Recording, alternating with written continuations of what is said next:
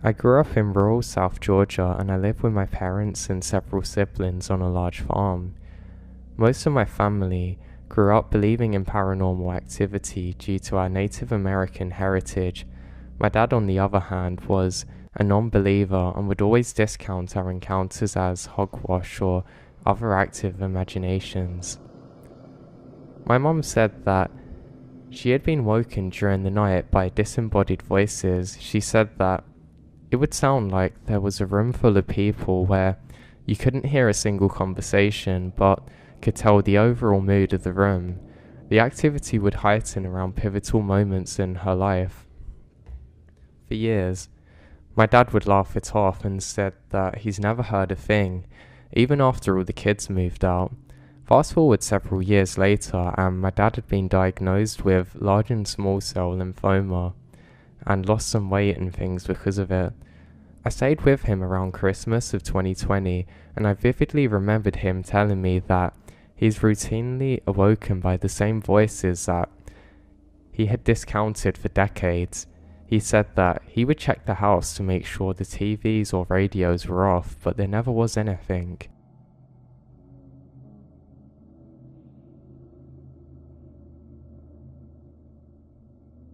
Now, something happened to me a few years ago. Long story short, I was walking my dog at night when, in the forest, I saw something lit up by orange street lamps, which appears to be a deer standing up. But when I look at its head, I can't understand its face, as in, the head/face was sort of shrouded in darkness. It's almost like it's rooted away, and I can't comprehend what I'm seeing. Last night, years after that encounter, nothing strange had happened up to now. I was sleeping in my bedroom, which is situated facing the road, with my windows open. I'm normally a deep sleeper, but I woke up to the loud sound of bird noises. At first I thought nothing of it, simply birds calling in the middle of the night. But over time, I noticed something. It's hard to describe, but it sounded as if about every 5 seconds or so, there would be different bird songs and calls. The calls weren't different sounds, as in certain birds making different pitch noises or whatever. Instead, it's the same whistling noise, not like a whistle blowing, but instead, like the noise of a songbird, but in different arrangements for an hour straight. It was very loud, but loud enough that I covered my head in 2 pillows and was still awoken. It was just repeating the same 50 different calls or so in the same order. It was as if one bird was trying to imitate the different calls of different birds over and over again. The noise was about 25 feet away, coming from the thicket next to my home. There was no sound though but the calling. There was no birds or I should say other birds, frogs or anything. No cars actually went through. I also faintly remembered the smell of rotten eggs, but this may have been my brain just playing tricks on me. Eventually it stopped though, and I fell back asleep terrified. I had kept my eyes shut tight. I woke up again about 15 minutes later, hearing the sound seemingly further away down the street, but at the exact same order. Then later through the night, I heard the noise again, either in the same spot as before and louder, or right next to my window. I faced away from the window and kept my eyes shut, horrified but in such a tired state that I simply stayed there, not able to think of anything else. What was that? Does anyone have an explanation for it? I don't know what it could have possibly been.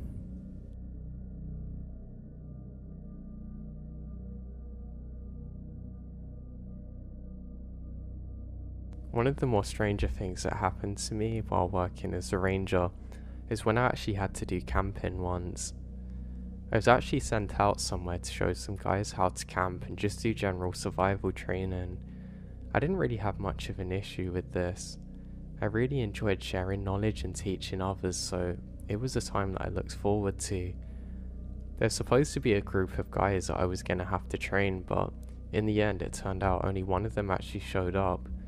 Again, no issues for me. It basically just made my job a lot easier.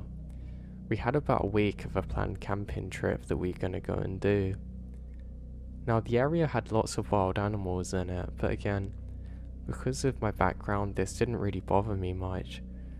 The other guy that I was taking there with me had some experience too, being in the scouts and things, so he was also used to being outside.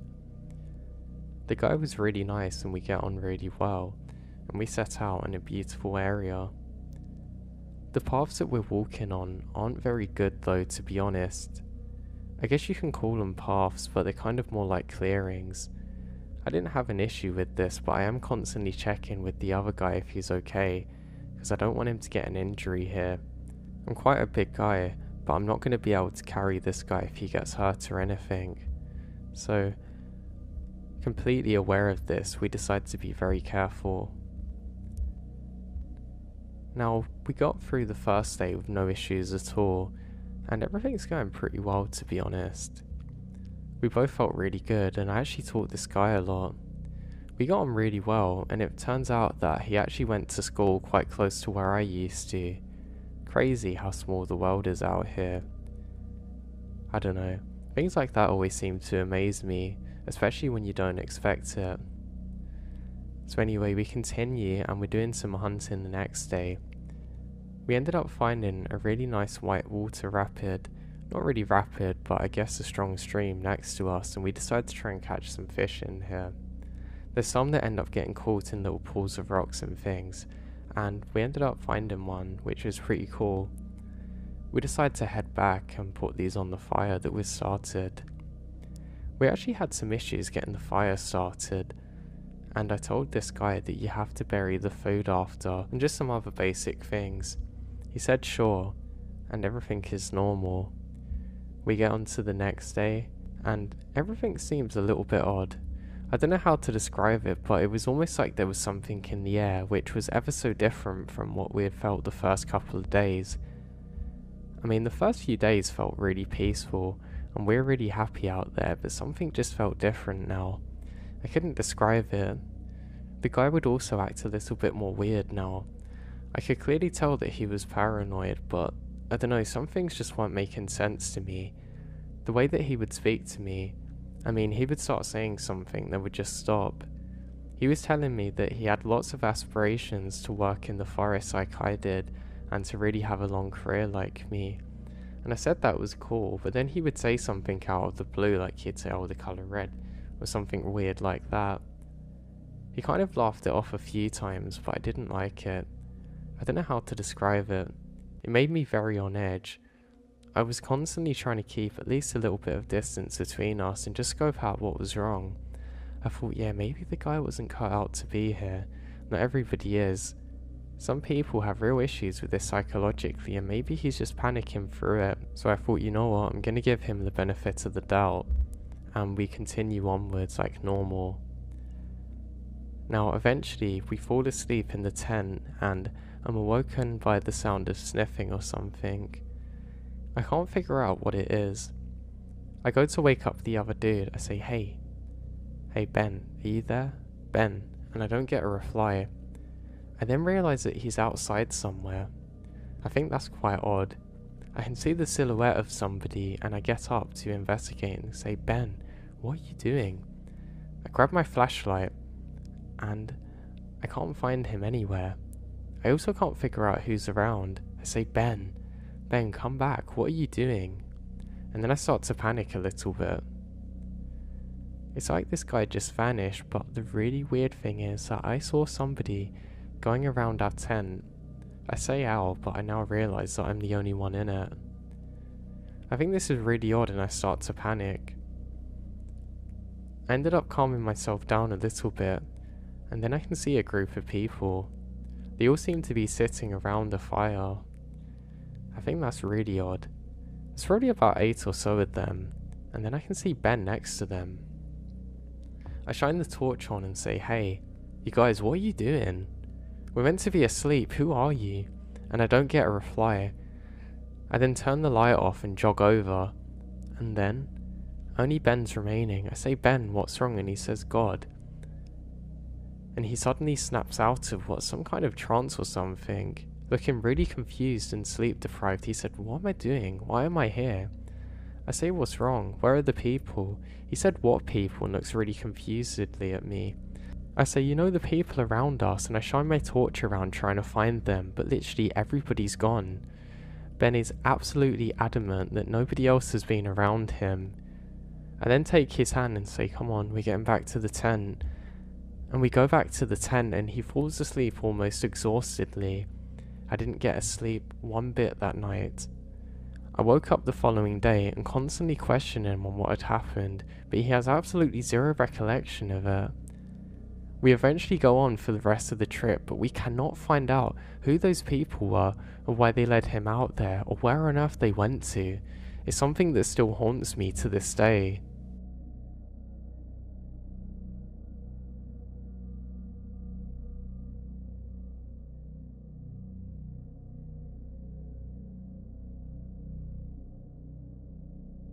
In northern Minnesota, at a rural lake resort that my friend owns, we were snowboarding through the woods at around 2 AM.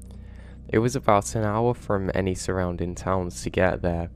The resort was closed for the winter, and we were staying at one of the lodges for a couple of nights. We got lost and went pretty deep into the woods, and I got a horrible sinking feeling and was asking him to hurry us back. I kept seeing glittering red specks of light around us. It looked like red lights or eyes staring at us. It happened every 5 to 10 seconds from different directions. There was something black in the underbush. I could hear sticks breaking around us, and this just seems to be getting closer and closer but without moving. My friend had accelerated hard and we whipped through there, multiple times turning hard and ending up finding a crossing to a thawing lake at an unsafe speed to get back to the lodge.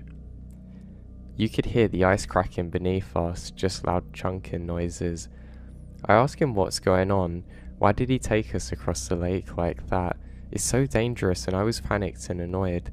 He said he saw faces in the woods and kept seeing something in the underbrush. He kept feeling like something was coming after us, which is why that we had to take such sharp turns, as he had seen it a few times at the turning points. I have no idea what was out there that night. This was no trail cam area, and we also didn't see moose or bear tracks the next day. It still gives me a weird heavy feeling, now 10 years on.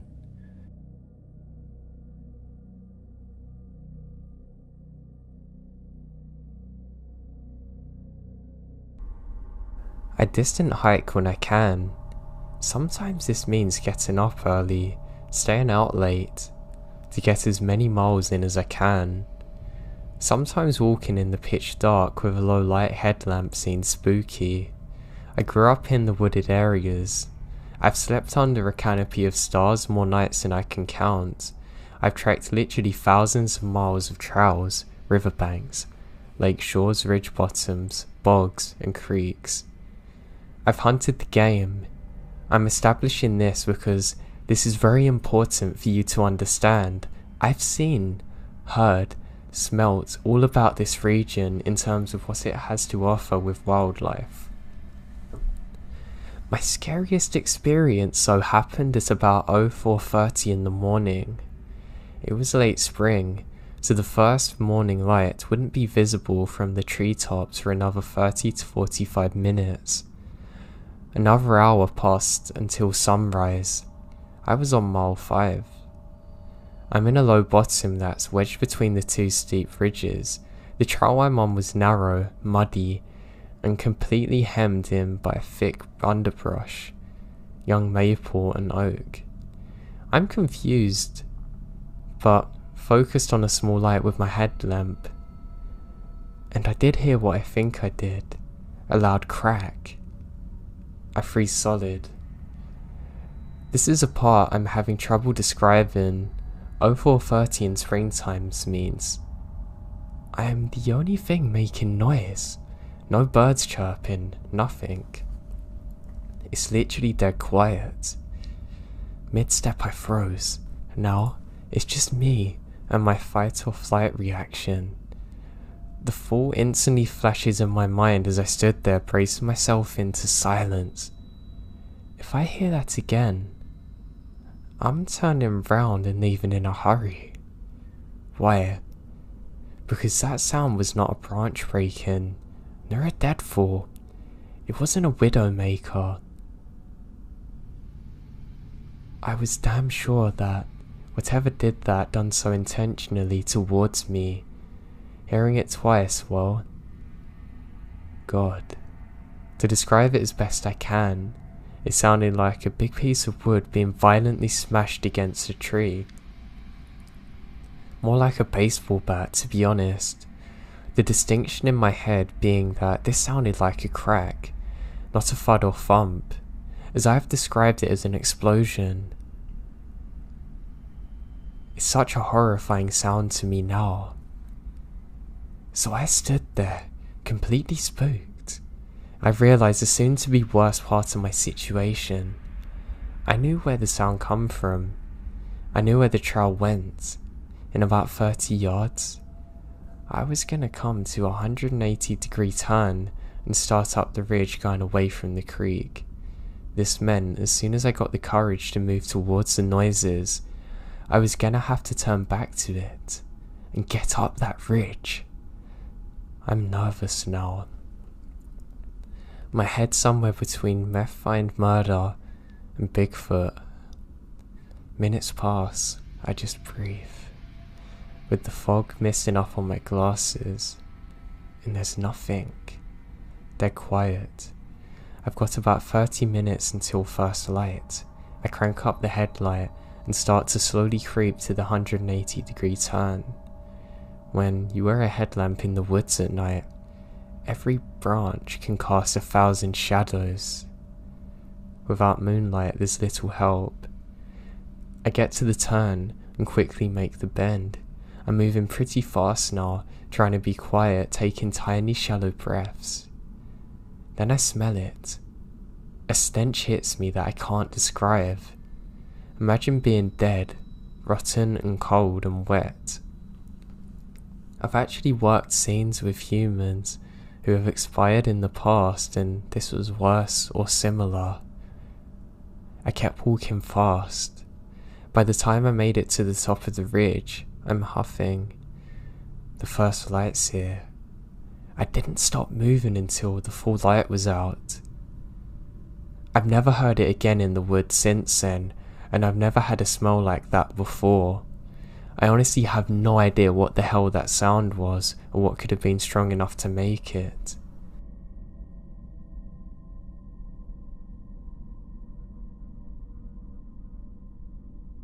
A few years ago, when I was 17, I just graduated from high school and got my first job at a Christian camp near Yosemite in California over the summer. Mainly the people I worked with were great and really sweet Christian college kids, the good kinds. There was one guy though, I would say he's Carl. I didn't frankly like him. He was tall, handsome, charming, had golden curly brown hair and a smile that could stop your heart. His eyes though, they're dead. He never got those little crinkles in the corner of his eyes when he smiled, which suggests that it's not a real smile. It was like the top half of his face died. There were things I did not like about Carl off the bat. His eyes for one, the death of his smile. He never asked for anything. He tried to twist your arm. He just very softly, very slowly tried to manipulate the situation to feel as though you owed him. Each time, it felt like a part of my brain shut down, like a slamming door, almost like I'm powerless to say no. I get along with most of the little cliques of the camp. No one really dislikes each other. As far as I knew, we just kind of broke off into groups based off what we like into our free time, or who we like the most. Carl though, seemed to make friends one-on-one with a clique. By the time he left the group, it was desolate.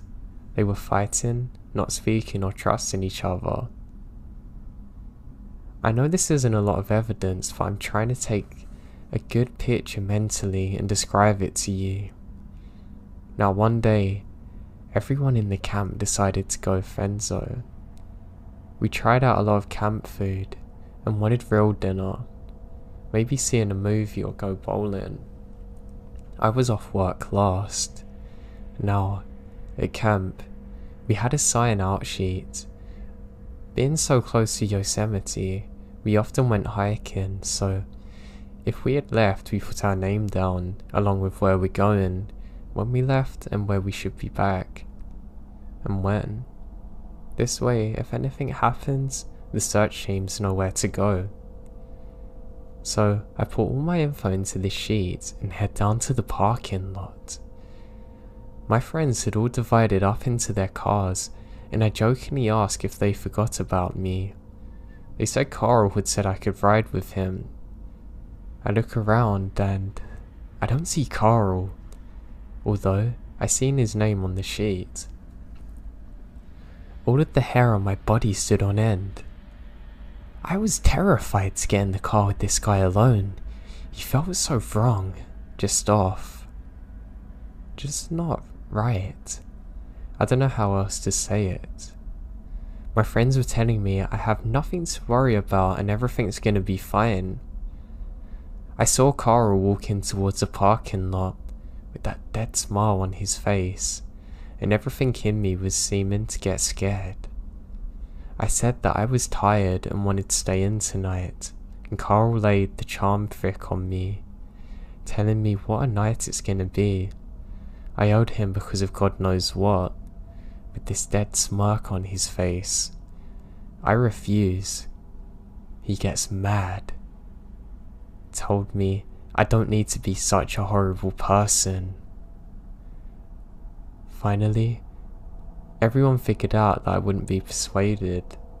I hugged one of my girlfriends goodbye, whispering in my ear not to ride with Carl back. When they all left, I walked back to the area with the sign-out sheets to cross off my name, since obviously I wasn't going anywhere. I saw the sheet, saw where my name was, and my heart dropped.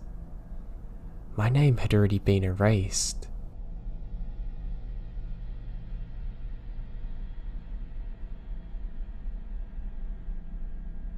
Where I live in college, I have to come back a long way to get to home. It's literally states away, so I'm used to driving for hours on my own. This is often through heavily forested roads, with little to no other cars on the journey. Now I don't mind, I just play some podcasts and really enjoy my time normally. However, one night would change that forever for me. So it was the end of semester, and I was ready to set off like normal, and I check my phone and I have a text off my mum. It says, "Be careful." I don't know why I have a really weird feeling about tonight. I laugh about it and think, yeah, she's always paranoid like that, and set off at around 10 at night. I should be home by about 5 in the morning, that means, so I can get in, sleep and enjoy the day with my family. So I set off and all feels normal. I've got my music playing and I'm having a good time. Now I don't know why, I suddenly have this weird feeling come across me. I notice that my radio starts to act up too. Not like normal interference though that I've ever heard before. This is almost like it's being jammed. I just laugh and quickly switch my phone to podcast mode. Aliens are not going to stop me today, I laugh to myself, and I continue onwards. Now as I'm driving, I haven't seen one other car yet, but lo and behold, there's some kind of light as I'm approaching a bend. I slow down thinking it's another car, making sure I don't have an accident. But it doesn't seem to move. I think this is odd. As I get closer, I realise that it's just a torch. It's been placed on the side of the road. It's as though a person's just put it there to look like a car's headlights. I think that's really odd, but decide to keep going, thinking maybe a road worker left it there by accident. I don't know, it could happen.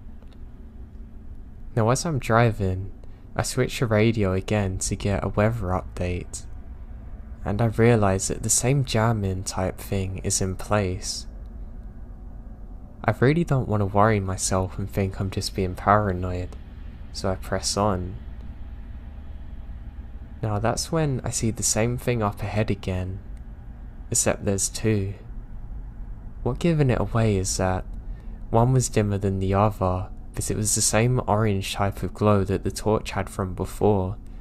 I'm certain that it's just going to be some road workers doing something, so I decide to slow down and roll my window down to let them know that they've left a torch on up the road and it might be dangerous to other drivers. As I do so, I see some people in high-vis jackets. When I'm slowing down though, I have a horrible feeling that something isn't right. My car slowly comes to a stop, and I decide to put my full beams on. I know some of you are gonna moan at me for this, but I didn't care about temporarily blinding someone to see what was going on. That's when I see it. There's 5 people wearing high-vis jackets, but something looks off about this. I can see that the people in the background are wearing all black and a high-vis jacket. That just isn't right. I'm confused as to what's going on. Why on earth would they wear all black and a high-vis jacket? It's almost like they're not actual road workers, but the two at the front are. I call out and say, "Hello, are you guys from the government?" And there's no reply. As I'm waiting there, a horrifying grin comes across one of the workers' faces. As my eyes have adjusted to the darkness, I can see that there's more lights in the background. And I can see that the torches have been placed there just the same as before. Then suddenly, I can hear the sound of rustling around me. To my left, I can see that there's a group of people coming from the tree line. And, almost on cue, my headlights go back to normal mode automatically and I can't see the guys in front of me. Just as it goes off though, it gives one flash of light and I can see that the people in the trees are carrying a lead pipe and other objects. This is the most scared that I've ever been in my life, and my fight or flight kicks in. I desperately jam my car into reverse and floor it, panicking not knowing what to do. As I do so, it illuminates the silhouettes of at least 8 other people on the left side of me, waiting, coming to the tree line. As I'm reversing out of there, to my horror, they all come into the road and just stop, staring at me, all dressed in black. What's worse is that as I'm screaming, the light suddenly goes off from the torches and I can't see them any longer. I immediately do the quickest U-turn of my life and start heading in the opposite direction. I'm trying to get through to the police, but I've got no signal. I speed the rest of the way home. In a terrified state, I'm crying to my mum. I don't know if they'd followed me or what. I made damn sure to get out of there as quick as I possibly could. I then file a police report. The worst thing? My mum doesn't believe me about any of this. She thinks it was just sleep-induced hallucinations, and that I was so tired I imagined all of it. That was about to change though when the police arrived, and they told me and my mum that they were so thankful for the report, and they've been tracking down a group of people who pretended to be road workers to then try and kidnap people. Apparently someone else nearly got caught earlier in the week, but sped away too when they tried to grab her. It just makes me sick to think that there's people like that out there in the world. But the fact that I was miles into deep forest with no one around to help if I needed it then. It was only God's grace that I spotted them and didn't actually get out.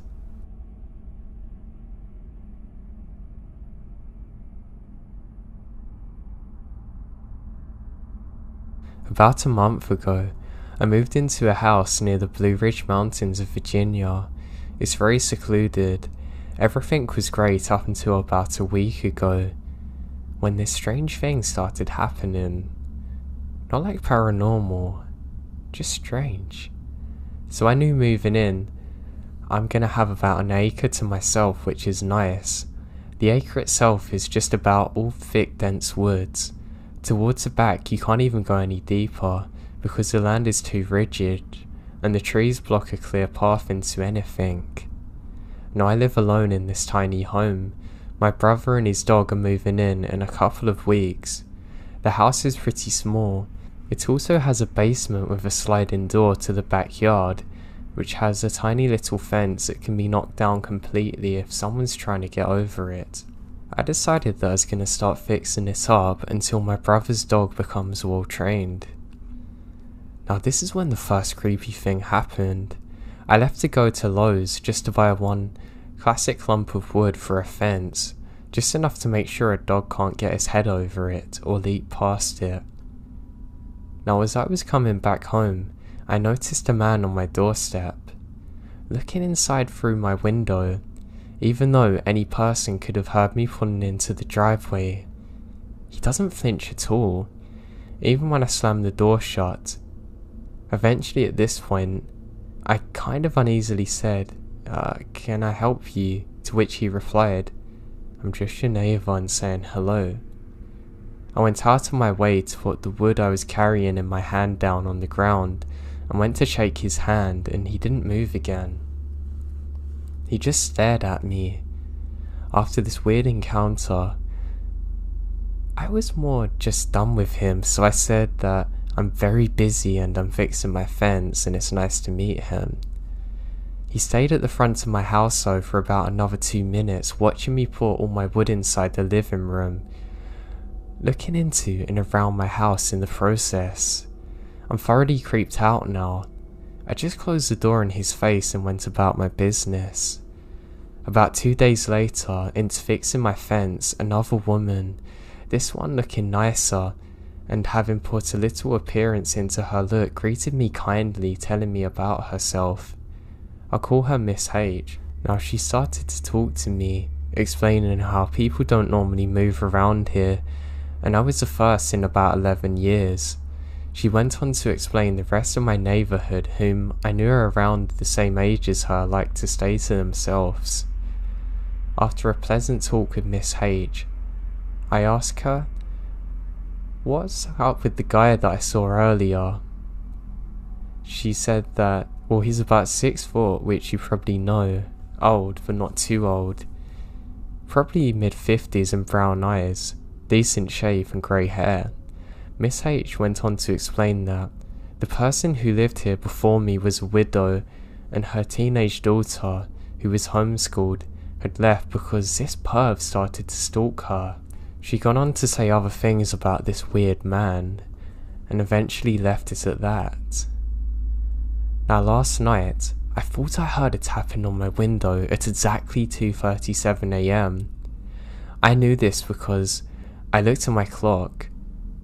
Now my window is a good 4 feet above the actual ground, and below it, I think it's just a figure of a bird or something, and maybe it's casted its shadow trying to get in. But no less than 2 minutes after silence, the tapping become 3 loud bangs.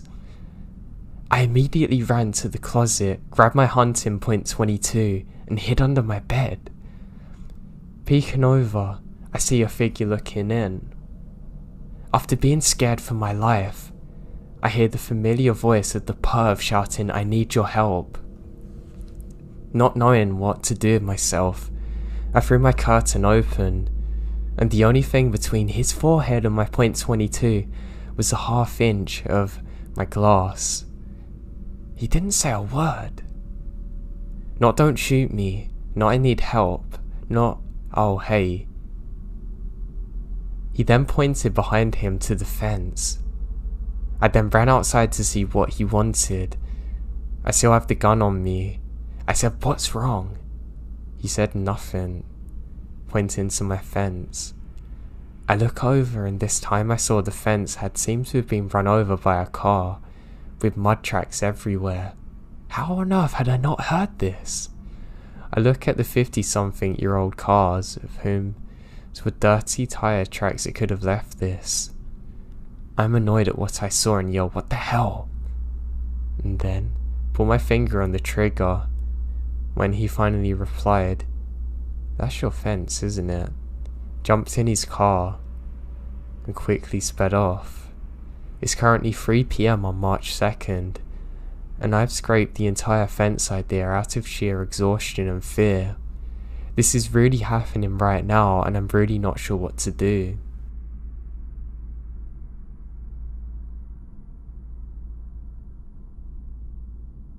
What I'm about to tell you happened 2 days ago in southwest Sweden. It was around 5 PM in the afternoon, and I decided to meet up with one of my friends. We have moped scooters, and drove to the grocery store to get a snack for our small trip. After that, we head towards a beautiful sheep pasture that I had been to once and wanted to go to again.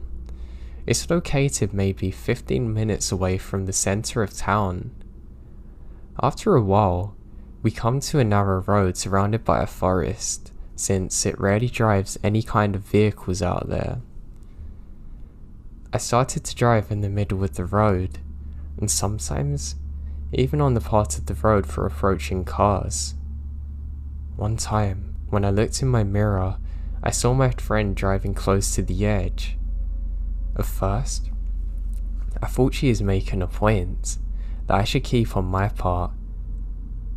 But then, she drove even closer to the edge, almost going in a ditch. I stop and wait for her to catch up. We're both kind of laughing, and I ask her what happened, and she said, "I got distracted by something weird by a tree and forgot the turn." We laugh and continue. Later, when we sat in the sheep pasture eating our snacks, we started talking about it again for some reason. I asked what she saw, and she described it as some kind of wooden plank that was nailed to a tree, and that it looks like a person with just holes as eyes. My reaction was, "Oh yeah, really?" And we decided to relocate it on the way home. We stopped by the roads and I turned off the engine. When I look up, I spotted it right away. It was hanging in a tree, looking dead. Now, I immediately think of some cults that are known to operate in the area. Maybe they were worshipping this. I don't know. I have a picture saved on my phone of this, and I'm really thinking of reporting it to the authorities. Something just doesn't feel right about it though. I have a horrible sense of evil when I look at this. I hope nothing too bad's happened here. I even got told that this could be a grave for something, as part of some of the sacrificial rituals that can take place there. I'm not really willing to go back to find out though.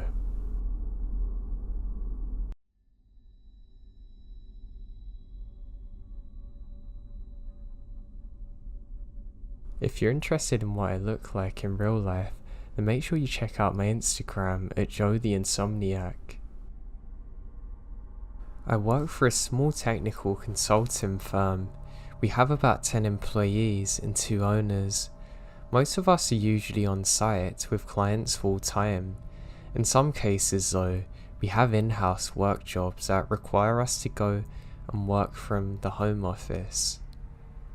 My last gig ended and I had to go to the home office. Home office is a gorgeous, completely updated building 50 miles out from the city in a small farm country set about a mile back on a huge hill, with a long driveway, which is the only way in and out. The building is mostly glass, and parking is right behind the building, so I can literally turn around and see where my car is from where I sit. The office overlooks a driveway, so you can see anyone driving up, and mostly delivery guys. At first, it was really peaceful being out here. I'm an early bird, so it was a pleasant drive out in farm country. I didn't have to lock my car doors like I did when I worked downtown. I could gaze out my window at gorgeous green fields, but honestly, it got lonely, which is why when UPS would show up with a package, I'd jump up to meet the delivery guy. Point being, I'm hyper aware of who's there. Some days, I would be the only person in the office. Some days there are 3 or 4 other co-workers in between assignments or working on short in-house work. One morning, it was just me and the other co-worker here. This particular co-worker and I would walk down the long driveway and back once a day to get some steps in. We did this particular morning and came back into the building. A few minutes later, he looks over at me and says, "Look at our cars." Now we had only just walked past our cars a few minutes prior. Now all of our doors to our vehicles were open. All 4 doors on each of our vehicles. I hadn't heard a thing. No one had come up to us. The nearest farm was 12 miles away, and my co-worker certainly hadn't done it. He was sitting 10 feet away from me the entire time.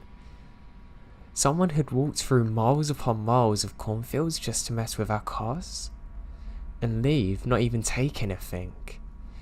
Heck, my co-worker even had his iPad on the front seat. We looked around, closed the doors, locking them, and went back inside the building. I have this horrible feeling when I'm alone in there now. It just doesn't make sense to me. I've never experienced anything like this.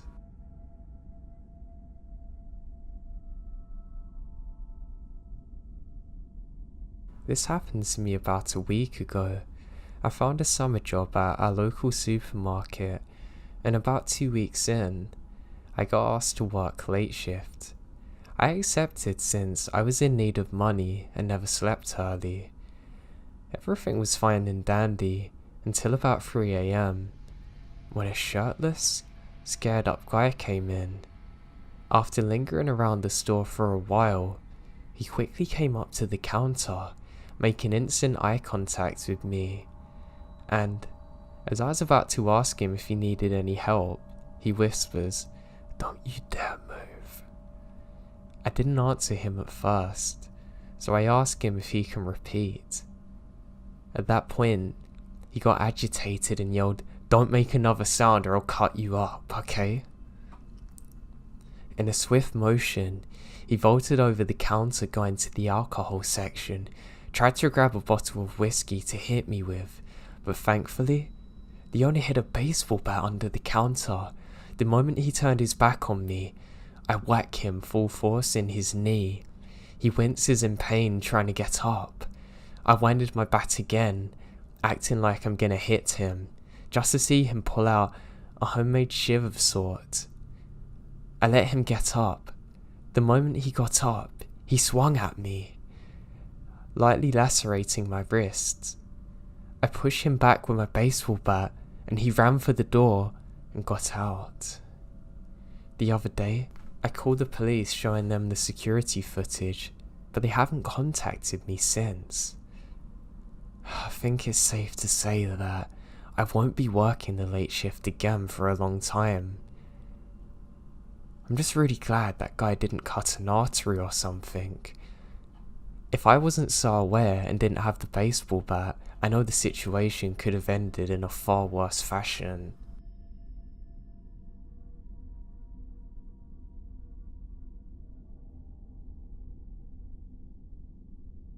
A few years ago, during what was probably the darkest period in my life, I worked overnights at a local Walmart.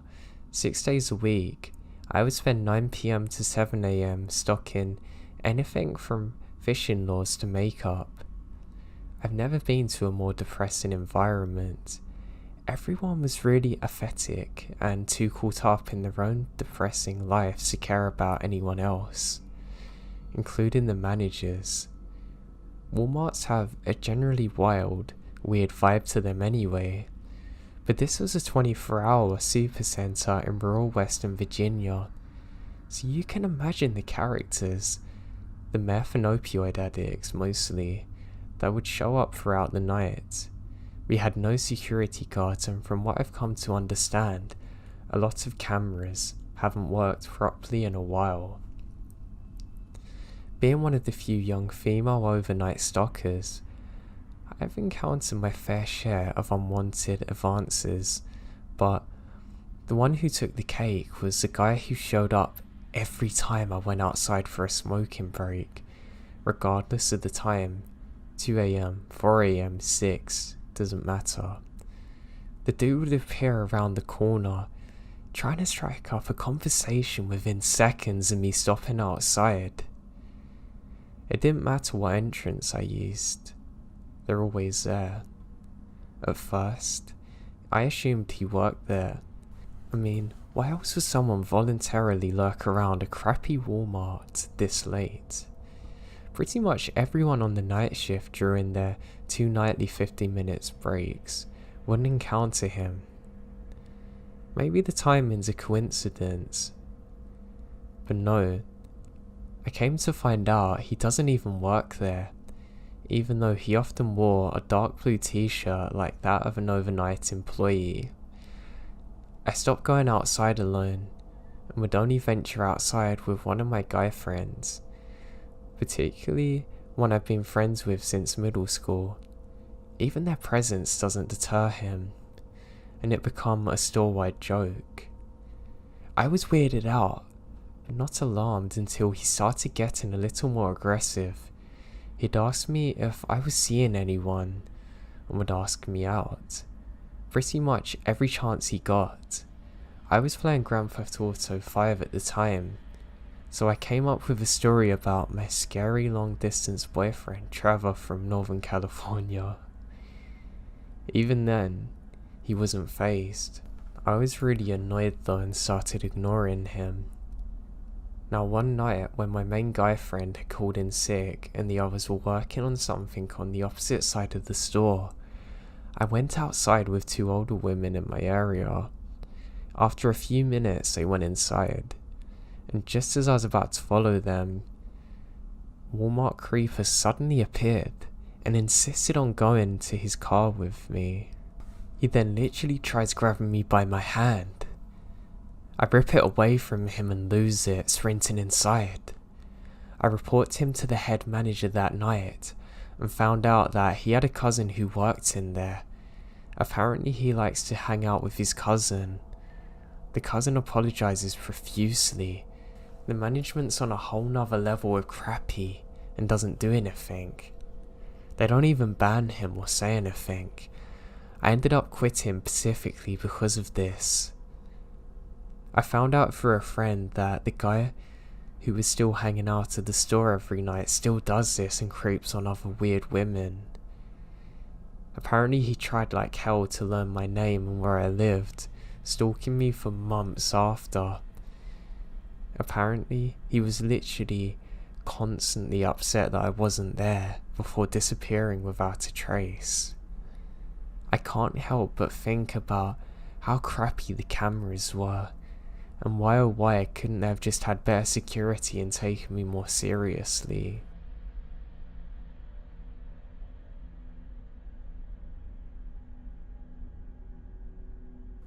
So I have a good friend that I work with. I've known her for 15 years, and for the sake of this story, we'll call her M. We work at a restaurant/theatre together, and often after our shift, we go to a local bar to have a drink and a talk. The bar has your usual crowd of guys looking to hit on pretty girls, though, and we often have to tell people to leave us alone. Em's not the best though. She can't always do that well. She often gets sucked into having conversations with weirdos if no one is around to rescue her polite awkwardness. This happened to be the case a few nights ago. An older man approaches us and it seems harmless at first.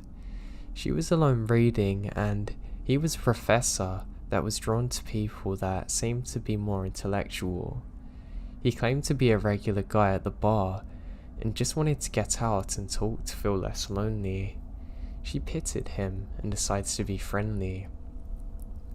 As the night progressed and he became more intoxicated, he starts saying stranger things, complimenting M, saying things that make her feel weirded out. He mentioned something along the lines of, "I have a lot of money in my bank," and insinuated that it had been obtained illegally. Maybe he secretly sold drugs or something. All I know is that it sounded weird. He's a biochemistry professor too, apparently. Doesn't add up. M decided to head out, and she'd hoped that she wouldn't see him at the bar again for a while, but M saw him very shortly thereafter, and not at the bar but at our restaurant. She mentioned where she had worked to him by accident and forgotten about it. This man came to where she worked without invitation to talk to her. Like I mentioned before, we worked at a restaurant/theatre, and on the day that he came in, she was working at the bar, behind the desk where all the movies are. In order for customers to walk back there, they have to show their tickets. He didn't have a ticket, and he told the ticket man that he was M's uncle coming to say hello, and the ticket man lets him through, not saying anything. He went up to her and started trying to have a casual conversation with her. She was in shock that he found her at work and wondered how he could be there. She politely tries to brush him off and pretended to be busy, hoping he'd leave. He doesn't. He hung around waiting for a minute to talk to her. She tells the managers about it, and one of them came to the rescue, taking him out. Later one night, she was at the bar across the street again, and mentioned to this bartender who didn't seem to be surprised. Apparently, it's not the first time that he's been weird like this when girls are there. He's also done this to other girls, literally following them. Maybe this is just some really old lonely person desperate for money or companionship. Maybe he's just socially awkward. But I don't know, it just doesn't seem right pretending you're someone's uncle to try and get closer to them. I hope he doesn't show up again. It's really shook my friend up and I don't like it.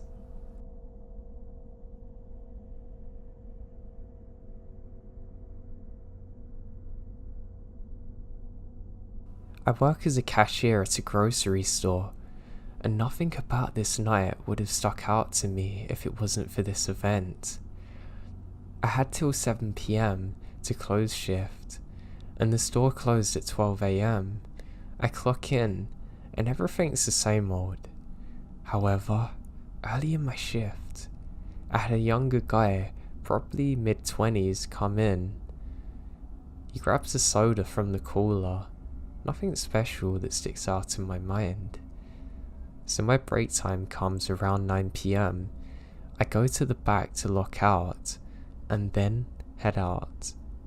I go to call my boyfriend at the time, and as I'm walking out, I saw the same younger guy that I rang up the soda for over an hour ago at the lottery ticket machine. Okay, whatever. He's bored. It's not uncommon to see the same customer coming back for a second time. I make my call, and my break's about to go up, so I clock back in. I get on my lane and look over to the lottery machine, and he's gone. Fast forward about 30 minutes before closing. I'm cleaning up. And guess who I see over at the same machine? Yep, shady soda guy. We make brief eye contact and he walks out the store. Over the next 15 minutes, I get so busy cleaning and making sure that the store is ready for the day shift that I forget all about the soda guy. Time to clock out, so I do so. I usually wait and walk out with the office checker and the security guard, but on this particular shift, I don't know the security guard, and don't care too much for the office checker on duty, so I walk out without waiting. As I get out, I head to my minivan. As per company policy, I had to park at the end of the lot so customers can get closer to the store. As I make it halfway to my van, I see a weird blacked out car taking up 2 spaces in front of my van. And there's another in the distance. I start walking up faster with my key in hand. As I get closer to the car, I see 4 people in the car. Then 2 doors open, and somebody steps out, wearing all black, the soda guy. By the grace of God, or whatever you believe in, before they fully got out the car, the security officer checker come walking out of the store, and they quickly get back in their car, literally speeding off. I don't even see a license plate. The security guard stopped and looked at me like he didn't know what was going on. I was freaking out, so rushed the rest of the way home, crying my eyes out. My brain, even after all these years, doesn't know how to process this. Was I overreacting? Was I about to be abducted? I still don't like thinking about it because it makes me tear up.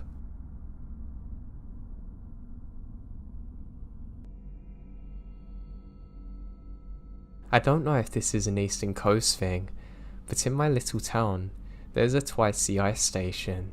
Basically, you fill up water jugs and get ice bags for cheaper than you can in the grocery store. I went out a few nights ago to get some water, because hey, who wants to be drinking tap water? My husband was home, and because I'm kind of heavily pregnant, he insisted that he go instead, but I really wish that he would have done. I was out at 1 AM, and it's dark for miles in the middle of nowhere. As I get out of my car, I open the back seat to get the gallon jugs and close the door. The moment I do, a dark blue truck van pulls up behind me. I presume that they're doing the same thing as me, and I don't really think too much of it. However, alarm bells start going off, and the alarm bells start screaming at me when the slide door opens up and 2 large men step out. It's about a 20-foot distance between me and them, so the first thing I do is pull out my phone and start making a pretend phone call saying, "Yeah, I'm almost home." As soon as they see me answer, one guy says crap, and they both get in there, tires literally screeching as they bolt out of there.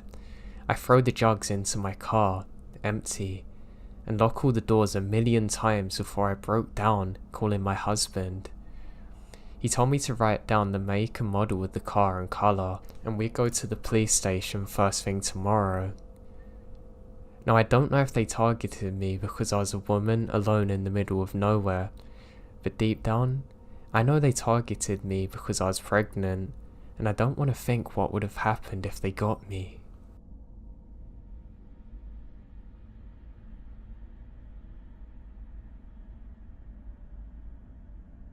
When I was 16, some friends and I went to an outdoor centre concert thing.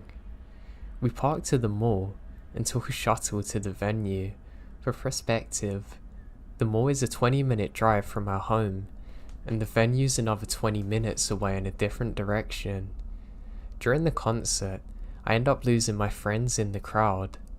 I don't care though, as I wanted to get to the front, and I could just call them after the concert ends. Well, of course I lost my phone somewhere in the crowd of people, and don't even notice until the last show wraps up.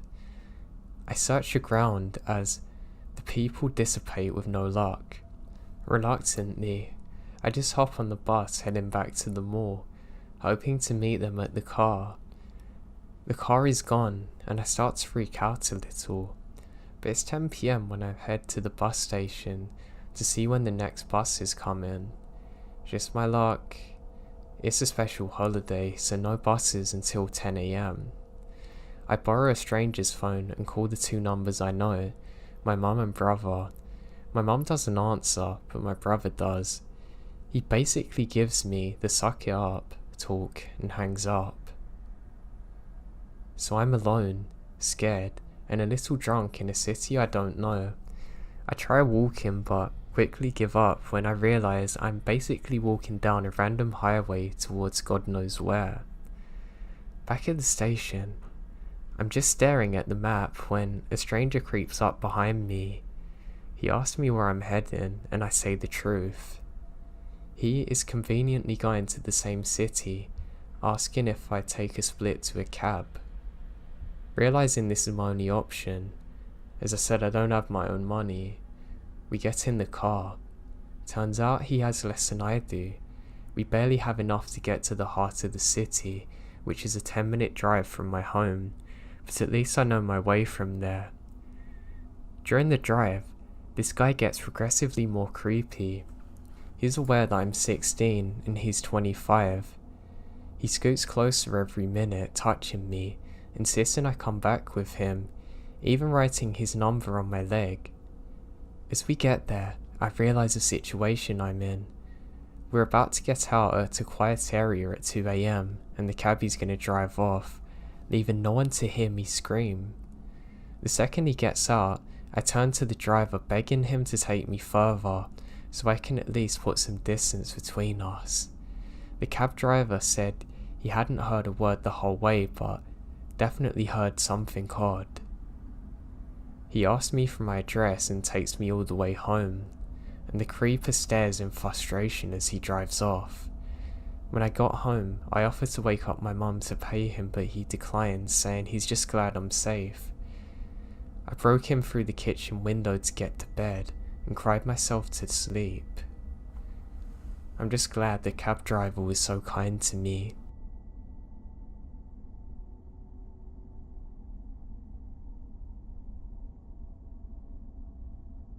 I really enjoy going camping. I'm truly an outdoorsy kind of person. It's very rare that I ever have a bad experience while camping, but I did have one that stood out to me, and is one that I can't explain. So let me start off by saying this was a good few years ago, and everything seemed normal on the day. In fact, I was having a really good day, so I arrived for my 4-day planned hike and camp in the evening.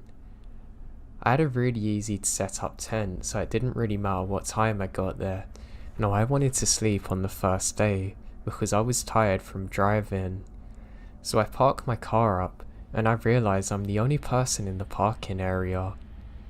I get out and hear some voices, but they immediately stop when I get outside. I look and realise that I've accidentally left the radio on, so I just turn it off, get my camping gear out and head out. Now everything feels normal. The sun's setting, so I can still see where I'm going, and honestly, the forest and area that I'm in looks truly beautiful. I'm not gonna lie, it's probably the nicest sunset I've ever seen.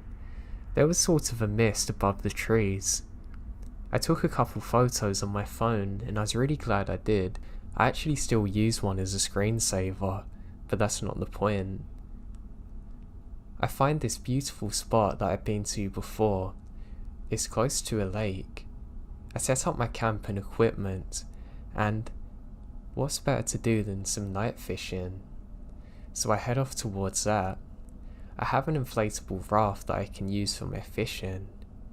I have a small Bluetooth speaker with me and set that down and set off. I'm having a brilliant time. Unfortunately, I haven't caught anything, but I do have this strange feeling washing over me. It's almost like a paranoia that I can't quite describe. Now, the forests and wilderness can be a beautiful area during the day, but at night, even for an avid camper like me, it can be pretty scary. I stay still for a second, and I'm sure I can hear the same kind of voices from before. That's odd. I turn off my speaker so I can concentrate more. I know it's definitely not from what I was listening to previously, but I put my mind on fishing. I want to catch some dinner. Now as I'm fishing, I hear this strange thumping sound like someone slamming something on a tree. It's odd, it's almost like someone's taken a metal hammer to an old oak tree and is smashing it. It's in a very rhythmic manner though, stopping for a few seconds and starting again. Now, needless to say, this confuses the hell out of me, and I begin to hear more voices. I can't tell exactly what they're saying, but I decide that, you know what, I think it's better to be out in my camping site at least. That's where I have my weapons if I really need it, that I've buried now under some leaves. The thought flashed across my mind that, oh god, imagine if they found my site and my weapons, then I'd really be screwed, and I laughed to myself. So I start paddling back. As I do, I've realised that the sound has now stopped, but also that it's coming from the opposite side of the lake. I have a horrible feeling about this. I don't know of any other campers in the area, but hey, it's not the first time I've encountered anyone out there, and I make it back to the shore. As I do so, I get my stuff together, leave my raft deflated on the side, knowing I can come back for it in the morning, and I head out. As I do, the thumping starts again. This time it's louder and closer than it was before. Okay, that's really odd, and I've now picked up the pace. I'm thinking about calling out, but I realise it's not a good idea in case these are actually bad people. I glance behind me for a second, and I can just about make out the flash of a light before it cuts off the second I turn my head. Now, I don't need any more signs, and I literally start sprinting back to my campsite. As I do, I can't shake the feeling that I'm being watched and followed. The thudding sound slowly stops as I'm jogging, but I'm not going to wait around for it. I quickly pack up all my stuff. I decide I'm going to sleep in my car just until I figure out what's going on the next morning. I look and thankfully find my gun, exactly where I left it. I feel a lot more safe now. I start sprinting towards my car, and as I do, I can hear rustling around me. I'm now terrified. I call out, whoever's there, I have a gun and I'm not afraid to use it. What's wild is this doesn't even deter them. I start to think maybe it's a group of animals stalking me like coyotes or something, the last thing I need. As I'm running, I can see the figure of a person near my car. I shine my torch and I can see the reflection of animal eyes. I don't really get a lot of time to figure out exactly what animal it is, but it gives me some relief, knowing it's not a person. As I get closer, there's this disgusting smell. Just as I reach for the door, I can see that this isn't actually an animal. It's just an animal's head that's been freshly cut on the roof of my car. What the hell? I now let out a really loud scream that I don't even have to think about making. I quickly get in my car and turn on the lights.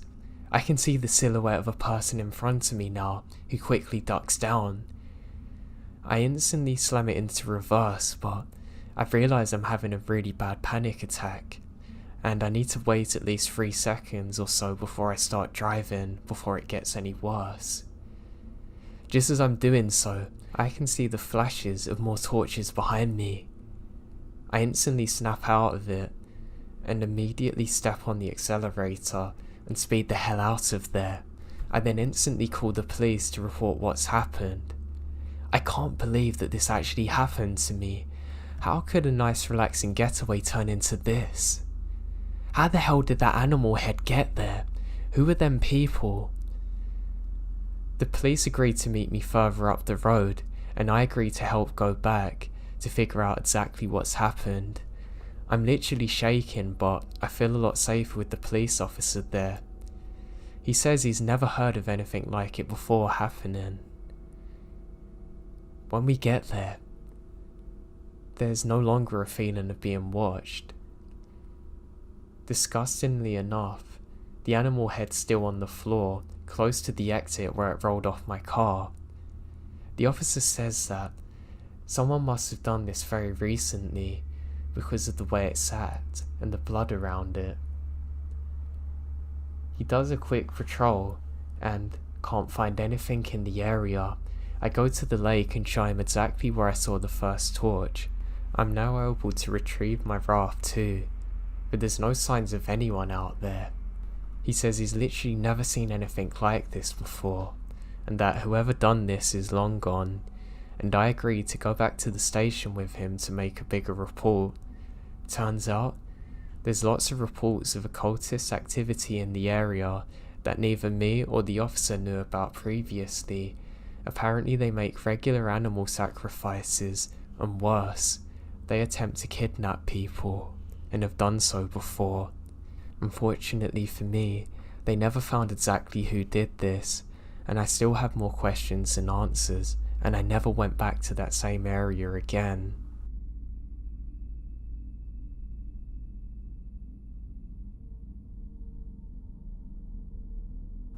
We live in Oregon, and we drove down to the coast of Northern California.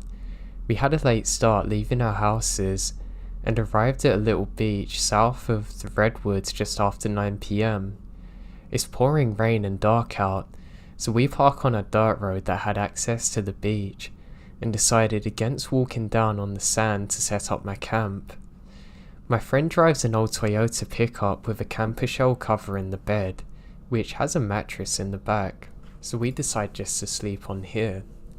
The beach area where we were is very secluded, and belonging to a local Native American tribe. They didn't mind us visiting, as long as we're respectful. After talking for a while in the shelter of the truck canopy, my friend fell asleep before drifting off myself. I realised I had forgotten the passenger lock of the truck. All of our valuables were stored in the cab, so I hoped nobody would come along to rob us in our sleep. After a few dreamless hours, I heard the sound of the driver's side door handle of my friend's truck being lifted. That door happened to be locked, but I was awake, terrified that whoever had tried to open the door would now go around to unlock the side, or try to get in bed where we are. It was still dark out at this time, but I heard footsteps starting to walk around to the back. I grabbed my flashlight and shone it through the back window of the camper shell, in hopes of alerting the intruder that there's people here. I heard footsteps get a little further away. Then I heard the sounds of snapping twigs and something heavy being thrown. Then the man let out a long yell, screaming a swear word at the top of his lungs. It didn't take more than 2 or 3 yells before I woke up my friend. "Dude, there's a crazy guy outside. He tried getting in the truck, now he's walking around yelling," I blurt out as I shook his shoulder. We sat upright peering out of the windows, but it's still pitch black out. I check my phone and it's 5 AM. The sound of the man walking around the woods near the truck don't let up. He's still screaming now, and it seems to be getting louder. He would occasionally yell further away, but then appear closer. We sat huddled in fear for a good hour, unsure of what to do. His shout sounded as though he was full of rage, but he never attempted to get into the truck again. Eventually, the owners of the only other car parked there come to their vehicle and drove off as the sky started to lighten. We did not hear any more yelling or log frying after that, and eventually we're both able to sleep for a bit, waking up at around 10 AM. It's hard to believe that during that terrifying hour we heard what we did, and it was so vivid. We still had no idea what the man was doing or why he was so angry, but the guy screaming profanities still remains a mystery to me.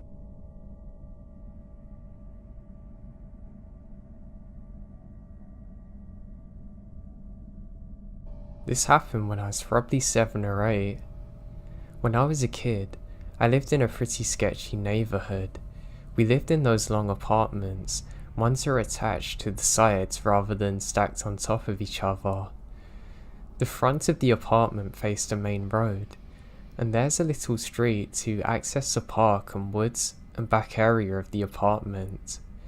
Behind the apartments is a massive field and a forest.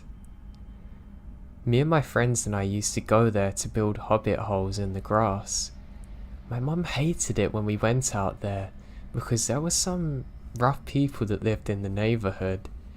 She didn't like the idea of 7-year-olds playing out there in the same place where people do drugs. I'm adding some more details so you can get a picture. Now one day, I was out in the woods by myself, just exploring and pretending to be Indiana Jones or something, and I was coming out of the tall grass. I could see the little back alley in between the parking area and the woods, and I saw something lying in the grass. I believe it's a deer. I think it's just sleeping, so I creep up on it, trying to not scare it. I know, cool.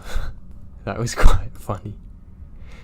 When I got there, I knew something was off. The deer was too still and smelled horrible.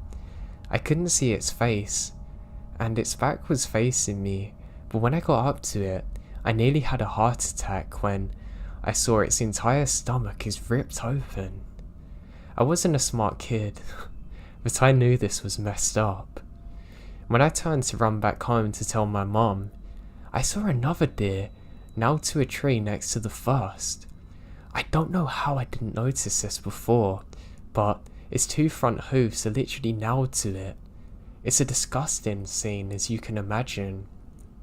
As I stood there, staring at it, a car drove past a little alley. I remember it's a white car with tinted windows driving really slowly. I mean, everyone drove slowly on this alley because it's a residential street, but these people were barely moving. I can't see inside, but I got the sinking feeling that they were watching me. Obviously, I can't be sure that they are, but I'm 99% sure it was them. Once they were gone, I booked it home and told my mum the whole thing. She told me not to go in the field again, and I agree. I really hated what I saw. For the next month or so, I saw that car drive everywhere. It would drive up and down the main road I was on while I was playing in the front yard. It would drive down and back towards the alley when I would be back in the yard. I even remembered seeing it at a grocery store once, but they were definitely staking the house out. It was always the white car, tinted windows, maybe they're following me, and always driving way too slowly to be normal. I tell my mum about it, but she chalks it up to a neighbour just going down the road. So one day, my mum was out mowing the lawn. Because of the way the apartment is, she had to push the lawnmower all the way around the apartments to get to our backyard. Being the helpful kid I was going to meet my mum out the back to open the gate so she can put the lawnmower in the shed. As I'm walking out the gate, I see the car come along the back alley. Normally, the car goes slow. As soon as it turns a corner, however, the driver steps on the gas, zooming up behind me. The back door closest to me opens and someone gets out and starts running towards me. I don't remember what he looked like or even if it was a he. I just remembered getting back home as quick as I can, terrified. After that, my dad yelled at me for peeing myself, and neither he nor my mum believed me about the guy in the car, and I never saw him again, and we moved a few months later.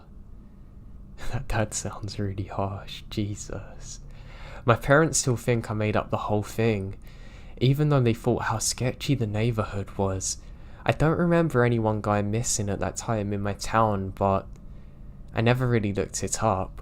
All I know is it was really messed up, and I have no idea who those people were and why they did that to the deer or what they planned for me.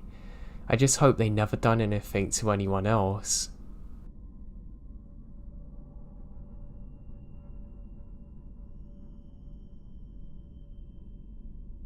This happened a few years ago, and we didn't know exactly who this man was, but it still scared me senselessly. When I was about 13, I used to have my bed right under my bedroom window. It was also around the time my dog was brought inside because she got too old to stay out. At the time, we didn't have screens covering the doors like we do now, or the windows, so the windows could easily be opened and there's no barrier. I always left my window open during the day to let in fresh air, then close and lock it when it starts getting dark. The house is surrounded by forest, not very thick, but still thick enough that you can't clearly see through it. It's completely normal to hear strange noises at night because things like bears or stray dogs or even former neighbours' chickens would roam around through our backyard. So when I heard something shuffling around my window, I didn't think much of it and continued playing video games.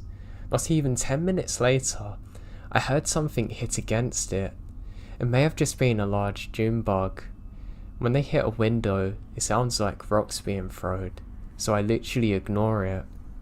The knocking kept going, but I just kept ignoring it until finally it stopped. Fast forward until around 2 AM. I was finally settling down and going to sleep when I hear breathing. Very faint, enough to miss if my room wasn't silent. I heard something drag down my window, like a stick or finger. I did it a few times, and that was enough for me. I jump out of bed, running to my dad's room. I told him that there was something at my window, and he immediately came to look.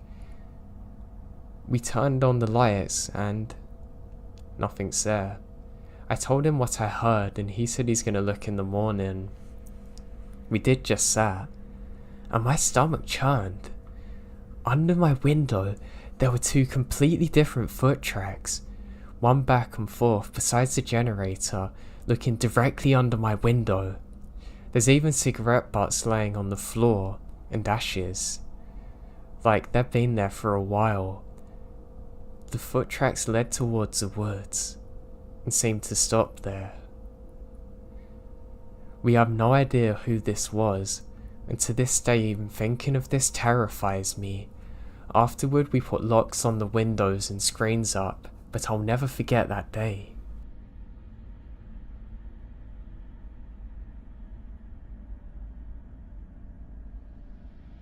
Okay, so this was a normal rainy evening when I was 14. I played games until my mum come in and told me to go to sleep.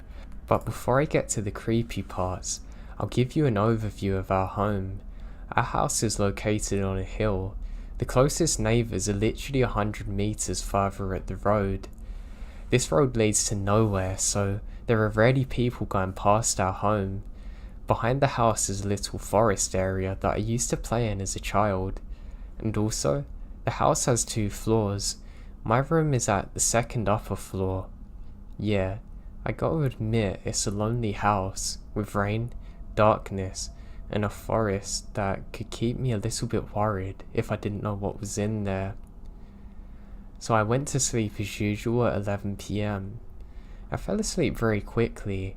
However, at 3 AM I woke up, and I didn't do that so often.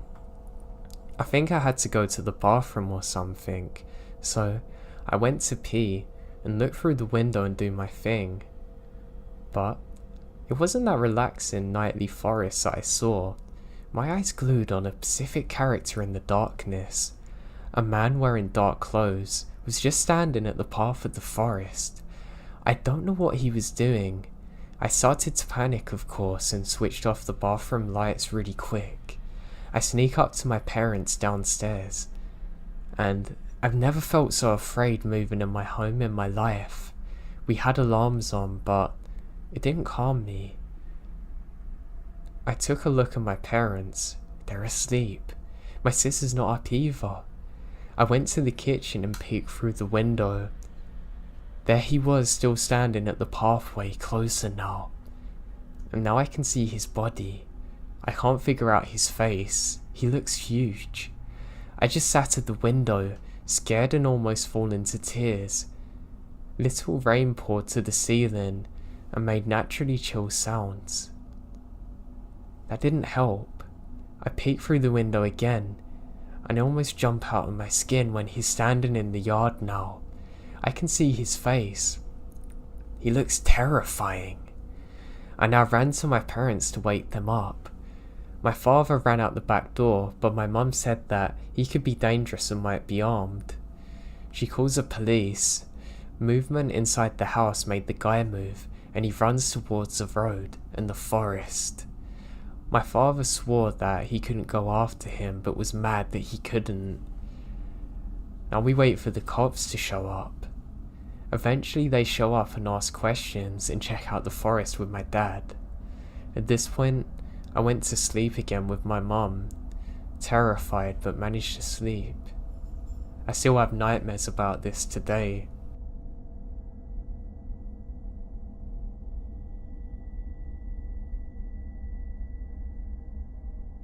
When I was young, me and my brother loved to go and play and explore in the forest near where we lived. We had a group of neighbourhood friends that we'd also do this with, and to be honest, those were some of my best memories. However, this would all change one day, and everything seems like normal. We set off on a normal summer's evening, and we decide we're going to play hide and seek. Now to get to where we play, we have to walk through a bit of a swampland. I say swamp, it's not really a swamp, but it feels very similar to one. So we're walking through this, stumbling around, and finally make it to the giant tree. This is the exact tree that marks the spot where we play. So, I have to look for people unfortunately, but it's my turn, so that's fine. I hide behind this tree and start counting. I finally get to 1 and say I'm ready for you lot. And I burst out laughing when I see one of my stupid friends has literally climbed on top of the tree, hid directly above me, got caught instantly, then starts panicking that he can't get down. I help him down and I say, "You search the left side, I'm gonna go a bit deeper and find these." He says fine. To be honest, more than anything, I can't wait to tell the others how stupid he was. As I'm walking, I see something up ahead. It's a dark figure. I laugh and start sprinting up there. I stumble on the way and hurt my knee though, so I was quite annoyed about this. But by the time I get there, the figure's moved. Now I'm looking around and something feels very odd. It feels like I'm being watched, but not like in hide and seek. This is almost like a much darker, ominous presence is there. I've literally never had a feeling like it since then. So I look around when I see part of a hand. Well, it's not a hand, it's a stick that looks like a hand, but I can make out what it is in the shadows. As I get closer, I see it's holding something. I think that's really odd. I get a bit closer and realise that it's a skeleton hand. One that looks slightly degraded, like it's been there for some time. Halloween's around the corner, so I'm sure it's a Halloween prop. I hold up the piece of paper and look inside. It says run. It's not in any of my friends' handwriting. And then, to my horror, I see a shadow appear behind me. I glance back for a second, and there's 2 giants of men standing there in full camo gear, with smirks on their faces. I drop the paper and let out this blood-curdling scream, and I begin to sprint my way back. I end up going all the way to the tree, and to my horror, I'm met by all of my friends there, who can see how scared I am, and we all sprint all the way back home. When I get there, I explain what's happened, and my brother's so scared he starts crying, where he's younger than me. We're more scared of getting in trouble with our parents, don't even bother telling them.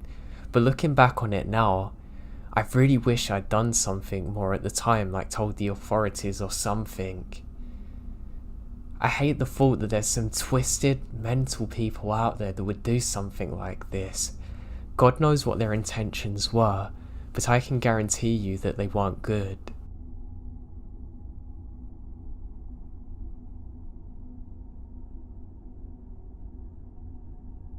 A little backstory first. I grew up in upstate New York, about 30 minutes north of Syracuse to be exact. It only made sense that I would return to my quiet little part of the world after I got out of the Marines in 2007. The only problem is that I didn't have much money. The good news is that my grandfather had an old pool behind camper that he told me I could have until I got on my own feet. So, being on my own, I decided I'd spend about a year in the pool behind on a few acres of woods that I bought from a friend of mine while I was in the Marines. Now all my taxes had been paid for the year, so the only thing I had to do was pay for gas and propane. I managed to avoid looking like a crazy mountain man by showering and washing my clothes at a local truck stop / diner, even getting a pretty decent job working security. I filled the rest of my time working odd jobs for extra cash. Alright, so for the main story. It was mid-April. I was sitting next to a nice low fire while listening to my battery-powered radio, watching nightfall in the woods.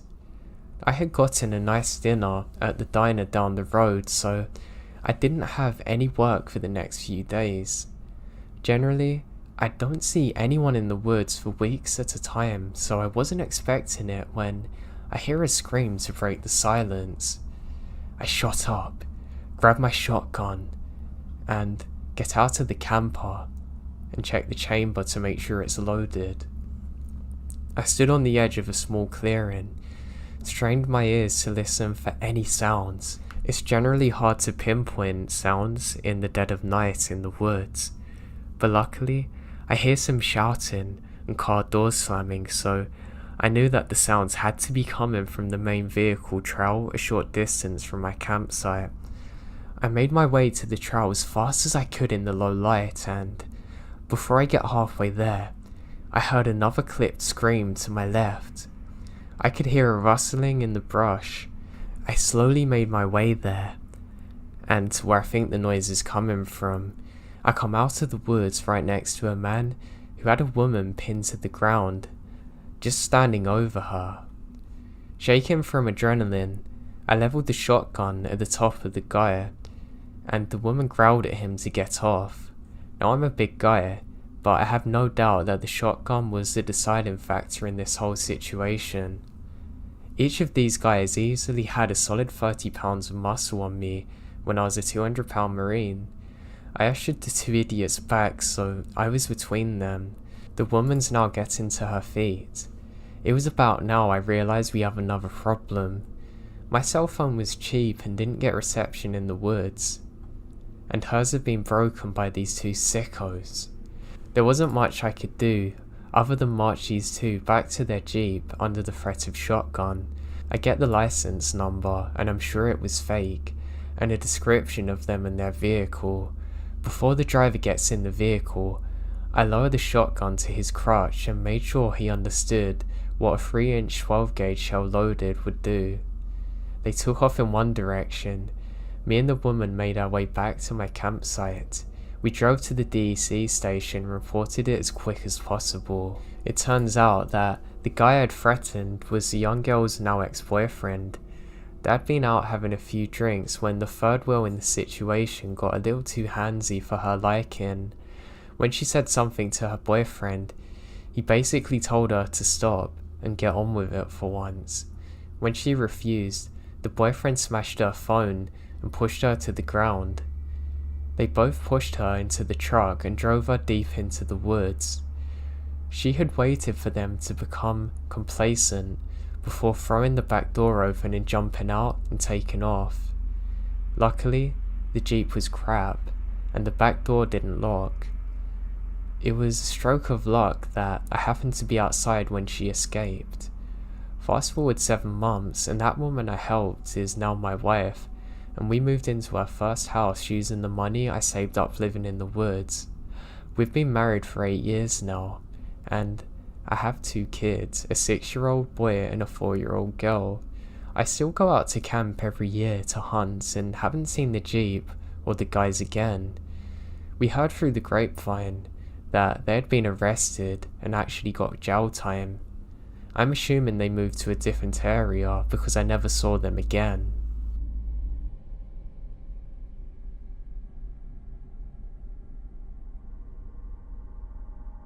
I live in a suburban part of a small rural town in eastern Missouri, in a pretty quiet neighborhood. We've had one crime here in the past 3 years, and it was me who committed it. A jaywalker. Comprised mostly of elderly women and single mothers. We own 4 vehicles: my car, my mum's van, my stepdad's car, and my mum's old truck that's illegal to drive now. So I was home alone, about a week after my graduation, while my stepdad's at work. My mum was talking to my youngest brothers, and they had to go to the doctor's office, so they left. And my 2 middle brothers were at their friend's house, so I was lounging on the couch in my fuzzy robe and underwear playing Fallout. Good game. My stepdad is a professional chef and does 80% of our cooking at home. I have terrible anxiety and an addiction to investigation discovery. So whenever I'm home alone, I keep the longest, sharpest knife on myself or within an arm's reach at all time. It may have saved my life. Or something. This is confusing. There's a knock at the door, and it's not too suspicious. We frequently get solicitors and Mormons in the neighborhood, so I wasn't worried. Being a cautious person, I peek out through the curtains just a bit to see who it was. I'd seen this guy around the neighborhood before, walking around, and I don't feel threatened by him, since if it got physical, I had at least 5 inches on him and a knife. Anyway, I want to open the door, and I do so, figuring that at worst, I can politely turn him away, tell him I wasn't interested and go on with my life. At best, well, not gonna lie, he's cute in a generic way. So, I open the door, resting my hand on the back of the couch, where I've hidden the knife under a blanket, just in case. As soon as I opened the door, I knew there's something off. I've got a blunted effect due to a combination of depression, PTSD from abuse, and schizophrenic type personality disorder. So, I'm grown up, and I'm used to using fake facial expressions to fit in. I thought maybe he had similar problems because his face was not normal. He had a big friendly smile, right below a pair of absolutely dead eyes. "Hey beautiful, day out. Mind if I come in for a moment?" he said awkwardly. I kinda smile awkwardly and say, no, my mum don't like having strangers in. "Oh," his smile gets bigger. "What are you doing?" At this point, I'm starting to feel nervous. I shrug. Can't complain, I guess. "Are you here to sell something or tell me about God?" He shrugged back. "Oh, can I come in? Maybe talk to your mum?" I'll go get her. She's in the backyard."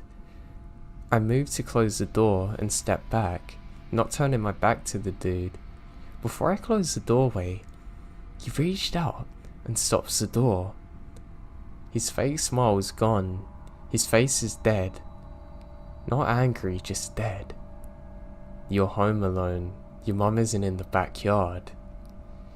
I pause and swallow hard. Then I push the door again.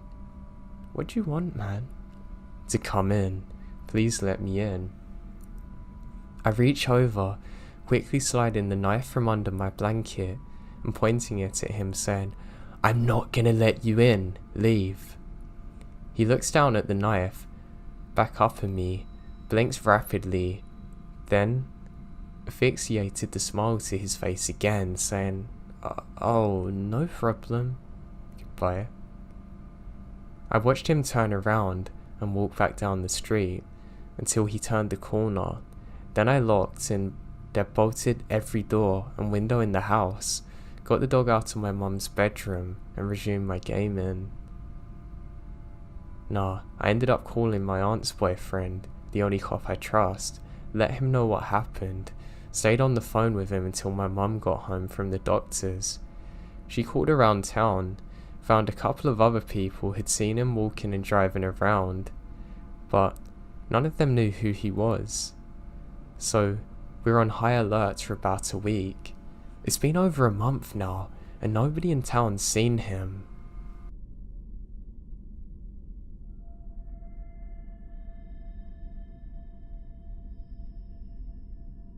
This old memory of mine, I've been talking about a lot because of the recent news of the Delefi murders.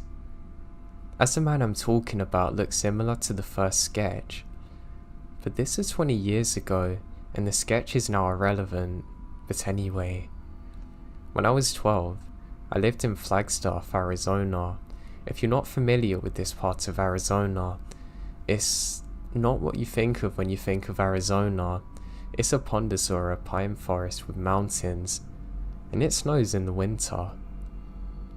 Anyway, across the street from my home was an entrance to some woods with paths. As my parents worked, and I was the first one home after school, it was my responsibility to walk the dog. Usually, I would take him just inside the woods entrance so I wouldn't have to pick up his crap from under the rocks that would usually be in sight. Now, usually, I was too afraid to go into the actual woods, even with my dog, because he was stronger than me and didn't listen to me well when we were outside. The other reason I didn't like it is the wolves, packs of wild dogs, sometimes cattle, seriously, and of course, anything lurking. But this day, I felt adventurous, I guess, and took him over there. We went pretty deep that day, and I didn't see another soul because it's about 3 PM and the people are at work. None of the neighborhood kids really hang out there either. Now my dog was excited by anything that moved and always wanted to greet another person, cat or dog. But this day, on the way back, I remembered him being steadfast, still pulling, walking me along on the way back home, ignoring squirrels and trees blowing in the wind. Then, out of nowhere, a man appeared on the trail in front of me. Now when I say out of nowhere, that's exactly what I mean. The woods are not dense, and usually you can see people from a mile away, as long as they don't surprise you. The man was dressed head to toe in brown and tan colours and gave a weak "hey" and doesn't make eye contact. The way he dressed stuck out to me, as everything but the treetops was brown, as there's actually a drought going on at the time.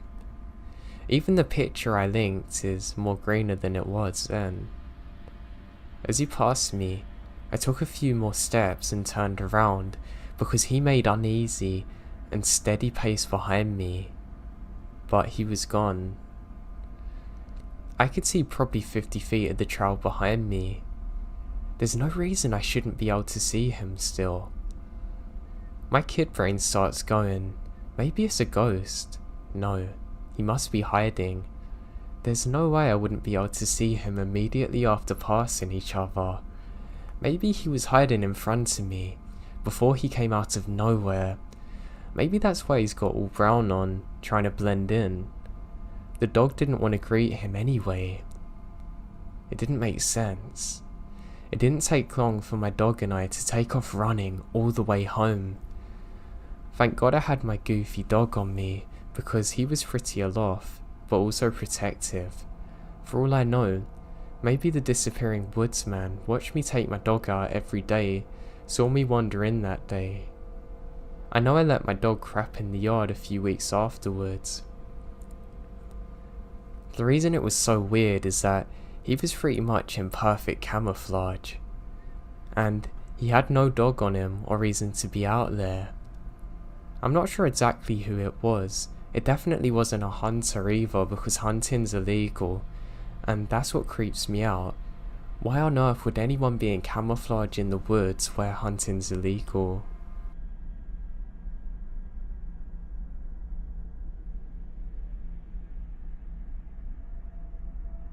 My boyfriend and I went backpacking in the mountains. I'd been camping before, but only camping in a car, so never had to carry a bag on me for a long period of time. So this is my first time actually backpacking. Now after getting lost trying to find a parking lot, the map swore there was, but there actually wasn't. We drove around the mountains, finally finding a parking lot we could stay at. We'd planned to walk down the mountain, camp, then walk back up the following day. About an hour in, it's maybe 6 PM, and we come across this guy sitting off the side of the trail, cooking in a cheap stove. He said to us if we know why we're there and where we're at, and saying can we point him in the direction of a certain place on the mountain. He says he's parked there. He continues talking about how he had a friend drop him off who was going to pick him up at point A, and then changes his story to that he's parked at point B, and then said another friend dropped him off and went to hike somewhere else, and that he needed a map or something to get to point C. Yeah, I'm confused, and I don't like his story. We finally bid the dude good luck, saying we can't help, and continue down the trail. Now the trail is poorly marked and doesn't correspond with the map we found online, so we're really confused when we come to a horse trail with no markings to tell us if we're on the right path still. We decide to go down the trail and see if we can find a place to camp for the night and find our way out in the morning. Both sides of the trail are lined with barbed wire, preventing us from being able to camp there. Eventually, we run into a huge puddle in the middle of the trail. We decide to turn back and go back to the part of the trail before it turns into a horse trail. That way, we can camp there for the night, because it's really dark and we're tired. About 20 feet behind us, we see the man from earlier. He talks to us again, and through conversation, we learned he had heavy narcotics, including fentanyl, and another one I don't remember the name of. By this time, there's so many red flags, so we took off, deciding to go back to the car and just drive home now. We live 4 hours away, and we're about 6 miles from the car, so we take off up the trail as fast as we can go. I got severely dehydrated on the way and was struggling. I have lots of water, but it's very hot out, and we're practically running up the mountain now. Eventually, I start hallucinating, thinking I'm vomiting blood, which is red Gatorade, or there was blood coming from my shoes, which is sweat, and there may or may not have been a bear somewhere nearby, but I could have hallucinated it also. We ended up doing the full 6 miles up the mountain in only 2 hours. We reached a parking lot, and that's when I gave up. I decided to wait on a branch while my boyfriend got in the car. The parking lot was curved, so we're out of sight from each other, but he finally came back down to me with the car and helped me in. We found a gas station and slept for a little while before heading home. As we're driving out the park, we see a warning sign saying there may be an escaped convict in the area.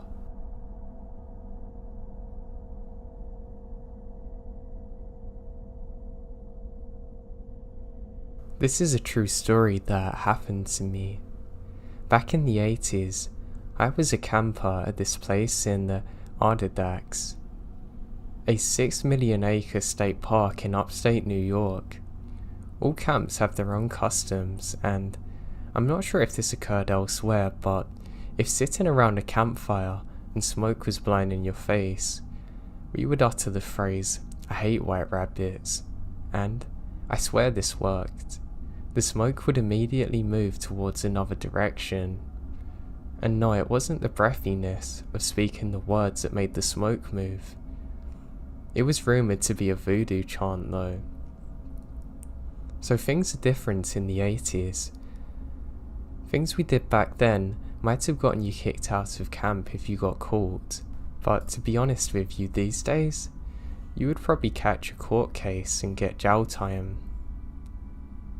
Like the time my counsellor locked me in his room with a 6-pack of Budweiser, tall boys, and told me I can't come out until I finished.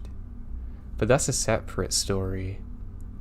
This camp was right on a very large and pristine lake, and periodically, there would be hikes and canoe trips to some of the islands on the lake.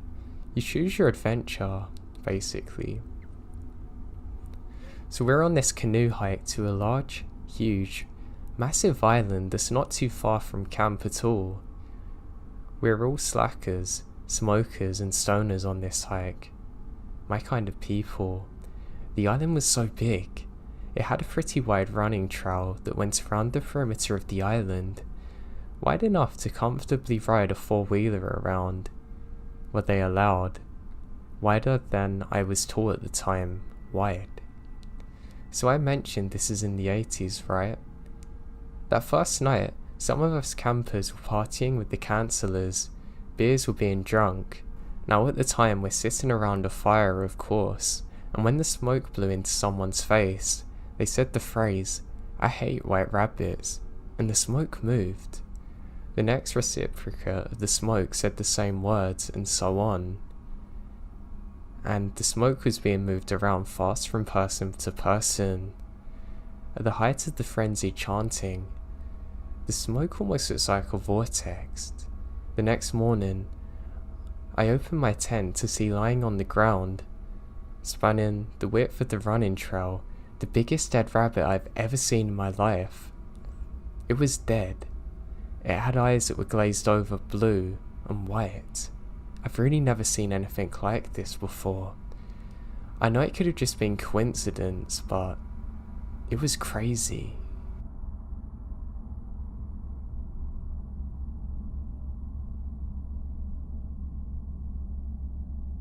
This happened a couple of years ago. I wanted to go to the local wildlife trail to walk in the woods. I'd gone several times to hike and jog. I normally went with my boyfriend at the time, but he was working and I wanted to go, so I decided to go by myself. I felt pretty comfortable going. I park at the far end of the parking lot in case anyone else appears. The trail continues straight from the parking lot for about a mile until it curves up a large hill. Where I wanted to go was the abandoned parking lot with a lake. The turn off to this part of the trail was about 400 yards down to the left. Once you turn left, you have about 200 yards of flat trail before it inclines. This inclined section is loose gravel and it's quite noisy when you walk up it. The last section is about 100 yards. I felt pretty at ease going along the straight trail before I turned left. When I hit the incline, I began to feel uneasy. I brushed it off as being overly paranoid and continued. As I went about halfway up the incline, I began to hear crunching and snapping of twigs in the woods to my right. It sounded about 100 yards off. It was just far enough into the woods that I couldn't see what's making the noise. I froze in my tracks and the hair on the back of my neck stood up. I stood still as I heard the crunching stop. Stupidly, I brushed it off as a deer or bobcat. I continue up the path until I hit the end of the incline. That's when I heard this thing in the woods beginning to run at me. I froze in fear, my heart beating 1,000,000 miles an hour. Every hair on my body stood up. I was rooted in place. That's when I saw him. A man was running straight for me while holding something in his hand. I began to run down the incline back to the main trail. I was slipping and sliding down the gravel. I looked behind me and noticed how that he's at the top of the incline already. He had this evil look in his eyes. I noticed the item in his hands was a knife. I almost slipped up due to me looking back at the man. He called out to me, "Get back here now." His tone was malicious.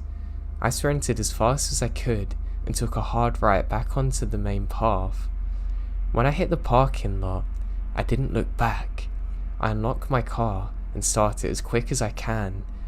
Right as I was backing up, he emerges from the trail entrance. He just stands there, partially covered in the shade of the trees. As I tear through the parking lot and onto the highway, he just stares at me.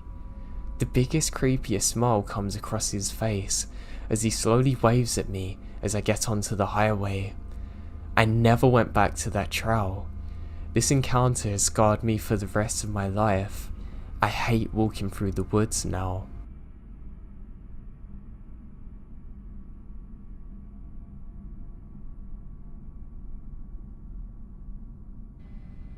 Okay, so I have no idea exactly what I saw that night.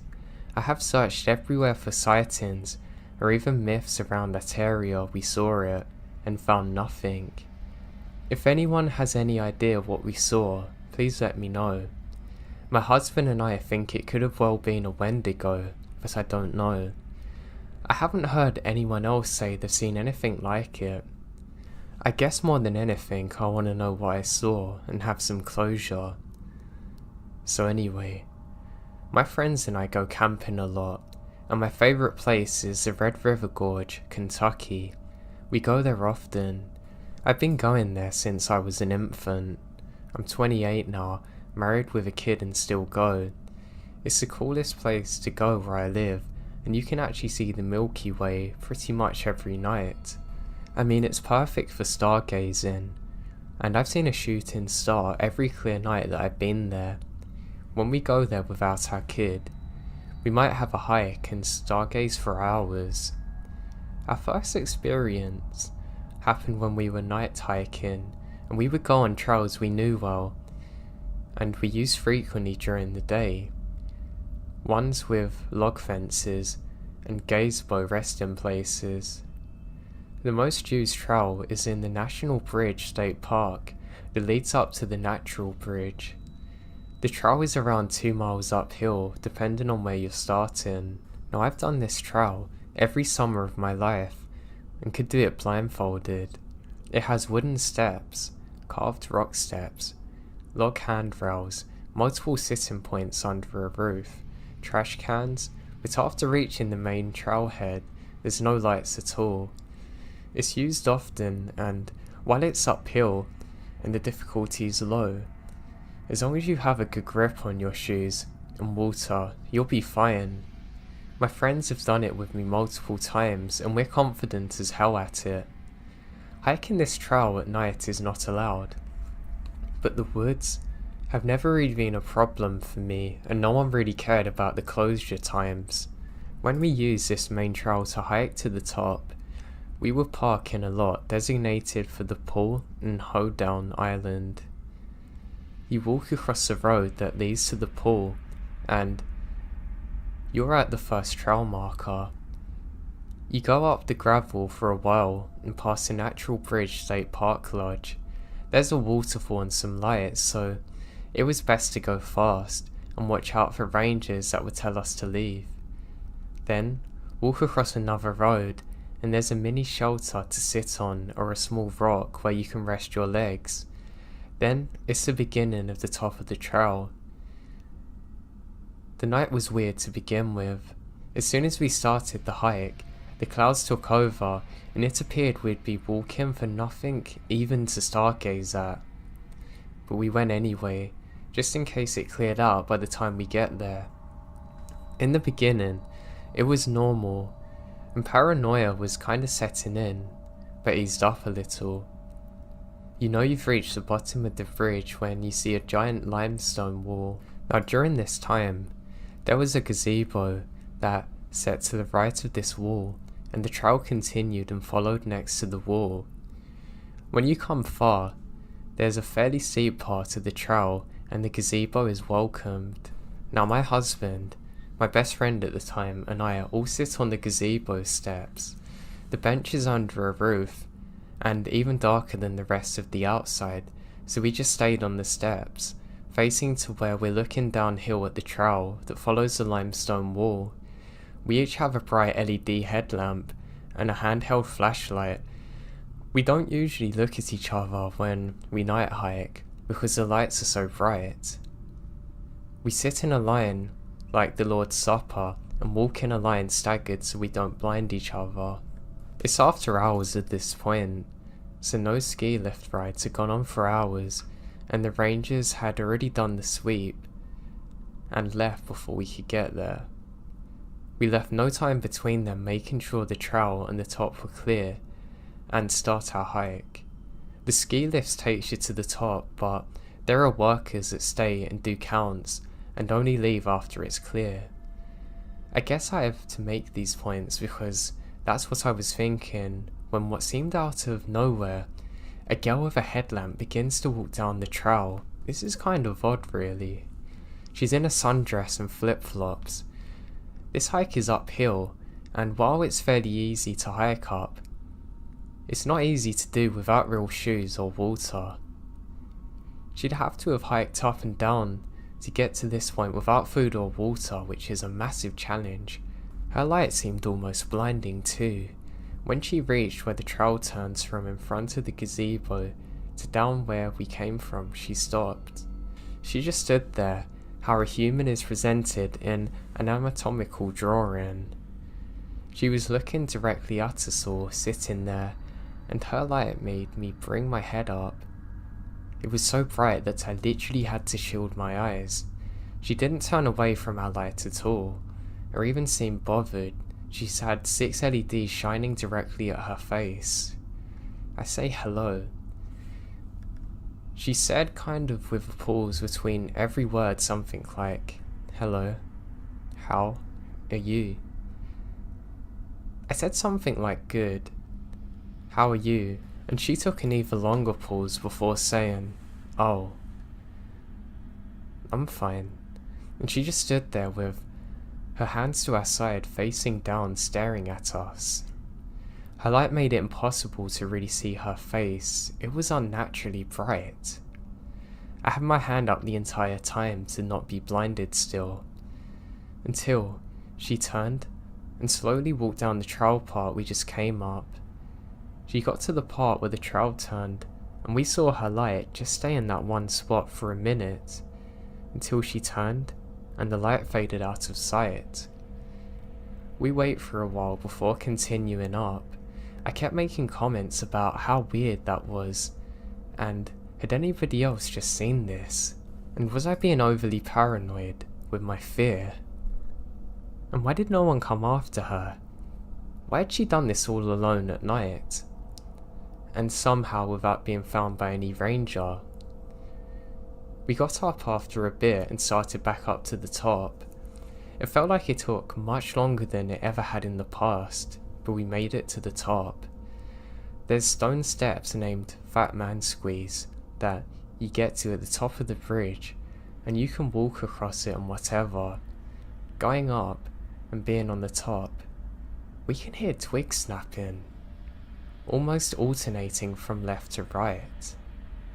We lay down and stargaze, but the clouds are thicker now. It was miserably hot, and we can hear voices at the same time.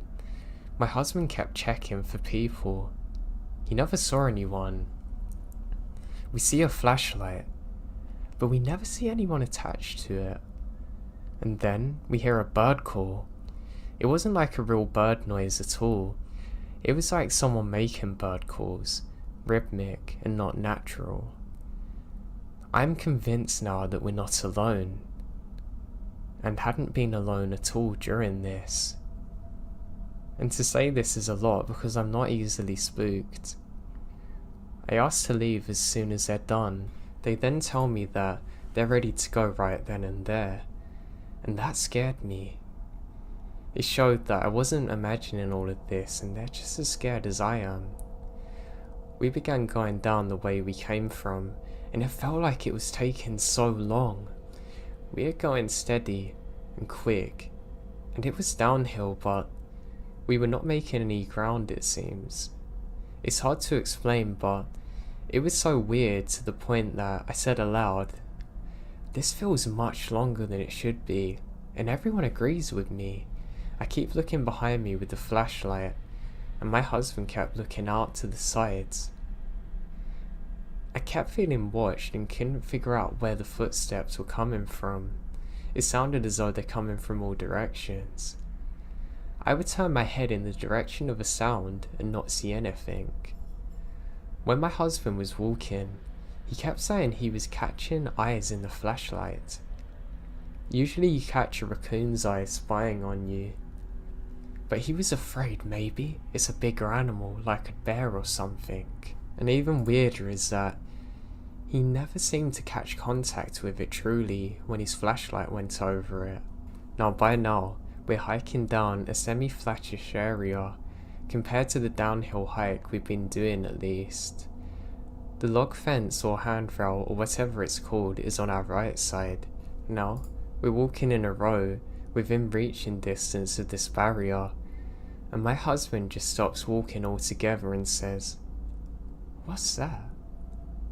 But the question is more of an alert than a question. I move my headlamp in that direction and don't see anything at first. Then, both of his lights catch a shape, and then my headlamp also does the same. I move my headlamp to the center and catch it while my friend simultaneously finds it in her lights as well.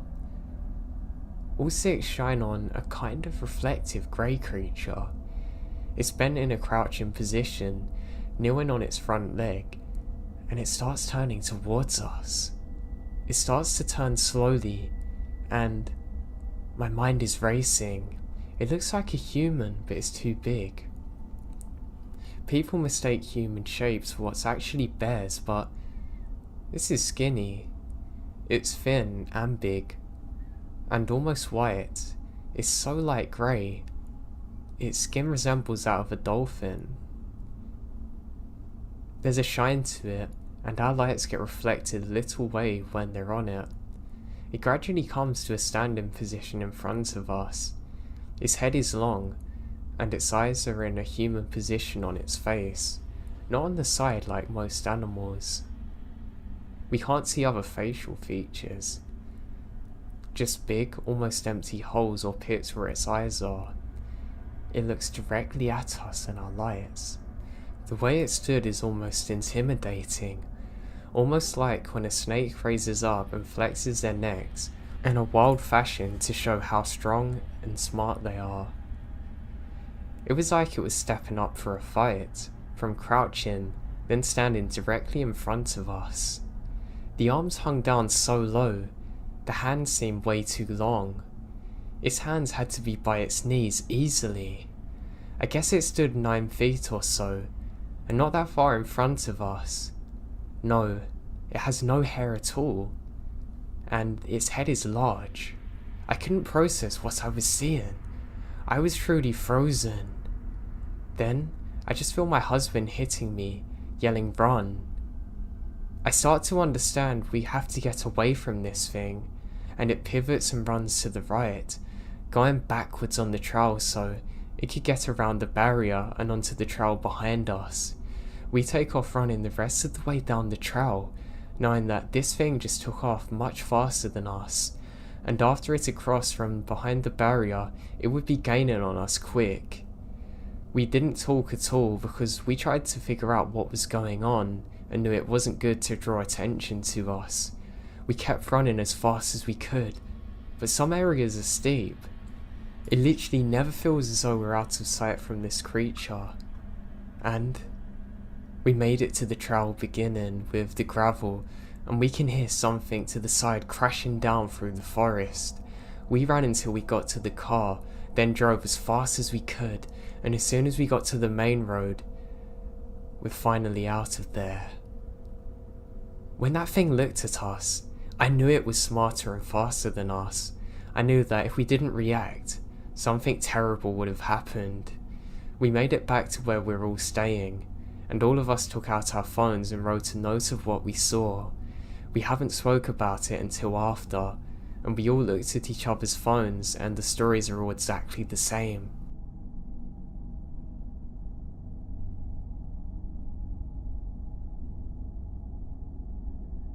When I was 12, me and a group of my friends would play hide and seek in those woods where we're on the edge of our neighbourhood. We would always play at around 6, but had to be home by 10:30 at the latest on a weekend, and we weren't allowed to go so far that we couldn't see our houses. Those are the only rules our parents had for us. Well, one Friday, we're out playing in the woods as usual, and I, for whatever reason, decide to go in the woods deeper. I can't remember how far I went into those woods, but I do remember coming across an old shack. I considered using it as a hide-in place, but then I thought that they wouldn't come this deep into the woods to look for me, so I decided to head back. However, when I start to head back, I turn my head to look at the same shack one last time, and for a split second, I see someone peeking around the door. Whoever it was quickly turns their head back when they saw me, and I don't pay much attention to it and head back. I'm about halfway through my walk when I hear, "Hey kid, come over here." I look back and see an old man hiding behind a tree, gesturing for me to come. I know better, and took off running. While I was running, I heard him yelling, "Wait now, come back," and I could also hear the sounds of other footsteps accompanying him after me. When I got to the end of the woods, I ran into my friend's house, who was wondering where I was. I told them to get out of the woods, and we ran to our friend's house. I told them what happened, and eventually, I told my mum what happened too. Our parents called the police to search for the woods, but they never found anything, and our parents never let us play out again after that. Old man living in the shack, you could still be out there. I just hope you get caught and haven't done anything worse.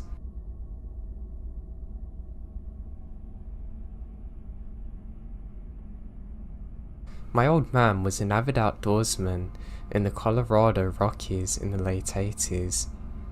He'd go on week-long treks with his buds. One summer, they'd been out for a few days in the Pikes National Forest. They set up camp in a ravine they thought was safe. That night, my dad unzipped the tent to take a leak in the dark, and outside stood a pair of bare pale feet. My dad screamed and zipped up the tent. Everyone else woke up and said, "What's wrong?" My dad said someone was barefoot out there, and they went out and flashed their flashlights for a bit, hollering. My dad swore that he saw the feet and described them in perfect detail. They were old blotchy feet, even having a lump on the ankle.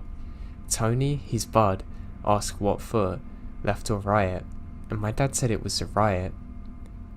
Then Tony said they needed to move their camp immediately. My dad says why.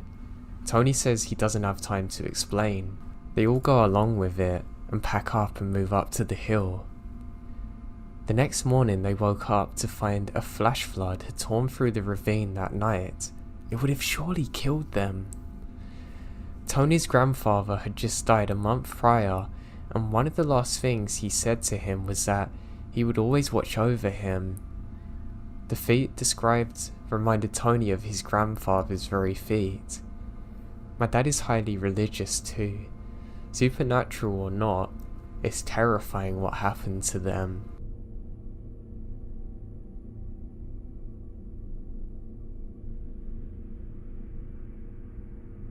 So this happened to me when I was about 7, and I lived in Portland with my grandparents. Now my grandma and I would always watch Lost together every night, and then the news would always come on afterwards. When we saw there was a sniper that was going around our area, in the woods somewhere, and they were looking for him, and lost his location. It blew our minds. I remembered one day at school, the whole school had to go on lockdown because someone reported seeing him near the school, and so everyone had to go to the hall and wait out the entire situation to clear. I don't think we left school until 7 PM. The police caught him and took him in for questioning. Later on, we found out through the news that he was hiding out in these small woods that are behind our house, literally meters away. Now my grandma and I would go for bike rides and walks most evenings. The only reason we hadn't was because of the shooter. I refused to leave the house for a good week or so because I was scared that he'd still be out there, and I wouldn't let my grandparents leave either because I was so scared something bad would happen to them. To this day, I still have a mini panic attack every time I go near them woods. Just the thought that at some point in time, only meters away, there was a killer waiting in the woods in camouflage terrifies me.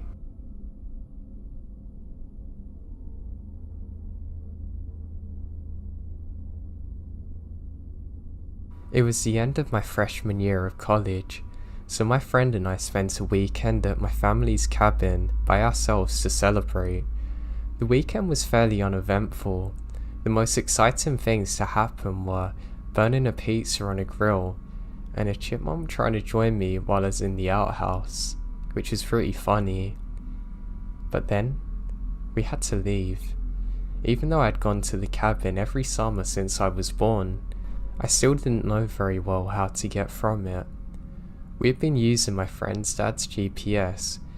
It was pretty old and probably hadn't been updated in a while, which is likely why it took us where it did. The route we took was fairly unfamiliar to me, but what do I know? It's a GPS. I trusted it enough to bring us wherever we needed to go. It ended up taking us down a twisted side road that I knew was wrong, but I kept going, thinking that maybe going through the woods would be faster. That's when it told me to take a left. I obeyed, but was extremely confused because it looks to be a dirt road. I slowed down to look at the GPS when my friend lets out a horrid, "Oh my god." I look up and realise we're not on the road at all. We're on someone's driveway. Then I saw the dolls. They were worn by the weather, full of dirt and faded from the sun. The ones I took note of were clowns, and bodiless and beheaded. There were so many, I can't even make out how many there actually are. Every single one's hanging from a tree. My friend and I were both shrieking at this point. Her yelling at me to back up and get out of there, me yelling what the hell over and over again. We safely got back to the main road and followed that until the GPS gave us a different route, which took us home without incident. Although I didn't see the person living in that rundown house, it was one of the most terrifying things that ever happened to me. It didn't even feel real when it was happening. It felt like I'd been dropped into the middle of a horror movie about a serial killer with some doll fetish or something. Sometimes, I wonder what would have happened if the person who lived there actually saw me pulling up. But I try not to let my imagination get the best of me. I hate to think of whoever's responsible for that house, if they still lived there.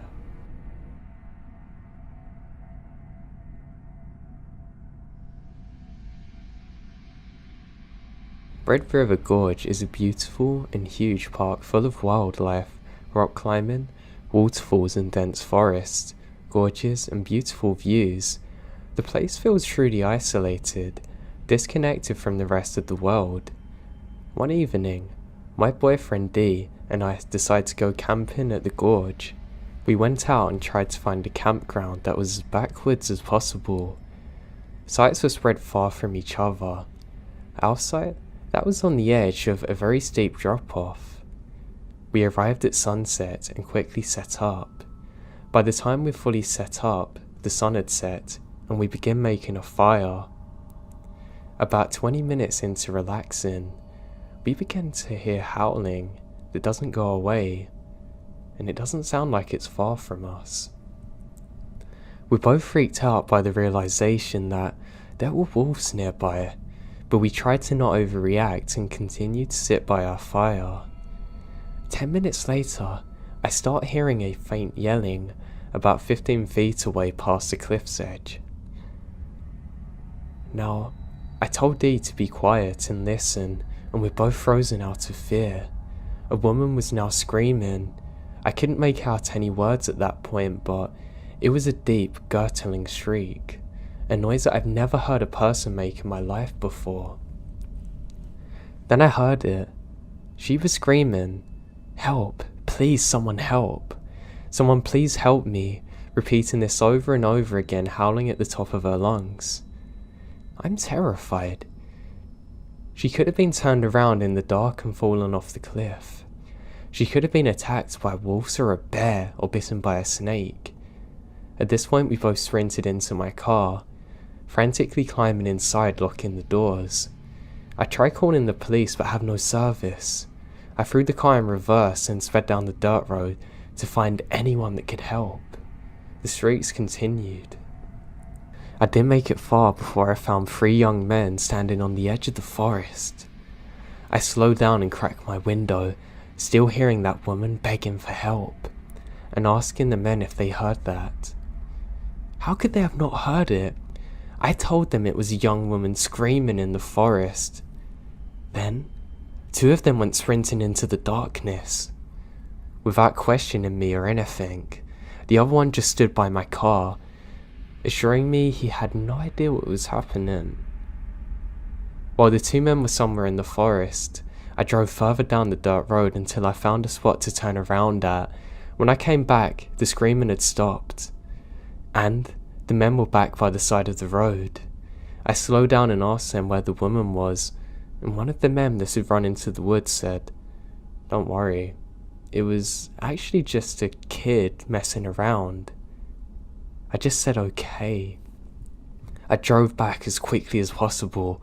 We left the campsite and went straight home. Once out of the woods, we called the local police station multiple times to no answer. I know it wasn't a child.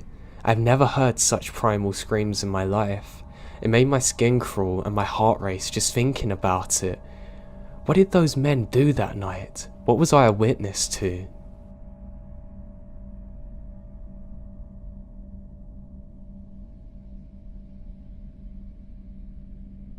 I live just where farmland meets the edge of the suburbia, on an island off the coast of BC. The climate here is sub-temperate rainforest, so the natural and untouched landscape is incredibly wild, dense and lush. I'm keen on endurance cycling, and I take full advantage of the trail network in the forest surrounding my area. I work long hours, so most of my winter rides are in complete darkness with my trusty trail light. One section of my home trail winds through a rainforest bog full of hundreds of trees. They're huge. It's absolutely beautiful in daytime. It feels like a magical place with shafts of sunlight piercing the fog, hundreds of different species of flora, and there's so many wild animals out there. It's really beautiful. Now at nights, my gut starts tightening as the thought of passing through this mile-long section of trail appears. One day about a year ago, I was lucky enough to get a chance to go for a ride through it, so I took it. It was cold and very rainy, with few other people out on the trail. I had packed thermos of hot coffee in my backpack, and I thought the rainforest-style bog was the best place to take a rest as any. Now, I chill out. I have an interest in botany, so I was looking closely at the lynches growing off of the huge Douglas fir. But suddenly, I felt distinctly not alone. No biggie. Lots of people use the trail, although not many are out there that day because the weather's so wet and cold. And that's when I heard it. A meow. That's odd because this isn't a good place for a cat to be alone. We have cougars and bears, but I hear a meow again. Except this time, it was canned and robotic sounding, like somebody playing a bad audio file with a cat. My gut starts to clench. It just sounded wrong somehow, and I can't figure out why. My hands were shaking when I unzipped my backpack to put my coffee thermos back in. I felt waves of nausea roll over me, and the air suddenly felt dense and thick. I was in a rainforest surrounded by trees and moss, but I felt like I can't get enough oxygen. I hadn't seen anyone for at least 10 miles, and I was distinctly aware of how far I was, and I couldn't really get any cell reception here either. Now, I hear the same meow again, but this time closer. I've never heard a cat like this before. It sounded like an imitation of a cat or a person saying meow. It was so tiny, cold and robotic. I now know that without hesitation, it's time for me to go immediately. I was panicked on the inside, but can't show fear, so I casually slung my leg over my bike and start riding. As soon as I got out of the bog, I ride the rest of the way home like a bat out of hell, glancing over my shoulder every few minutes. I can't see anything. I will never forget this experience for as long as I live. I've had some pretty disturbing things happen on my night rides, but nothing ever like this. I hate the fact that clearly something was imitating a cat, and I'm sure it was a recording. God knows who was out that deep into the forest too. I just hope I don't encounter this again.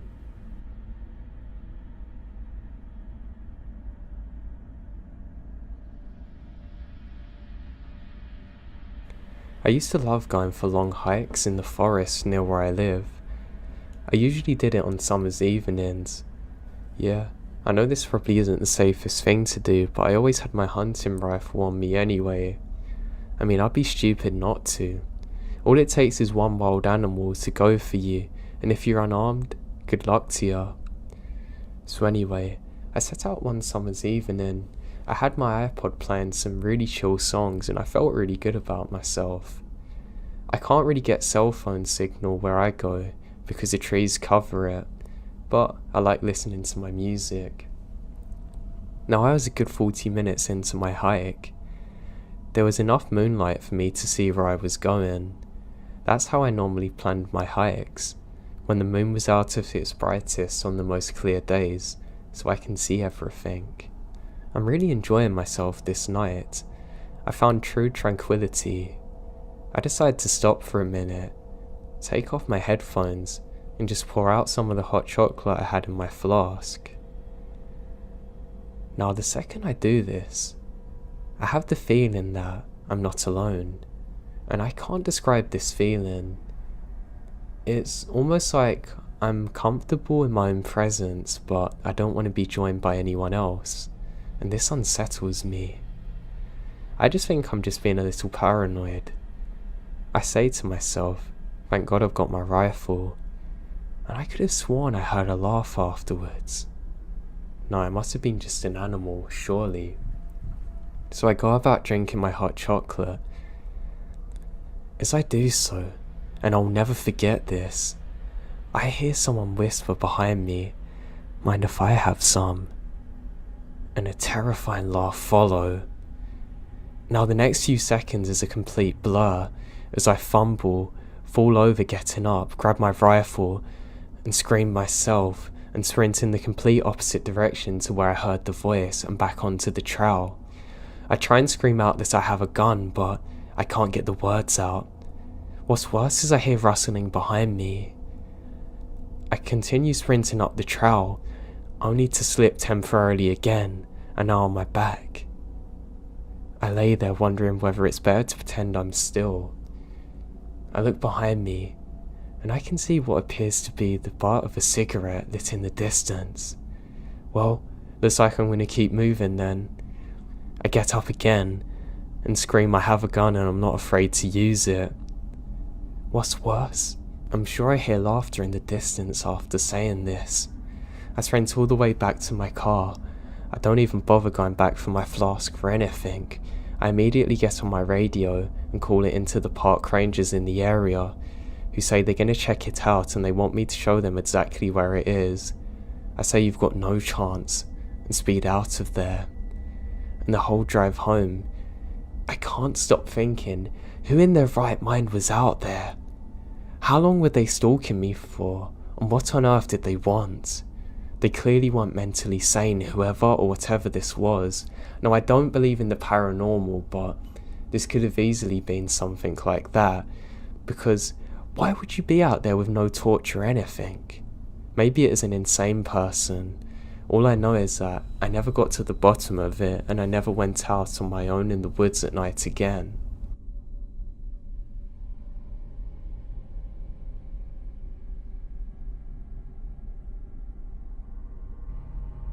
I come from a big country family. We live on a farm. We raise our own food and meat animals, and we hunt and process. My dad's first cousin is even a licensed taxidermist, so we get a lot of hunting in. For a bit of backstory, on the homestead I grew up on and that we still live in, it was my parents, my pop's first cousin and his wife, me and my 4 sisters, and my 4 female second cousins. So 4 adults and 9 kids. And sometimes my pop's brothers come to stay with us too, especially during the hunting season. So hunting season is on, and my pops and his brother and the cousins we live with are all getting ready to go hunting. Some of the kids decide to tag along with me, my sister and my cousin. We get permission from one of my uncle's friends to hunt his lands away, and it's basically on several hundreds of acres of forest. Now, an important fact, during the time we're setting up, my pops and uncles are quiet while the 3 of us kids talk, and my voice hasn't changed. This is important. Us kids keep chatting away while the adults are just getting louder and feeling more energy while they check out the survival equipment, making sure the guns are clean and working, etc. Now there's a rustling in the thick brush around us, and suddenly 3 creepy looking guys enter the clearing. They literally stop dead. One of them has a hand on his knife on his belt. They're clearly drunk as hell. They kept looking between A and S and my pops and uncle, like debating something. My pops and uncle stand up. Last bit of backstory, every guy in my family is huge. I'm 19 and 6'5". My dad is 6'10" and 280 pounds, Jesus. Just deeply intimidating men. And so are my uncles. The guys laugh nervously as my Uncle V picks up one of his rifles, pointing it at them. The dudes start running off into the clearing like the devil's after them. My pops immediately says we're clearing out. My uncles don't question it, and neither do we. We're freaking out, and we're totally scared now. I mean, we're taking things down really sloppily, but my pops doesn't say anything about us messing up the camping equipment. When we get back, we instantly call the police, who unfortunately don't take it serious. We also told the owner of the land to be careful of his kids. The craziest thing is that, at that moment I realised A and S and me, with my unchanged voices, are the only voices that these guys would have heard. So they clearly come across here, trying to find some children on their own.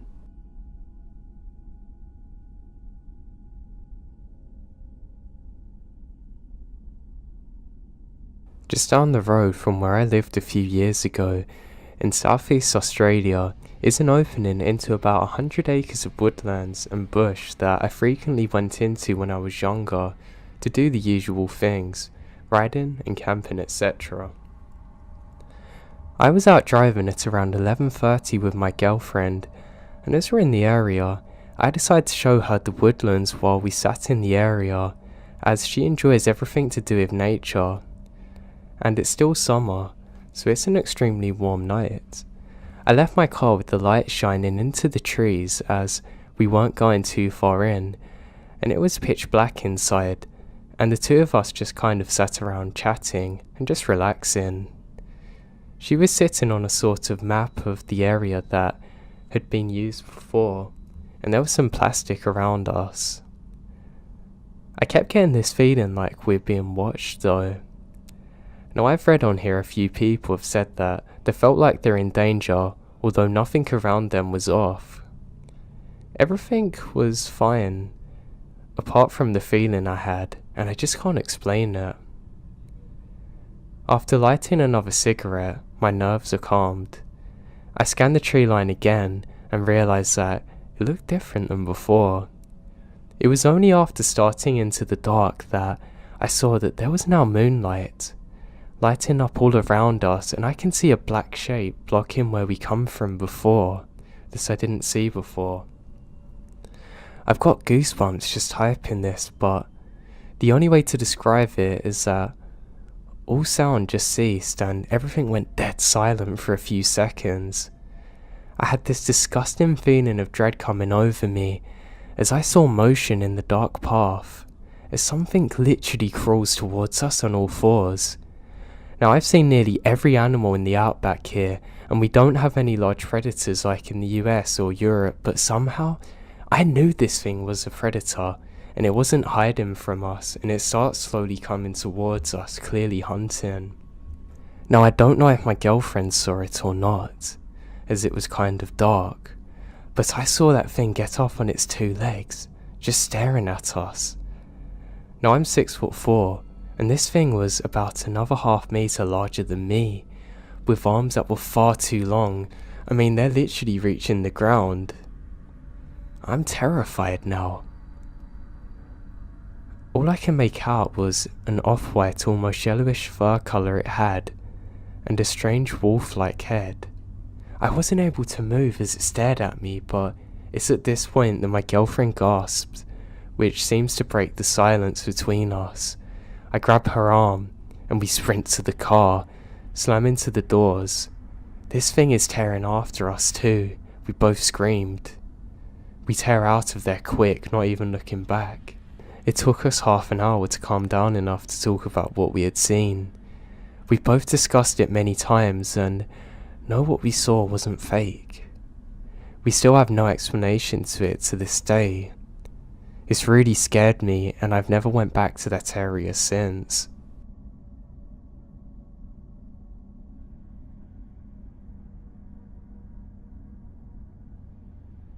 I always used to go camping a few years ago. I stopped doing it as much recently because of work, but I still get out there on the odd occasion, and I love it. I never had anything weird happen to me while I was actually camping. Some of the strangest things would happen when I was driving. It was never too bad. I'd just see strange lights in the sky, but I was sure that was just because I was tired. There was one thing I could never explain though, however. So I was driving back from a camping trip one summer's evening when I see somebody standing in the road. I don't know what they're doing, so I slowly drive up to them. They're not facing me, they're facing directly away from me. I turn my lights on to try and let them know that I'm there, but they don't move. I stop my car and get out and I say, "Hey bud, I need you to move out of the road for me please, is everything okay?" And I'm not kidding you, the second I finish my sentence, they fall to the ground. Well, I say they, all of their clothes do. It's almost like somebody just disappeared. I rub my eyes and I'm sure that I'm just sleep deprived and hallucinating, and I get back in my truck and slowly drive towards it. To my horror, I can see only a pool of blood exactly where I thought the person was standing, but it's dried blood like it's been there for weeks. I have no idea what it is. I immediately do a U-turn, scream to myself for what felt like an eternity, and get the hell out of there. To this day, I still have no idea what happened or who that was. There was nowhere for them to have run, and if they did, I would have saw footsteps in the dirt. There was neither.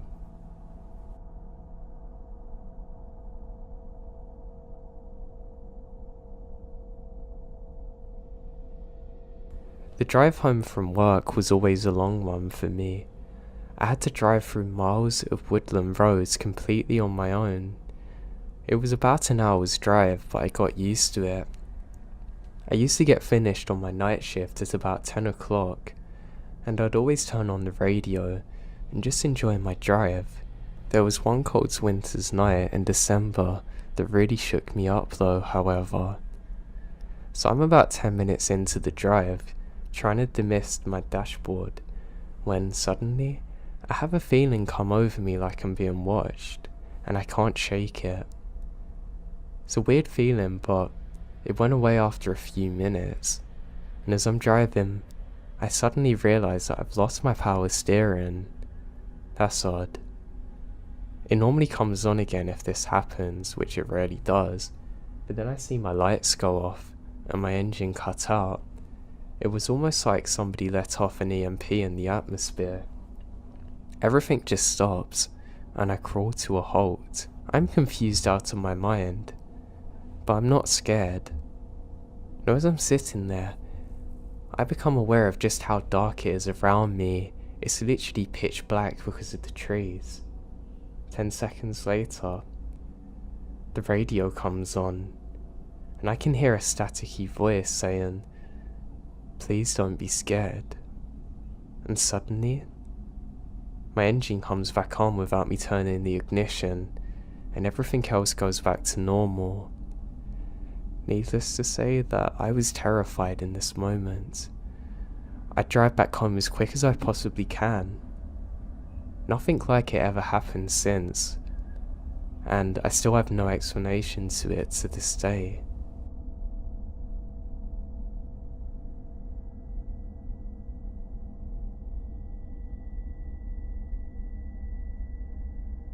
I grew up in the south. There's tons and tons of beautiful places to see that haven't been taken over by concrete yet.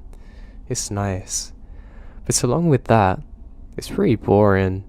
Being a teenager and wanting to go out and have fun led to mostly improvising with your buddies and hoping that something good can come out of the night.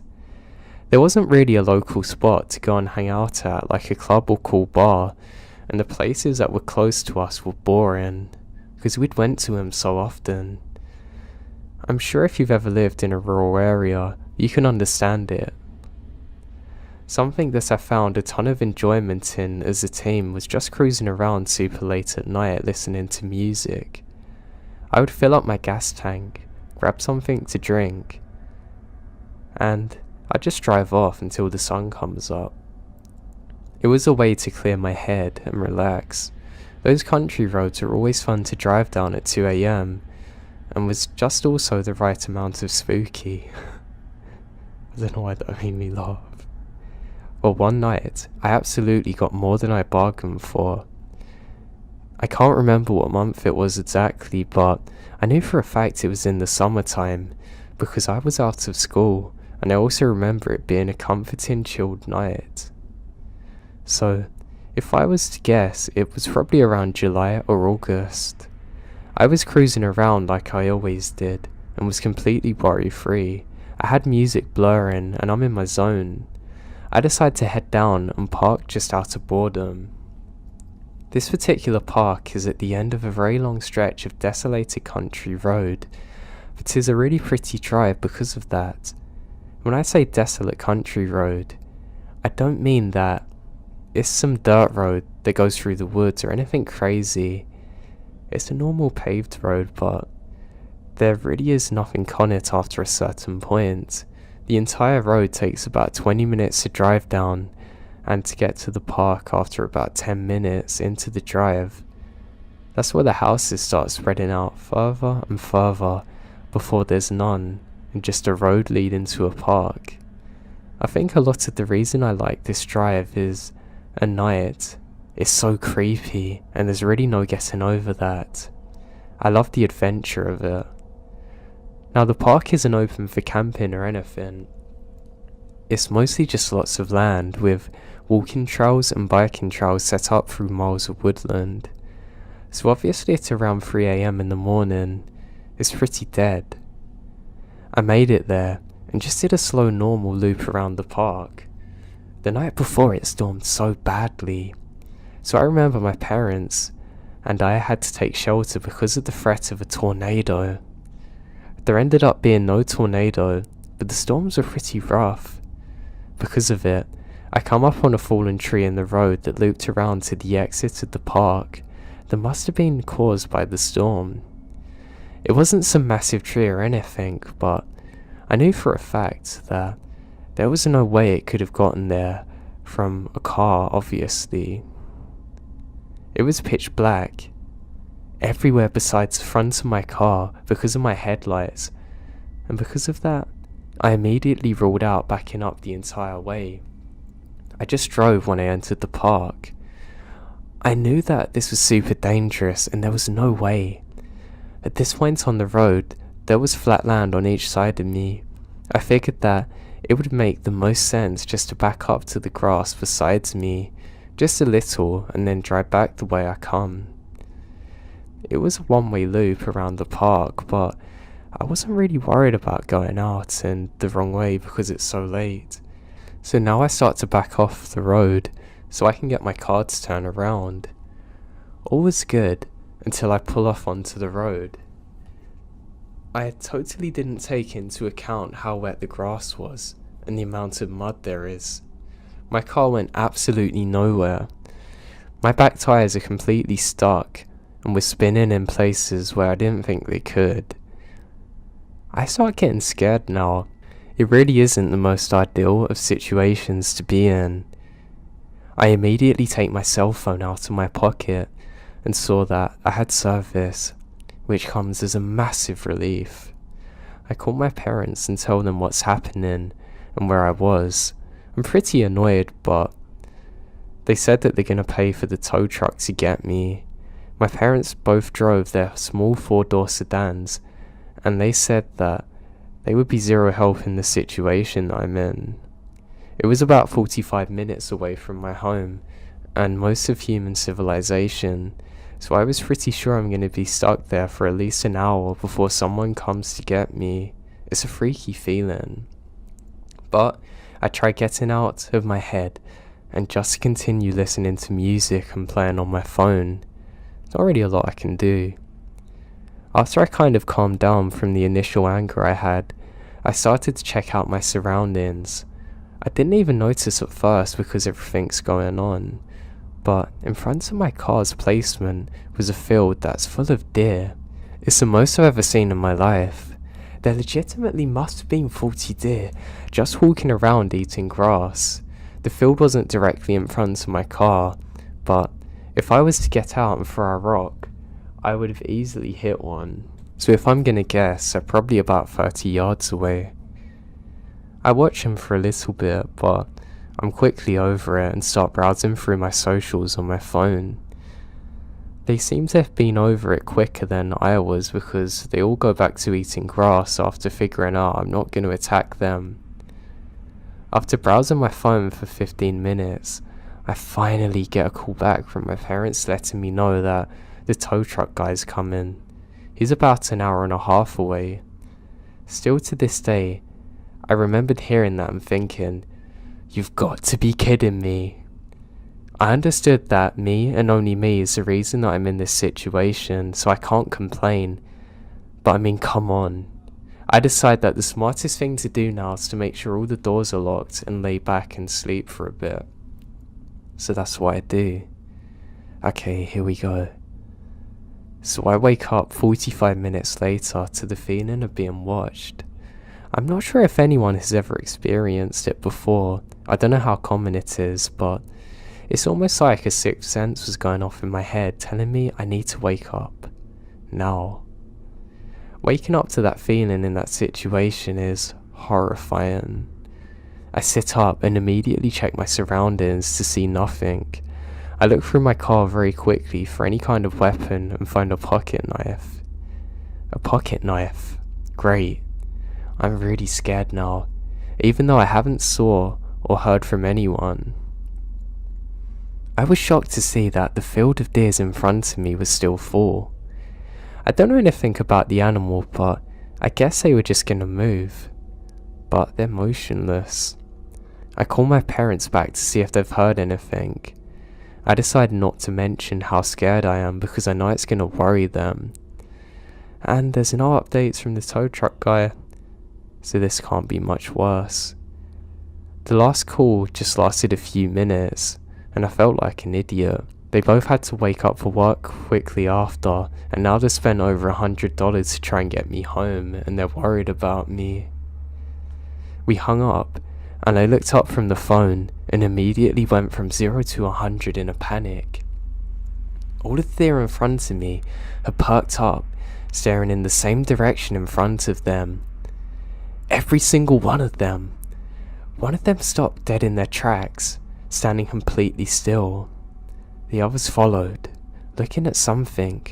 I put my high beams on and stared, waiting for absolutely anything to happen. But there's nothing. I tap my horn real quick. They don't even budge. That's what scares me.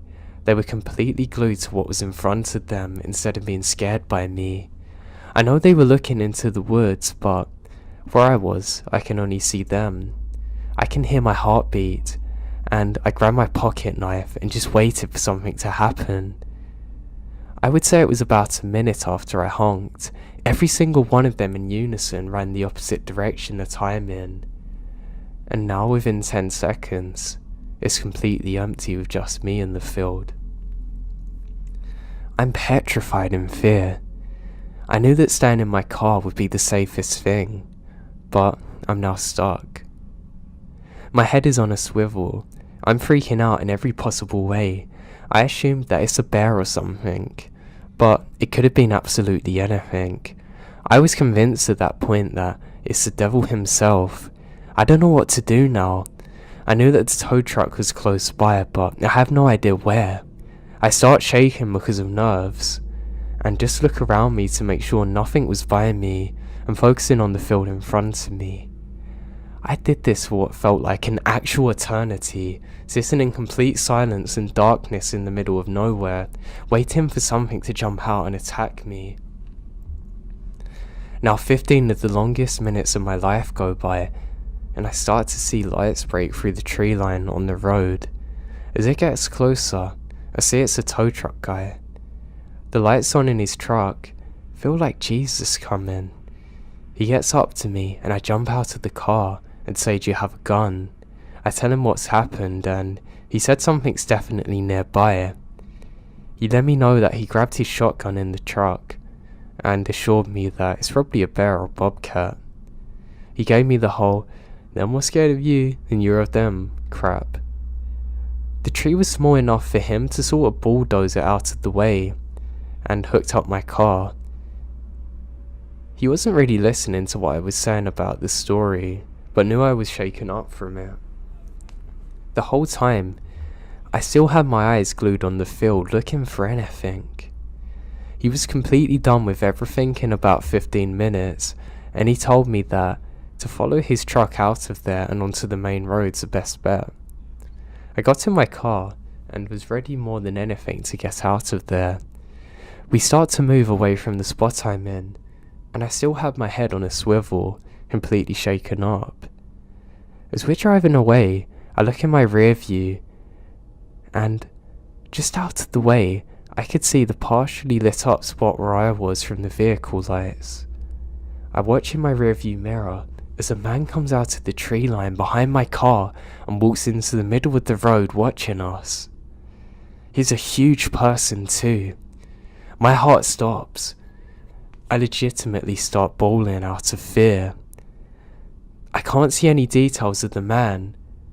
I don't care about that, honestly. The feeling when we're driving away was the worst of my life. He stands there the whole time. Now he was there watching me, creeping up on me when I'm completely alone for a very long time. Maybe even coming up to my window watching me sleep. That's a feeling that I can't quite put into words. The entire time we're driving off, as long as I can see him, he doesn't move. He just watches. A million things are racing through my mind now. I was scared that there might have been multiple people waiting for us. I was trying to figure out if I should start beating on my horn or what. I decide all I want to do though is get out of there, more than anything. The second we finally got out of the park and was able to be on two roads, I drive past a tow truck driver doing at least 70 miles per hour. I run inside, quickly saying sorry to my parents and nothing more, run into my room, not sleeping for a single second that night. I was searching everywhere for what could have happened, escaped convicts, whatever, and I've come to the conclusion that I'm never going to know who was out there or what they were planning to do to me. I never told my parents this story either until years after, and it freaked them out when I told them it, even in my older age. I never went back to that park ever again, and I never will for as long as I live.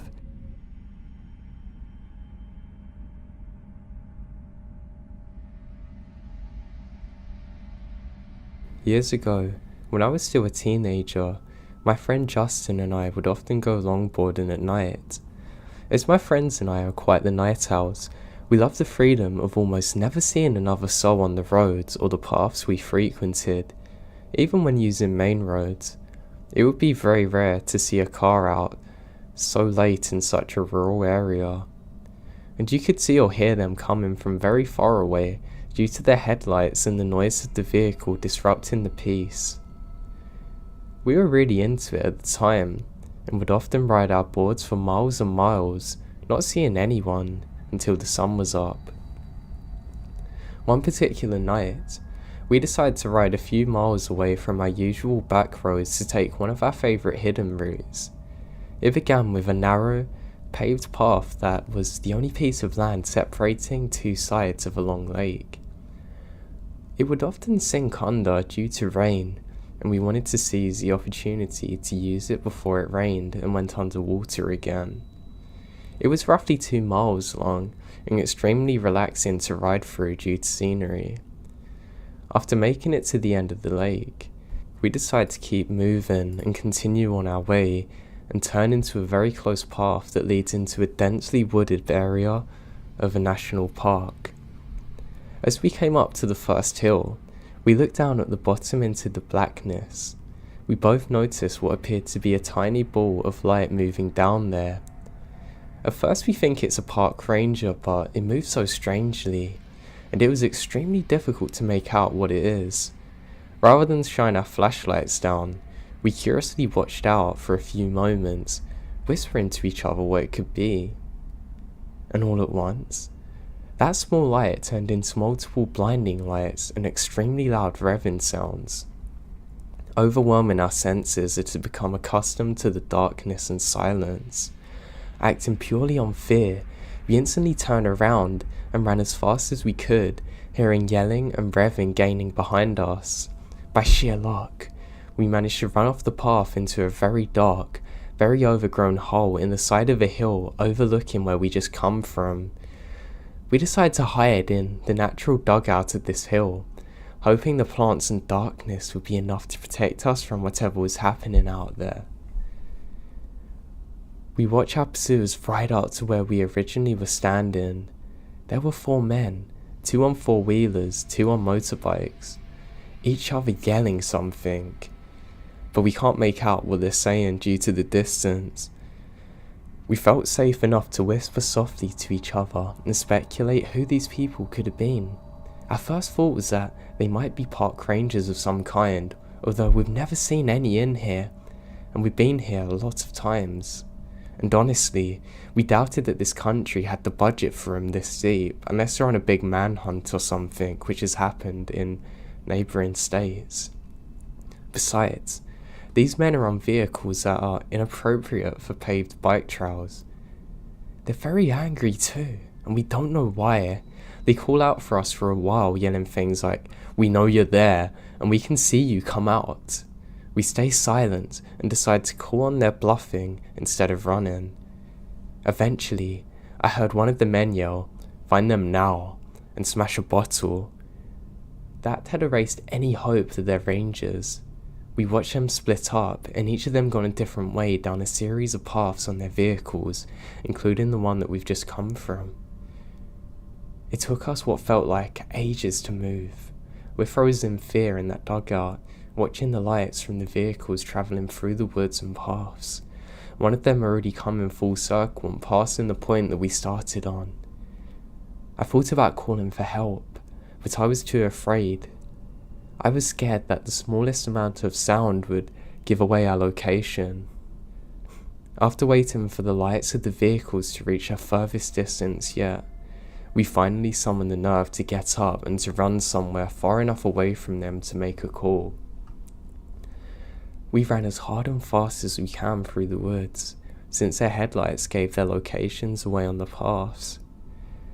We would hide again whenever we felt like they're close. Our available hiding spots were getting progressively worse as the woodland became less dense, and the fear is overwhelming. Finally though, we emerged from the woods onto the intersection of the two main roads, far enough away from where we started. We ducked down into the ditch to call for help. I opened my phone. I noticed I had recent missed calls from one of our friends, Connor, who we're supposed to meet up with after our longboarding excursion. I called him and frantically asked where he is. Luck's with us again, and he hadn't given up on our plans despite us ignoring him. He's only a few miles away now, already heading in our direction. I gave him the names of two of the streets we're near. I explained that we need to be picked up immediately. He agrees to speed over to us while Justin and I were waiting and hiding. Thankfully, Connor arrived before any of them men did. We bolted into the back seat of his car, yelling for him to get out of there. He took off fast. Relief doesn't begin to explain how I felt after being safely driven home. After explaining everything that happened to Connor, we ended up just moving on with our night and decided not to call the police. We figured they'd be gone by the time any officer made it out there, and that we're putting ourselves at risk by admitting that we were breaking the law being out there. Justin and I later admitted to each other that when the Reverend started, we could see our minds going to Chainsaw Killer or something worse. Frustratingly enough, whatever them weird men saw that made them want to chase us so bad, we actually never saw, so they even had no reason to chase us. I never found out what they were actually doing or why they're so angry at us. I just know we're in a very dangerous situation, and to be honest, we're probably lucky to make it out of there alive.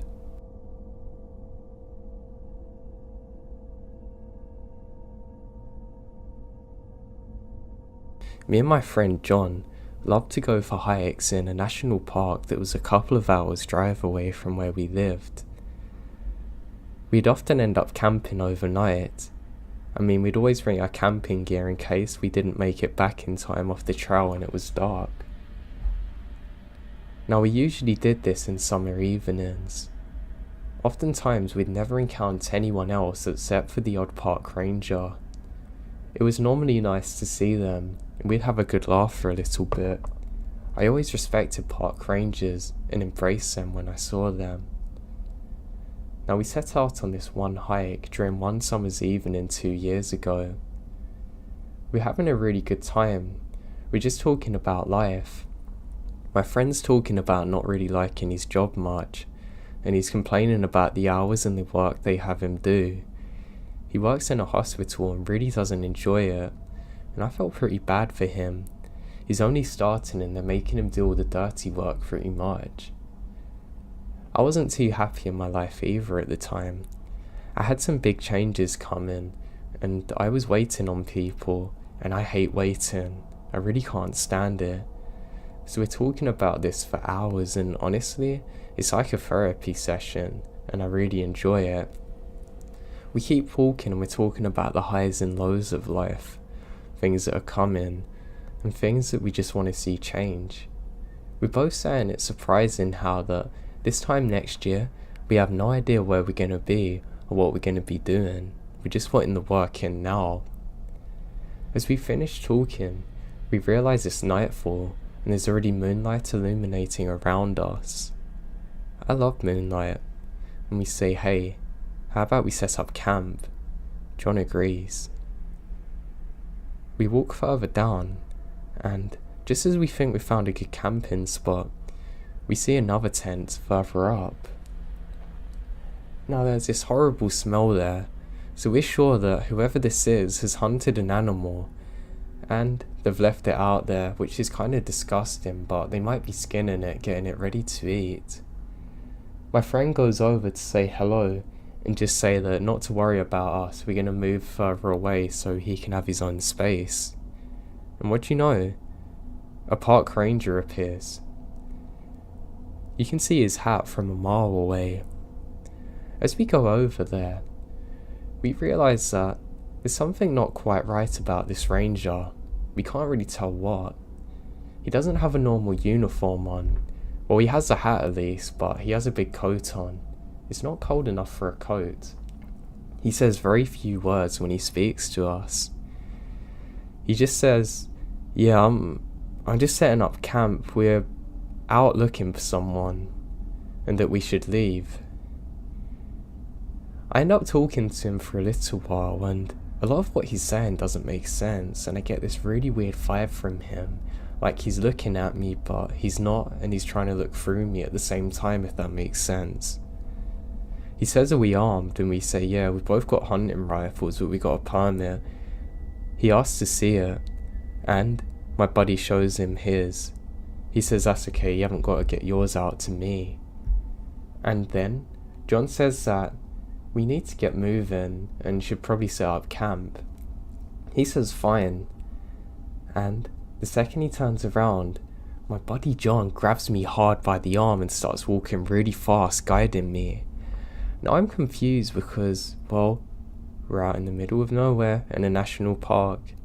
There's going to be lots of places we can go and set up our camp. But there was something different about the way he grabbed me.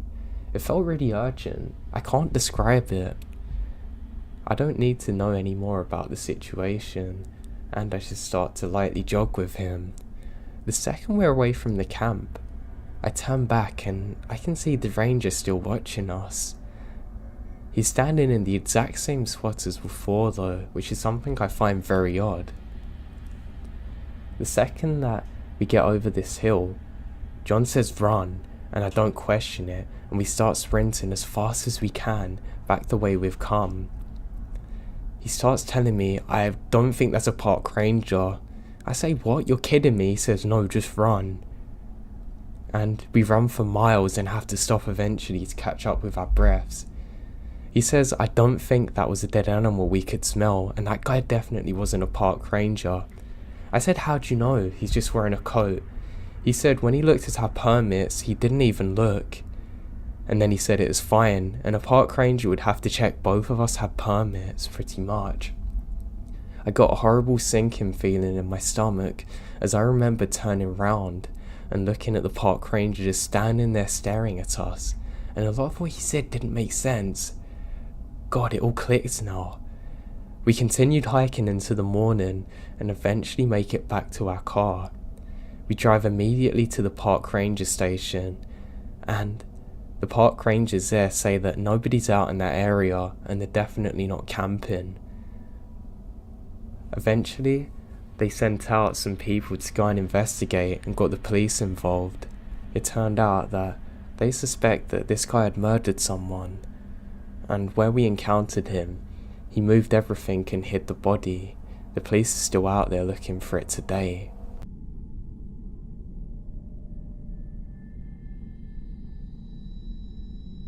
When I was 7 or 8, my family went to a beach and rented a room.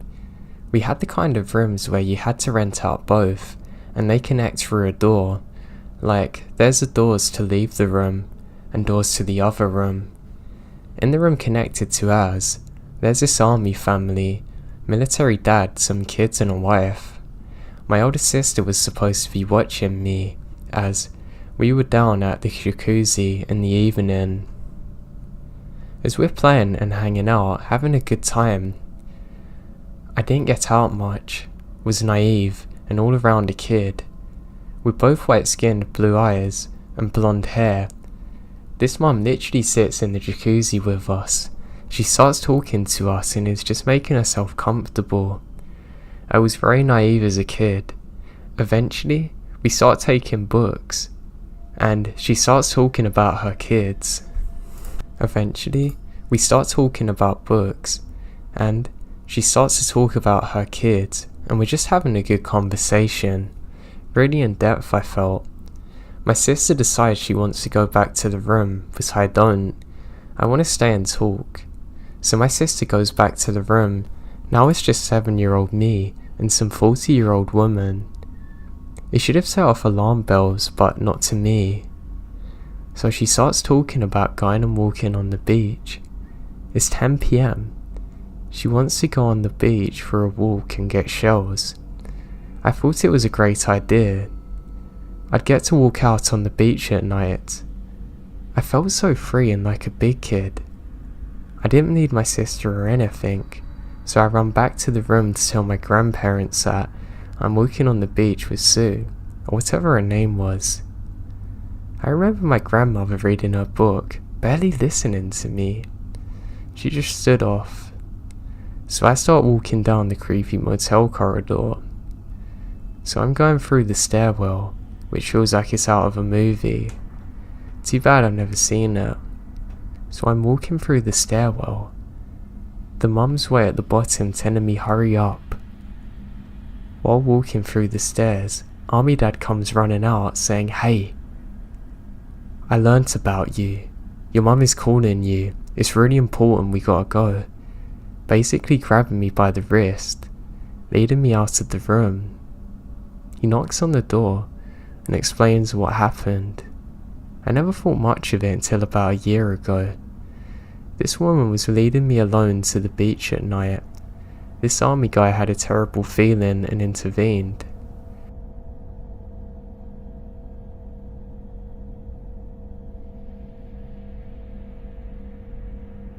This didn't happen to me, but my father. He joined the Navy somewhere around 80 and 84. He's told me many stories over the years, but this one sticks out in my mind the most as it's his first time at sea on a submarine. He recently got promoted and opted to become a submariner because of the exclusivity of the position. Less crew, usually only room for 1 or 2 people in your Pacific trade. Basically, you have to do the best to get on the sub. Anyway, he's on his first night out on the submarine. Everyone's asleep on their bunks. If you haven't seen them, they're usually stacked 3 high and in line on the side of the hull in a hallway formation. My dad got in one, and it's at the very back. However, he wakes up at 2 AM to alarms and lights going off. Everyone's rushing out of their bunks and out to the hatch into the next section. My dad being the last one to wake up, last out of the bunks. Ended up to the latch too late. It closed, sealed, and locked in front of him with someone shouting on the other side, "Mike, find the leak." Apparently, a leak sprung somewhere around the bunks. It either had to be fixed or that section of the submarine would have to stay sealed in order to prevent the rest of the submarine sinking, and hence him drowning. Eventually he found it, sealed it, and the hatch was opened. He has lots of other stories, but this one scared him the most.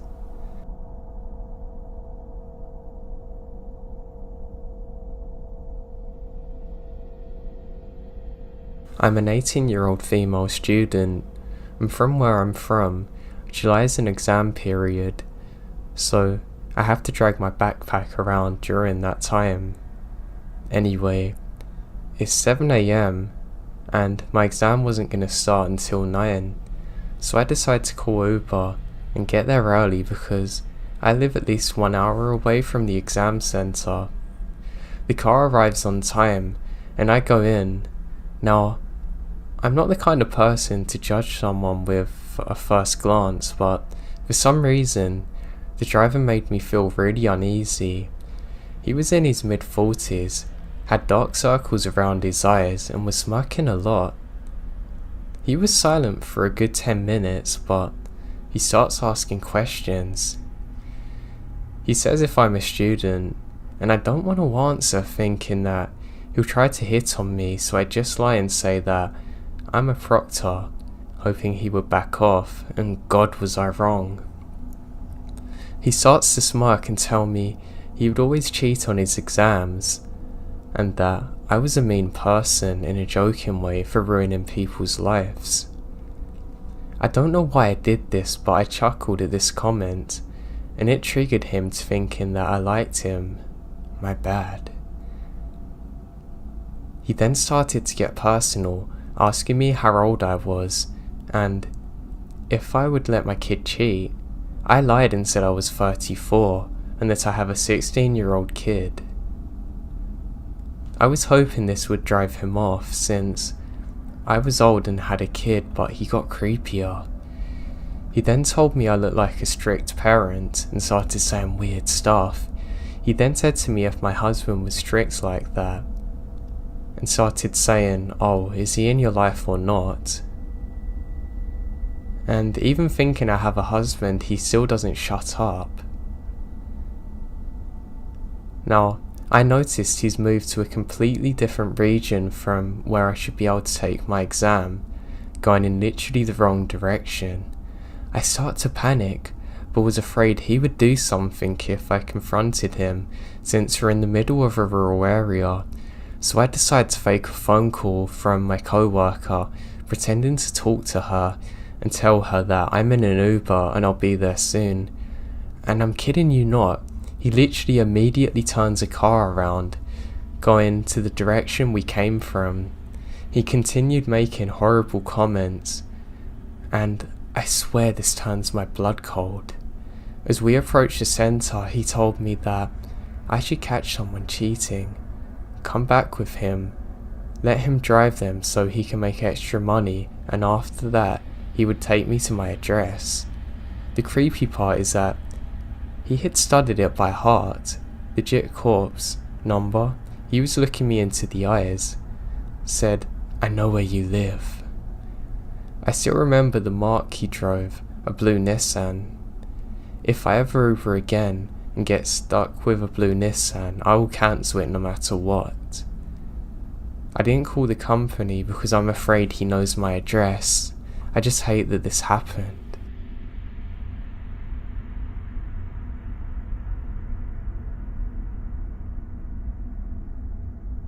My family loves travelling, like all the time, so about a year ago, my family took a trip to France.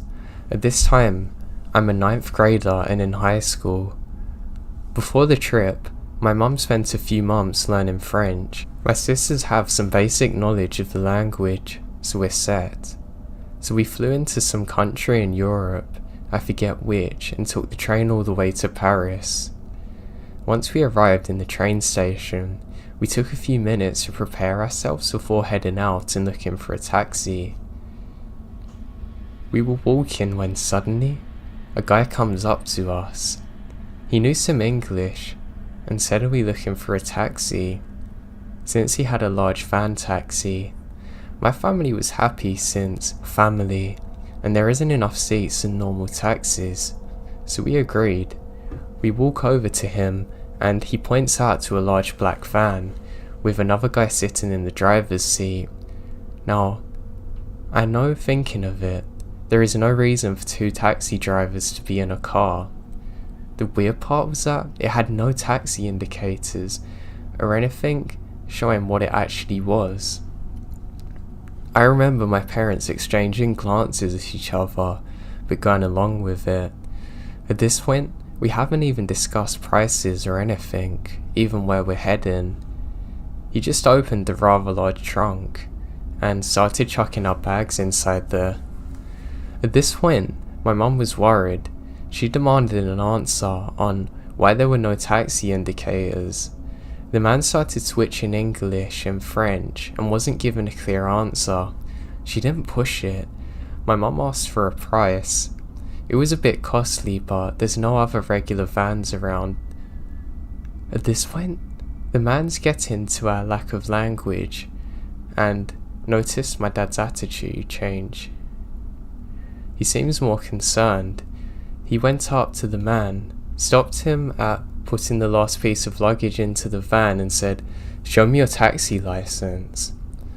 At this time, I didn't even know there was such a thing as a taxi license, and I guess he didn't either. His eyes widened and he seems nervous. In broken English, he says, right, taxi license," and pretended to pack his pocket and act like he left it at home. My parents at this point grabbed our luggage, said thank you, we don't need one now, and quickly took us across the street where we merged with a large group of people. We see the van suddenly speed off. We eventually found a taxi terminal and a large van. We never spoke of the event again. But I know we were so close to being kidnapped, it horrifies me.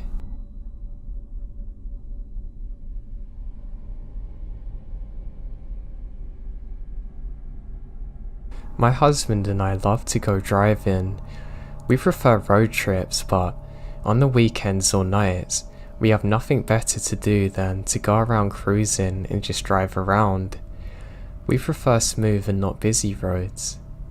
On this particular night, we are bored and decide to go cruising. We went up north to a small town, about half an hour from the city where the roads are curvy and smooth. This town is close to the mountains, and if you follow this particular path to the main street all the way up north, it starts driving up a mountain. It's about 9 PM, and there are very few cars in the road already since it's a little cute town. But we kept going north anyway from the houses and stores, and eventually to where the roads start curving uphill. We drive up for about 15 minutes more, and it's pitch black when we see some blinking lights. As we get closer, we see a truck that's on the side of the road facing us. I'm getting the chills thinking about being all the way up there in the middle of nowhere, and a stranded truck on the side of the road appears. As we slowly approach, I tell my husband it's probably best to turn back. I have a bad feeling, but at this point, we're pretty much at the truck. He pulls up next to us. We see that there's a young blonde guy, probably in his late 20s, who gets up to our window. I get such a bad vibe by this and tell my husband not to put his window down. I think he also gets a weird vibe and actually listens to me. He kinda just loudly asks what's wrong, and the guy just says something happened to his truck and he needs a hand. His phone is dead. Now my husband asks what happened, but this guy insists on showing him and to take a look. He says it's very friendly and even calls him bro, and he's glad we pulled up. My husband says, "You know what, I won't be much help because I know nothing about cars, but I can call help for you. My friend knows a lot about cars." The guy's insisting and gets upset. I'm now looking back at the truck, and I thought I caught movement inside the truck. I tell my husband I think we should go. Now, he probably saw the look of fear on my face because he puts the car in reverse, but as he did, the guy is now behind our car, so my husband decides to go forward instead. We drive up for maybe 2 minutes, trying to find a place to turn around since the road is so narrow. The road turns to a dirt road, and there's a little more space on the side, so he's able to turn the car around.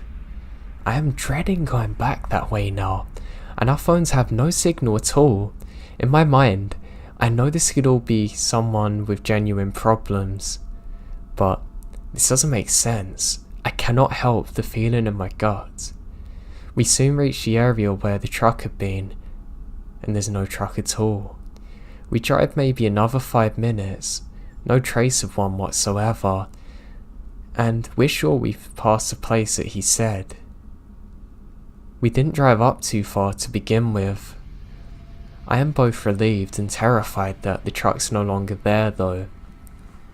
If it had really broke down, how did it get help working again in such a short amount of time? Calming myself down, I'm telling my husband, hey, maybe they really did get it to work. Maybe it turned on all of a sudden and they drove off. Suspicious, yeah, but not impossible. As we keep driving through, the roads begin to straighten out. We notice far off the truck with all the lights off, and park to the side again and notice movement in the truck. I say out loud, why did they turn out all the lights? I think they were thinking we're still far enough away from them, but we see two figures get on the other side of the truck and crouch down as if hiding. We get closer and my husband floors it. As we drive past, the two men get up. One of them is the guy that we had spoken to earlier, and the other's massive. With a very surprised look in their faces, one of them turns and runs behind us trying to catch us. I kept looking back, but it's so dark. Now all of a sudden, I see the headlights in their truck, and they start driving in our direction very fast. My husband keeps going, and eventually, we lose the headlights. I kept looking back the rest of the way, so scared that they're somehow still following us. Maybe they turned off their lights again and I can't see them. Anyway, after driving for a very long time back to the city, we're convinced no one's following us now. We do call the non-emergency line given a description, but we don't get the plates, so it's pretty much futile doing so, just given a description of the guys we saw. I realise all this could be rationalised, but it makes no sense why one guy was hiding and how they tried desperately to follow us. I hate the fact that they're still out there. I just pray we never encounter them again.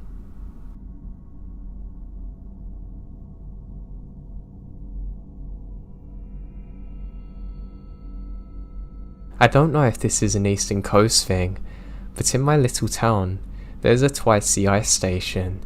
Basically, you fill up water jugs and get ice bags for cheaper than you can in the grocery store. I went out a few nights ago to get some water, because hey, who wants to be drinking tap water? My husband was home, and because I'm kind of heavily pregnant, he insisted that he go instead, but I really wish that he would have done. I was out at 1 AM, and it's dark for miles in the middle of nowhere. As I get out of my car, I open the back seat to get the gallon jugs and close the door. The moment I do, a dark blue truck van pulls up behind me. I presume that they're doing the same thing as me, and I don't really think too much of it. However, alarm bells start going off, and the alarm bells start screaming at me when the slide door opens up and two large men step out. It's about a 20-foot distance between me and them, so the first thing I do is pull out my phone and start making a pretend phone call saying, "Yeah, I'm almost home." As soon as they see me answer, one guy says "crap," and they both get in there, tires literally screeching as they bolt out of there. I throw the jugs into my car, empty, and lock all the doors a million times before I broke down calling my husband. He told me to write down the make and model of the car and colour, and we'd go to the police station first thing tomorrow. Now I don't know if they targeted me because I was a woman alone in the middle of nowhere, but deep down, I know they targeted me because I was pregnant, and I don't want to think what would have happened if they got me.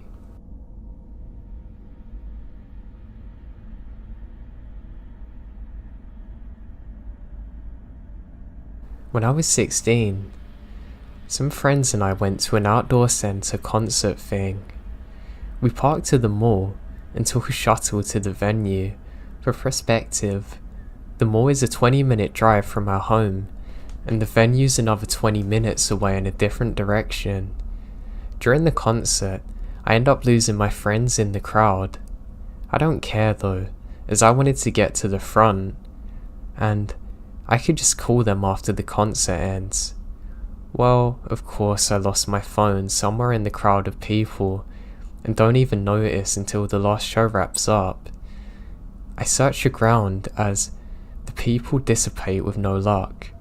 Reluctantly, I just hop on the bus heading back to the mall, hoping to meet them at the car. The car is gone, and I start to freak out a little. But it's 10 PM when I head to the bus station to see when the next bus is coming. Just my luck, it's a special holiday, so no buses until 10 AM. I borrow a stranger's phone and call the two numbers I know, my mum and brother. My mum doesn't answer, but my brother does. He basically gives me the suck it up talk and hangs up. So I'm alone, scared, and a little drunk in a city I don't know. I try walking but quickly give up when I realise I'm basically walking down a random highway towards God knows where. Back at the station, I'm just staring at the map when a stranger creeps up behind me. He asks me where I'm heading and I say the truth. He is conveniently going to the same city, asking if I take a split to a cab. Realising this is my only option, as I said I don't have my own money, we get in the car. Turns out he has less than I do. We barely have enough to get to the heart of the city, which is a 10-minute drive from my home, but at least I know my way from there. During the drive, this guy gets progressively more creepy. He's aware that I'm 16 and he's 25.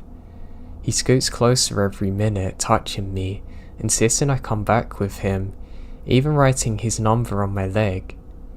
As we get there, I realise the situation I'm in.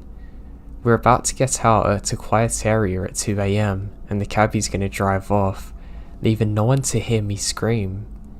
The second he gets out, I turn to the driver begging him to take me further, so I can at least put some distance between us.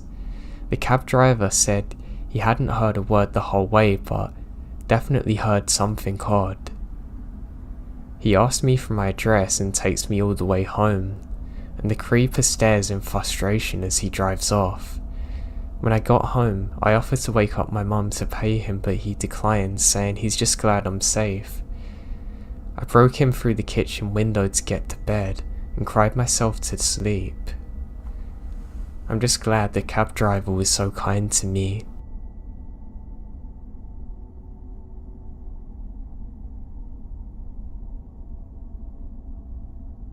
I really enjoy going camping.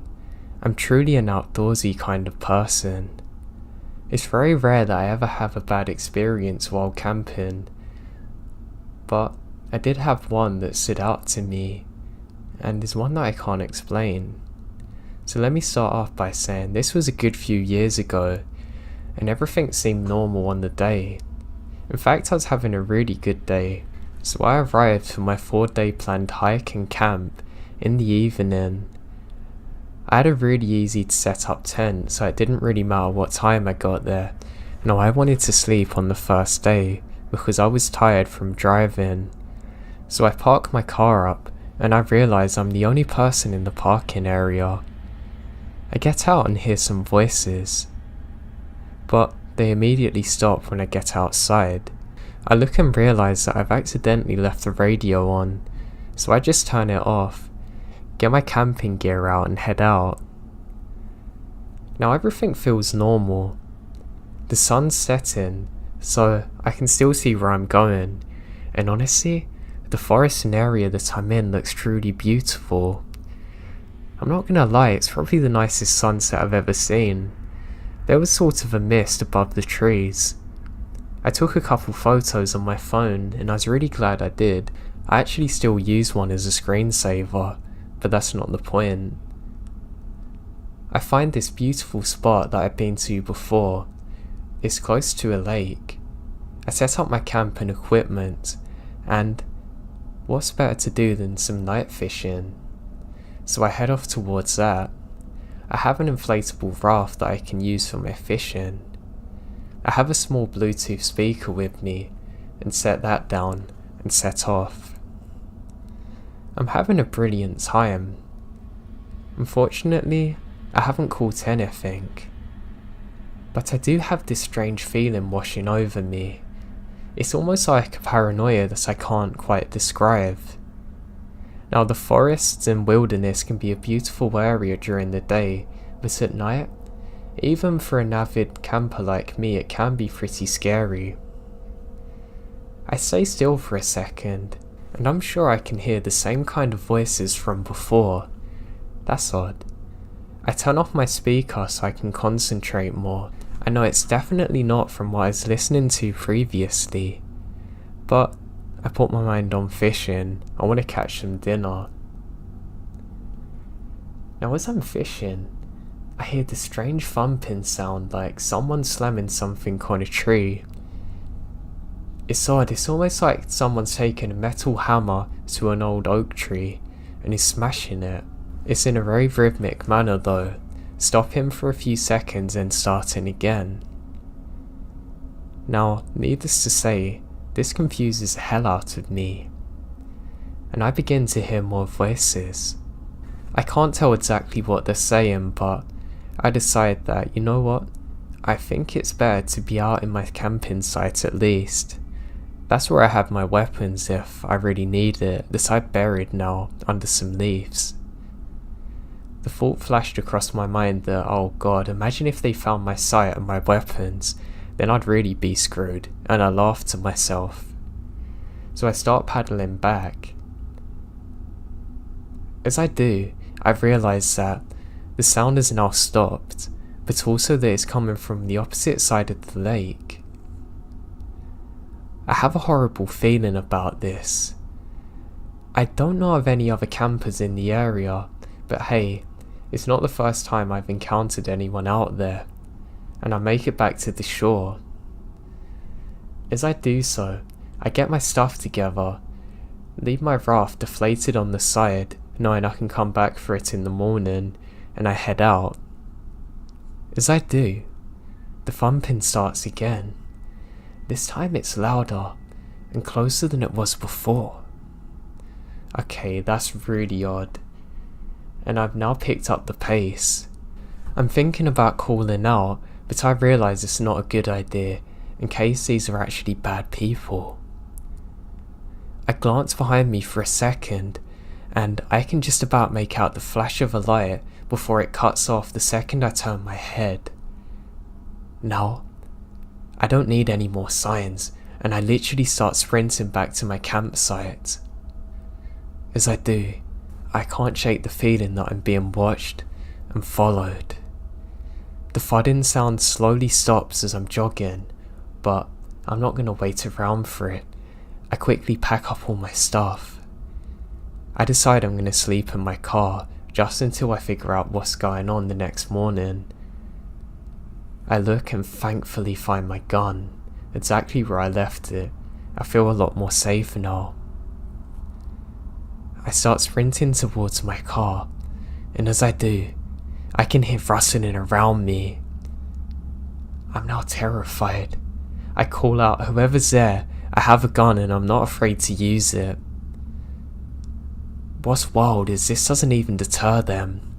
I start to think maybe it's a group of animals stalking me like coyotes or something, the last thing I need. As I'm running, I can see the figure of a person near my car. I shine my torch and I can see the reflection of animal eyes. I don't really get a lot of time to figure out exactly what animal it is, but it gives me some relief, knowing it's not a person. As I get closer, there's this disgusting smell. Just as I reach for the door, I can see that this isn't actually an animal. It's just an animal's head that's been freshly cut on the roof of my car. What the hell? I now let out a really loud scream that I don't even have to think about making. I quickly get in my car and turn on the lights. I can see the silhouette of a person in front of me now, who quickly ducks down.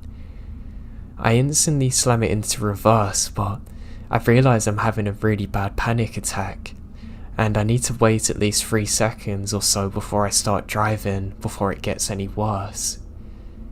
Just as I'm doing so, I can see the flashes of more torches behind me. I instantly snap out of it, and immediately step on the accelerator and speed the hell out of there. I then instantly call the police to report what's happened. I can't believe that this actually happened to me. How could a nice relaxing getaway turn into this? How the hell did that animal head get there? Who were them people? The police agreed to meet me further up the road, and I agreed to help go back to figure out exactly what's happened. I'm literally shaking, but I feel a lot safer with the police officer there. He says he's never heard of anything like it before happening. When we get there, there's no longer a feeling of being watched. Disgustingly enough, the animal head's still on the floor, close to the exit where it rolled off my car. The officer says that someone must have done this very recently because of the way it sat and the blood around it. He does a quick patrol and can't find anything in the area. I go to the lake and show him exactly where I saw the first torch. I'm now able to retrieve my raft too, but there's no signs of anyone out there. He says he's literally never seen anything like this before, and that whoever done this is long gone, and I agreed to go back to the station with him to make a bigger report. Turns out, there's lots of reports of occultist activity in the area that neither me or the officer knew about previously. Apparently they make regular animal sacrifices, and worse, they attempt to kidnap people, and have done so before. Unfortunately for me, they never found exactly who did this, and I still have more questions than answers, and I never went back to that same area again.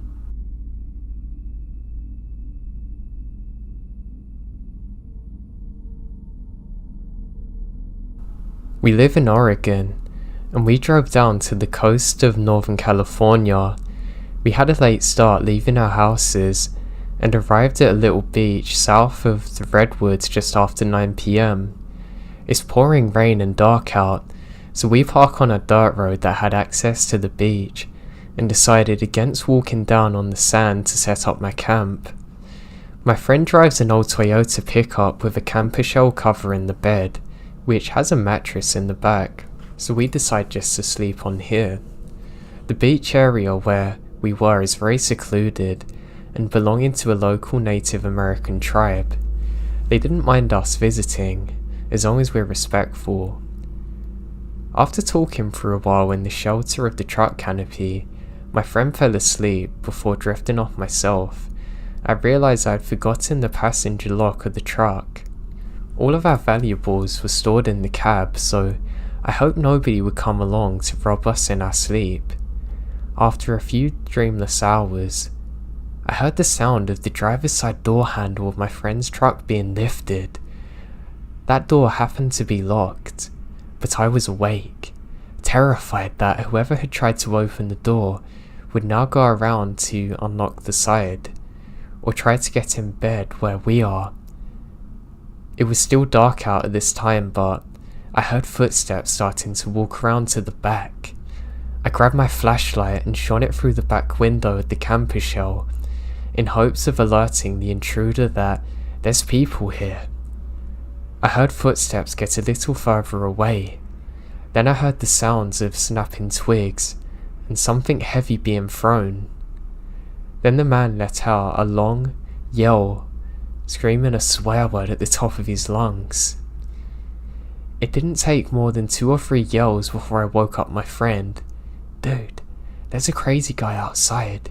He tried getting in the truck, now he's walking around yelling," I blurt out as I shook his shoulder. We sat upright peering out of the windows, but it's still pitch black out. I check my phone and it's 5 AM.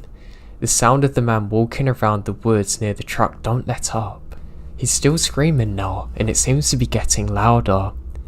He would occasionally yell further away, but then appear closer. We sat huddled in fear for a good hour, unsure of what to do. His shout sounded as though he was full of rage, but he never attempted to get into the truck again. Eventually, the owners of the only other car parked there come to their vehicle and drove off as the sky started to lighten. We did not hear any more yelling or log frying after that, and eventually we're both able to sleep for a bit, waking up at around 10 AM. It's hard to believe that during that terrifying hour we heard what we did, and it was so vivid. We still had no idea what the man was doing or why he was so angry, but the guy screaming profanities still remains a mystery to me.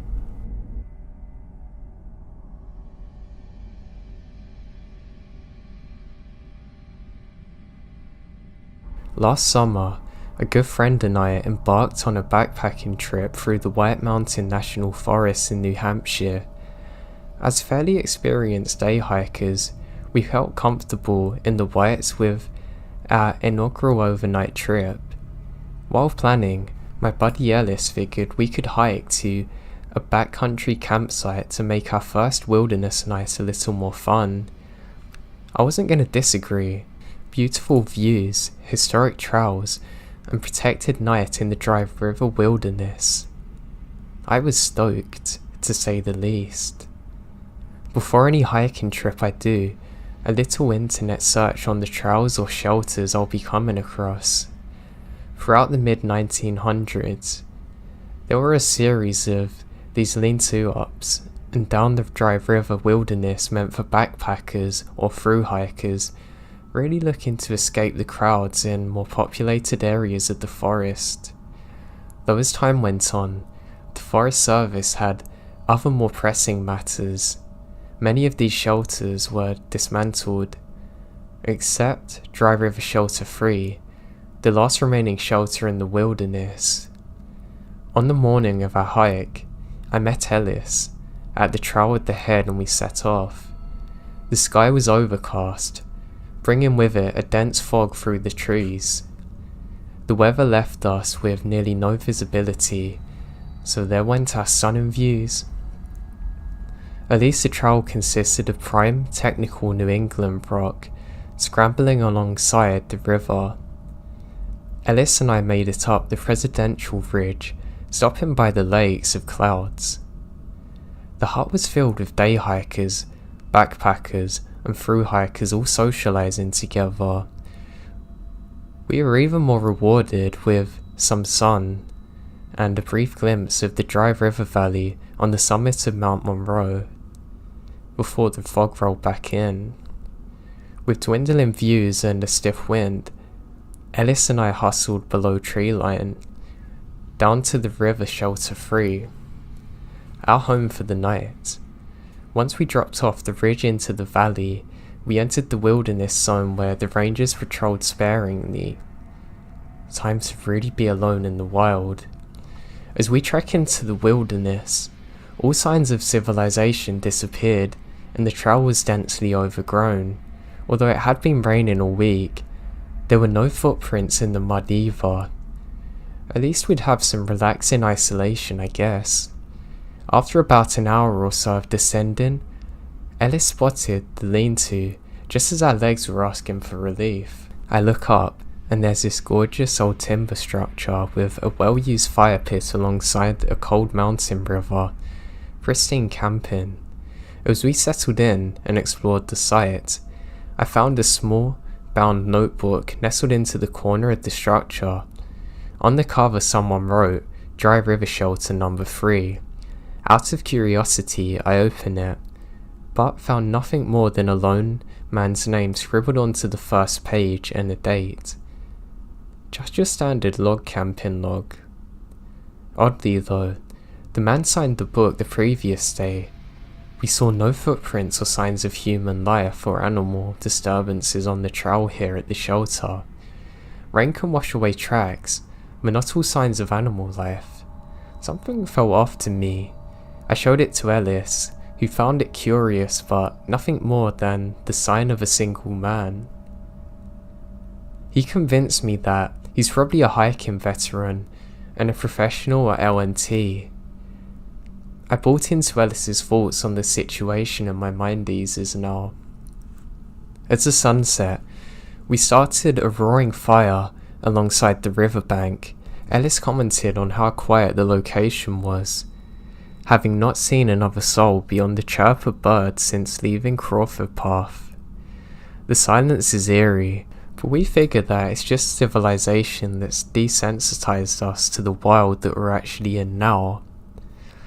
The sun was setting, and we grew tired with darkness. Ellis took the lean-to, and I spent the night in my tent. Sleep came quickly after hiking 8 miles with 20 pounds on my back, but it doesn't last long. A brutally sharp snapping noise awoken me. The only thing I could compare it to would be a 2x4 smashing into a tree. I think, oh god, a bear's come to search our food, and that's 50 yards away. But nothing out of the ordinary for New Hampshire. Sleep took over once again, and I remembered waking up to the sun rising over the peaks. How can you sleep with a bear there? I stumbled out of my tent to see Ellis also waking up slowly. As we made our morning oats and coffee, I wander around the site again to see if I can find the marks a bear's left. Instead, I noticed something odd. The small notebook is open. I swear I put it back where I found it. Closed and in the back corner of the shelter, not open on the floor. Hey, Ellis. Were you checking out this camp log last night? Nah, I passed out, man. It's not like there's anything to read anyway. He responded. You sure? I commented as I bend over to pick it up. The lone hiker's name was not so lonely now. At least 20 more names have filled the pages. The lone traveller, whose name was originally on the first page, could now be found several pages deep into the notebook. I tossed it to Ellis, whose face instantly dropped when he sees all of the names on it. Great. Now I know it's not just dehydration or delusion from the previous day. Dude, we must have seen that thing last night. There's no freaking way we missed all these names. How could we? This is when I began to tell Ellis about the snapping noise during the night. I received nothing other than instant denial. These sounds were not the results of some hooligans or backward crazies following us. Ellis was convinced. It wasn't a bear either. Ellis led us out of the site and we instantly made our way back. A year has passed since then, and I'm still not quite sure what happened on our night at the Dry River Shelter 3. The memory of seeing a single name written on the front page is so clear in my mind now, I could not have mistaken it in. Could I have made the noises? Obviously not. I was asleep and they're further away. Ellis was asleep too. I would have seen him. I don't like to think it was paranormal, but it really begs the question. All logical explanations have went out the window, and of course a bear didn't write in there. It just terrifies me thinking of it now.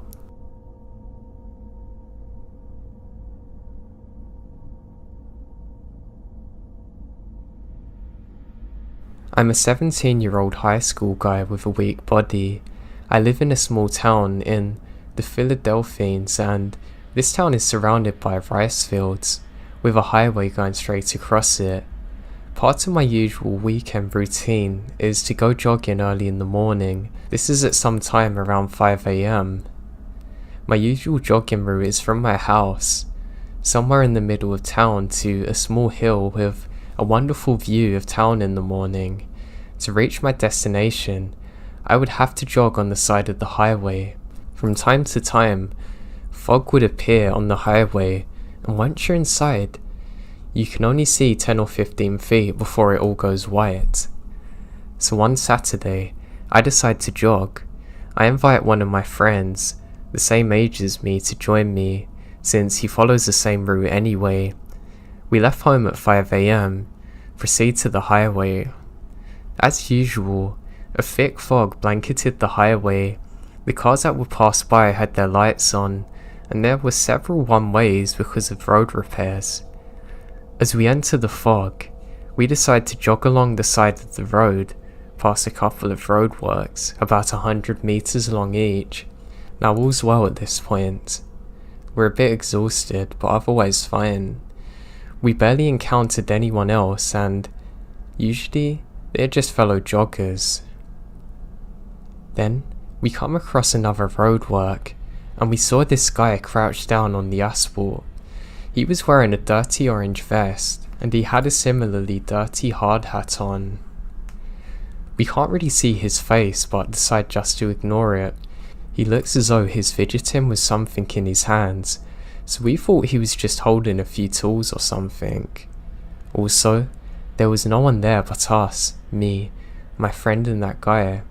The fog's thick as hell. My friend signalled to me to keep a distance from the guy and I followed him.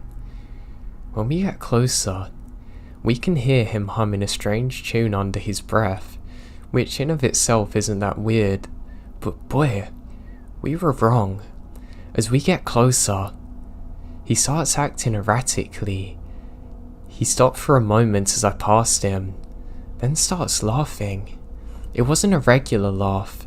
It sounded sinister and a little dry. It was really loud, so it began to freak me out. We didn't increase our speed at this point, as we think he's messing with us. But he doesn't stop. He just kept laughing and laughing, and we knew it was beyond a prank. I can't describe his laugh more than I just didn't trust it. We didn't look back. We were speeding up now, as we were starting to see the hill. I was gasping for air, but somehow I didn't let that stop me. I forced myself on, and my friend was doing the same. He was probably 50 meters behind us when I looked at him. He had stopped laughing, but now he was standing straight and staring at us. He called out to us in my language in an arranged tone. That's when adrenaline kicked in. I just ran and ran until we reached the hill. In hindsight, I don't know how I was able to push myself for so long. When we finally arrive at the top, we're exhausted and nearly collapse on a cement bench and stay there for over an hour. Like a breath of fresh air, my friend laughs in a comedic manner. We then walk towards home. I haven't ate yet, I was so hungry, and as we passed the road we saw the guy in. He's no longer there. The only people there are wearing construction outfits that are working on the traffic signals, but nowhere near the man. As I got home, I told my parents about it and they said it's probably a nut job looking for someone to rob, who's probably stole the outfit, and I never went jogging again in the fog after that.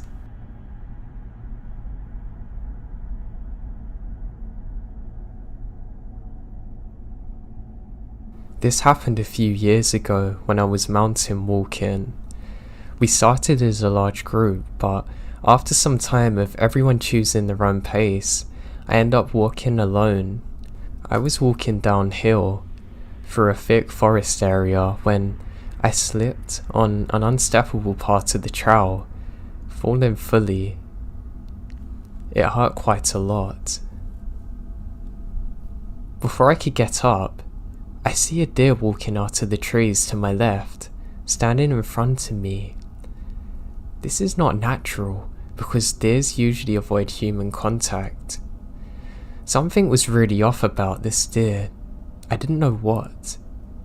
Its eyes appeared lifeless, filled with uneasiness.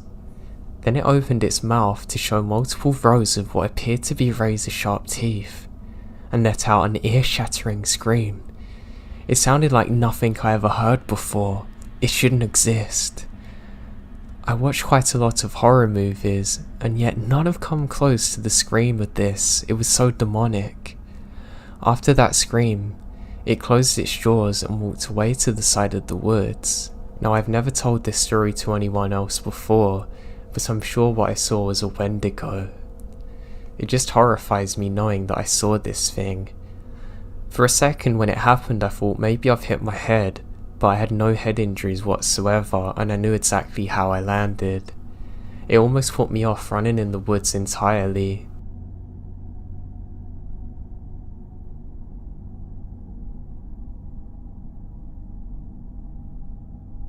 When I was young, I worked as a backpacking guide in Western NC.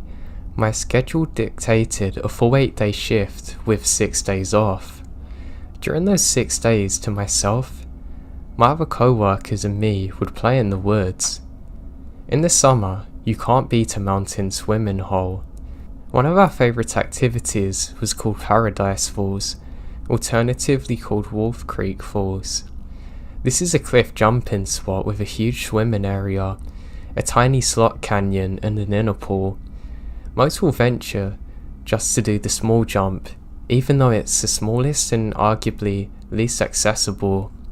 Even though the jump is almost 9 foot at most, you must do 10 minutes rock scaling to get there. We are all adventuring in and out from inside this tiny canyon, and you can't see the main pool. Well, we got to the jump and coaxed the first person off, a fellow guide who had never been to the spot before. She jumped successfully and swam into the main pool and beach area. Then she screamed. Because she was now out of sight, myself and another guy jumped in together and swam the short distance to her, with the others in tow. Of course we figured she was injured somehow. She was treading water and just staring wide-eyed at the riverbank. When I looked to the shore, there stood a man. He's massive, easily 6'7", and appears to have no hair on him, wearing beat-up overalls. Perhaps the most disturbing is that he had folds of skin all over his body. Imagine the Michelin Man, but this is on his face, arms and chest, everywhere with these weird layers. He's also armed with a shotgun, staring intently at us. He just stood there and watched as we grab anything important and speed out of there. He walked slowly back into the forest and we never saw him again.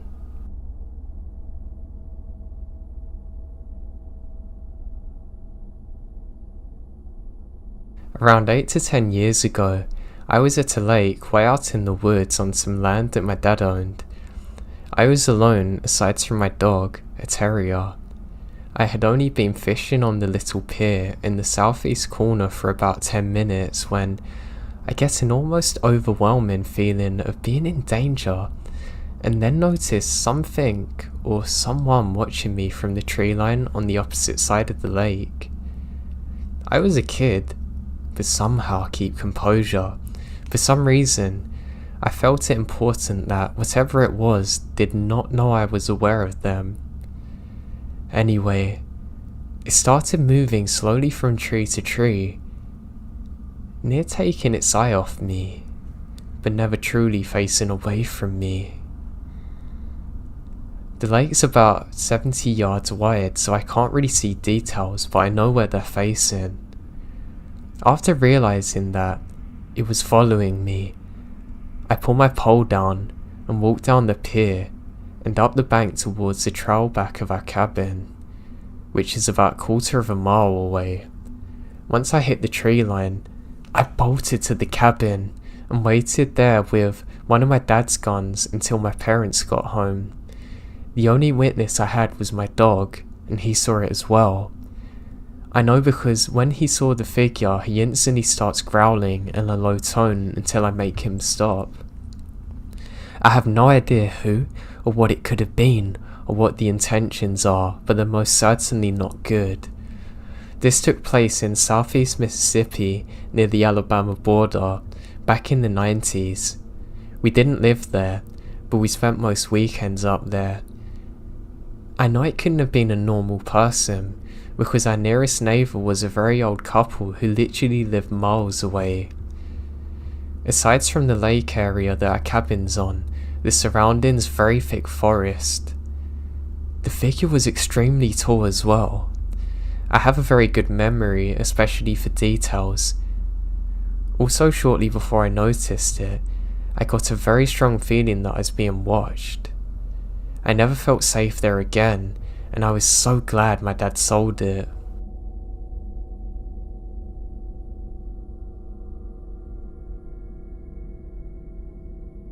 This incident happened to me when I was younger, probably around 19 or 20. I used to drive around the countryside in the woods for hours on end, up to literally 6 hours, smoke cigarettes while I listened to music daydreaming. I've been through a lot, so This is a nice way for me to let off steam and digest all the badness that happened to me in the past few years. There is a route that goes into the southern part of my state and eventually takes you to Maryland, if I'm not mistaken. If you keep going all the way, it will eventually take you to Florida. It was a road I found to be very fond as it intersected with a lot of interesting places. It could take you to cities and beaches alike, all the while somehow remaining isolated and rural. On one of those day trips, I was driving through a heavily wooded area that opens up into a field lined with trees on my left. I was pretty zoned out at this point, but something on the side of the road immediately caught my attention. In fact, it even seemed that time slowed, or I could see this apparition more vividly than any other thing I've ever seen in my life. What I saw was an older, balding man dressed in a full Catholic priest garb. His mouth is open, appearing to be in grief, screaming at the sky. He was standing in front of a dead deer, a buck. From what I recall, it was around 3 points, maybe 4. Behind the deer was a 1970s Crown Vic style police car with its lights on. It had no markings on it whatsoever to signify what country it's from. And no one's in the vehicle. I don't even think it had an engine running sound. It appeared as though the vehicle had been parked there all day.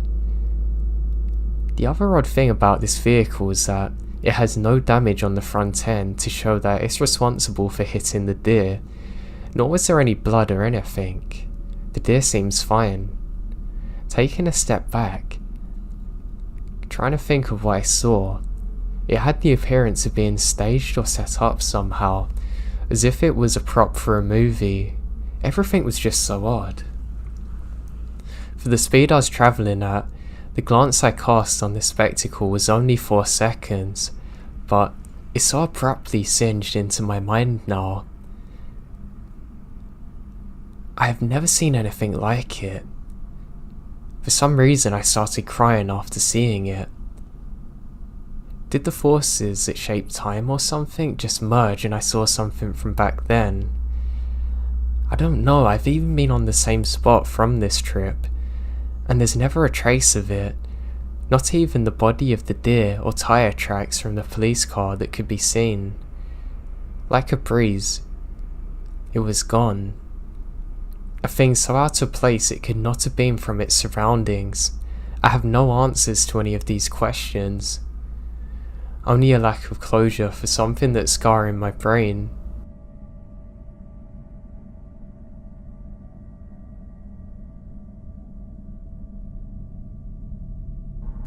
I love to go for night jogs, and my dog loved to accompany me on them.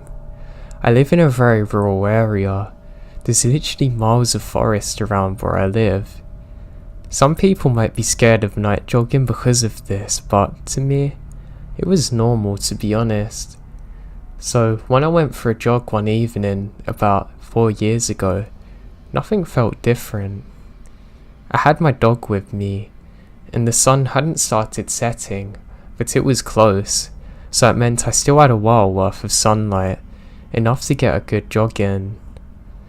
So I get my headphones on and set off like normal.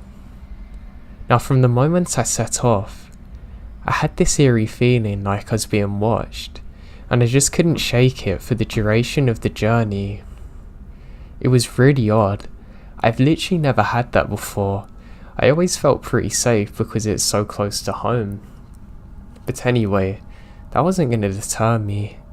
I had some really good music on my phone, so I was really content.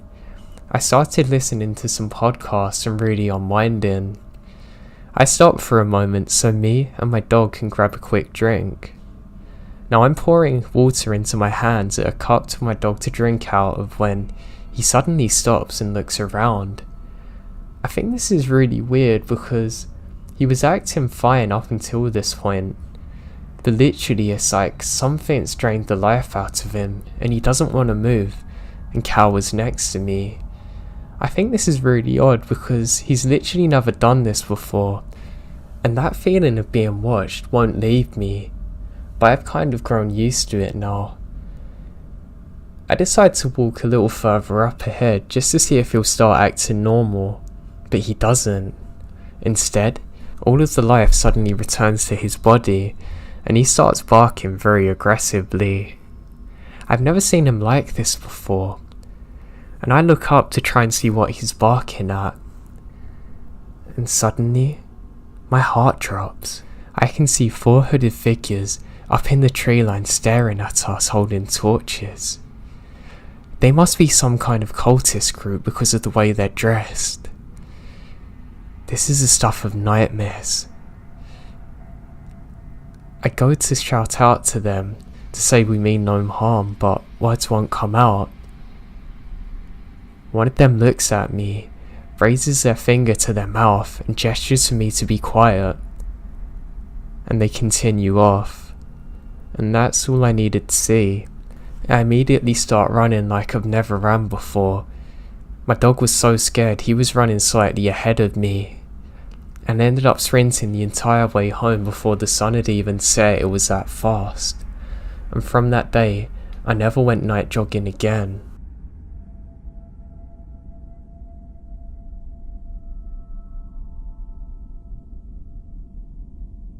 It was back in 2010, and I just started college.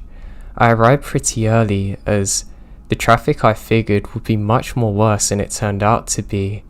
So to kill some time, I decided to go to a Walmart across the streets. After shopping some MGT and buying some food, I made my way out, and once I stepped off the curb, a man started following. This guy is probably between his late 30s and early 40s.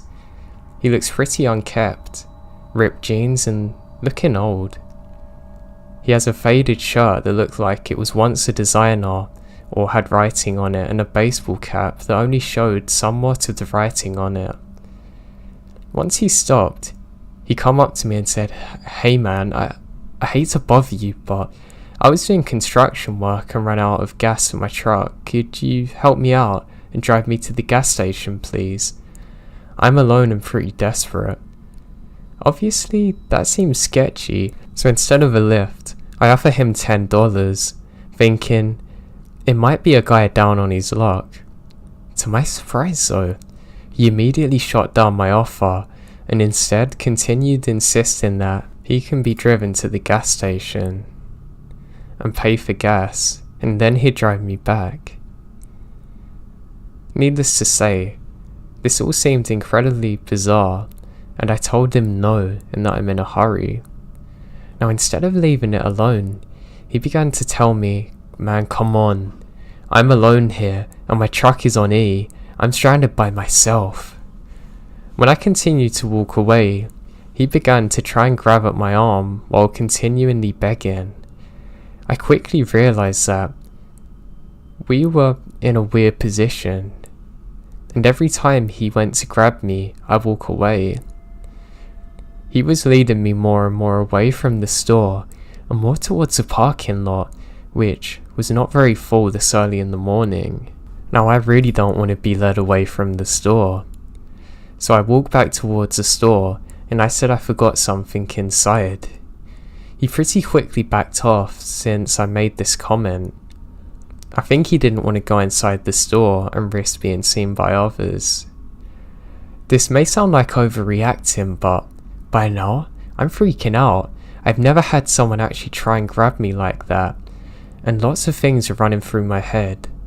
Not wanting him to do anything else, I alert the front desk about what's going on, and they said they'd handle it. Now honestly, I don't know if they did or didn't, because I quickly went to the other exit and sprinted to my car. Once I was in my car, I noticed he was walking away from his spot, and I assumed that either they kicked him out or he accepted defeat for the day. I was curious, so I watched him walk to the back of the parking lot and get in a big truck. My heart sank when he pulled away, as I noticed 3 other heads pop up from the back seat who were hiding out of view. To make things more sketchy, he didn't pull up to the nearest gas station. Instead, pulled onto the highway. Obviously something someone alone would not do, and not running out of gas.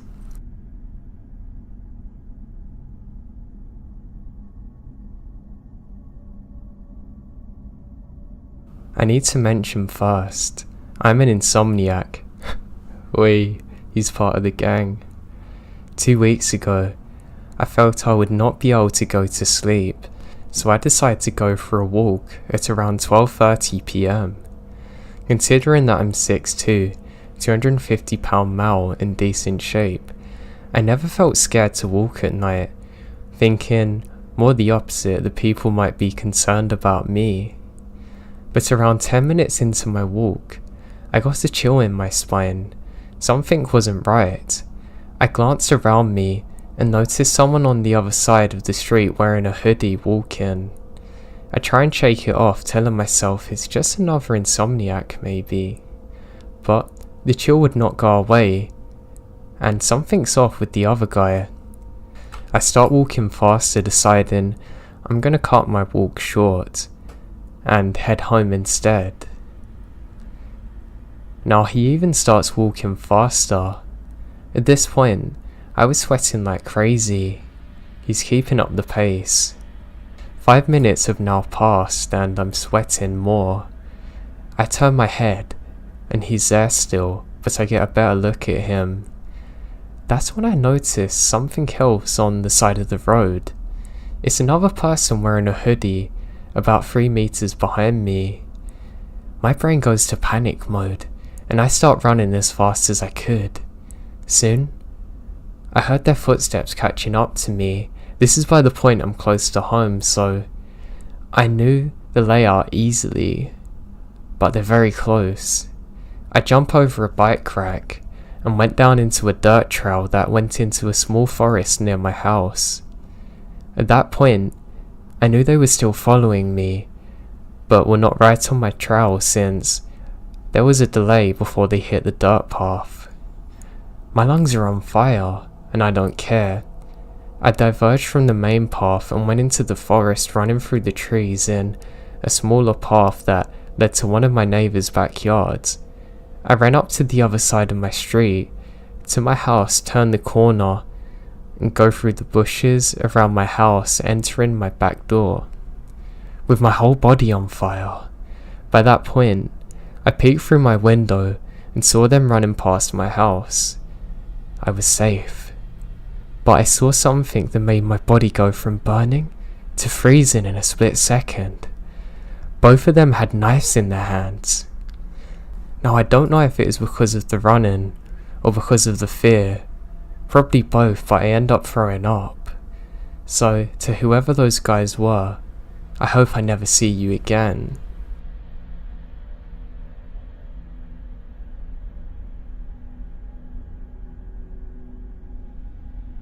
In 1989, I went camping with my friend and his family in the White Mountains in Arizona. We were either in Sholo or Gear. My friend's family slept in the camper while the friend and I slept in the 4-wheel drive Blazer. I was about 5'10", and I remembered that the Blazer was lifted, making it hard to climb into. I was sleeping in the front seat while my friend was sleeping in the back seat. Around 2 AM, I woke up to a strange dark figure staring into the vehicle at me.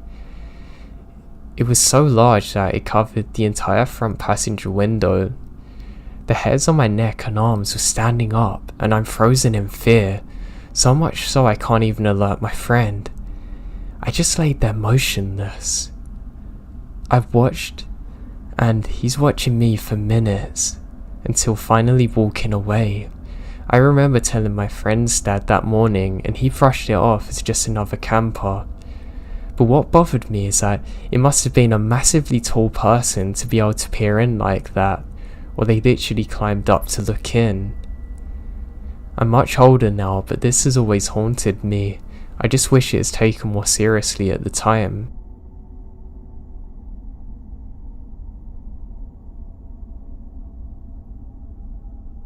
I was returning home from a friend's place at about 8 p.m.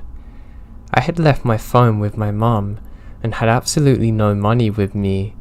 My friend found me a cab and gave me some money for the fare. The cab driver told me that he had to recharge his phone in the middle of the ride, and I saw him talking on the phone in a shop nearby. I didn't think much of it. A few minutes later, when he was driving, I noticed that we're in the dark and isolated part of the city, and there was trash bags everywhere. We were on the street for a long time when suddenly, in the middle of the ride, he said he had to make a call. He was talking to someone while making sure I didn't hear it, and I start getting alarmed. When he comes back in the cab, I pretend that my wallet was my phone, and in the local language, pretend to tell my mum the number of the cab and the description of the driver. That seemed to change his behaviour, and he was completely cooperative with me and drove me wherever I wanted. My parents were very angry at me when I got home and told them this, and the story still gives me chills.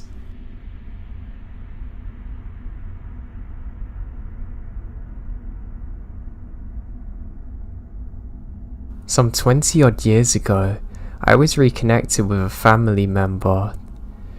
Said family lived way up in the hills of Northern Carolina and had given me directions to their house. I was driving my vehicle with my sister in hers, following behind. We each had CB radios, so we communicated on the way.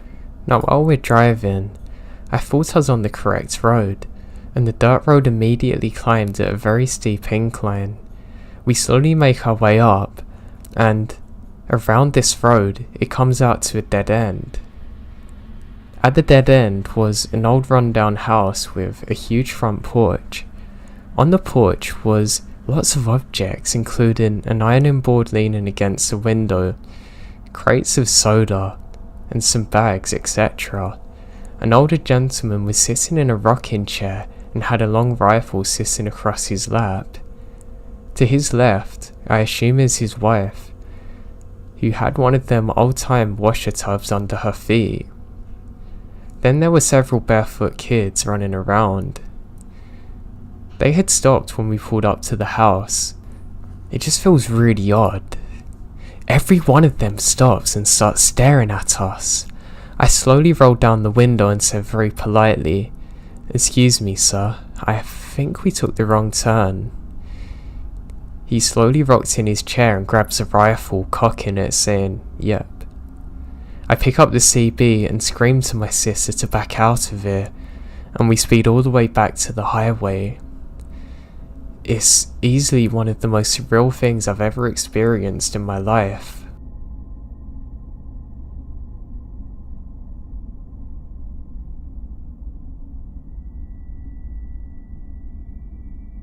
I often like to go out running in the summer or whenever the weather is nice. This happened a week before I was supposed to start high school. I thought about going running that day, but I got the idea in the morning, and I run in the evening while the sun is still up, but it's not boiling hot. Well, of course, I forgot my promise to myself, and only remember it at around 9 p.m. Now it's the end of summer, so the sun is setting much sooner than I'm used to, and I go, I'll get back in like an hour, so I'll be fine. I already have been putting off running, so I don't want to put it off again. I should probably mention that I'm female though. And even though a lot of girls I know change the side of the road they walk on when they see someone who appears drunk, even distantly, I always call them idiots, because I'm ready to run, or take the first route out of there whenever someone tries to get me. And I also live in a far less populated area out of town where literally everyone knows each other, so I felt extremely safe. What a naive fool, I know. So I go out and start my run, and it's fine. It's getting a bit dark, but I can still see the running track is all good. So I start feeling pretty chilled out. I see a pair walking in front of me.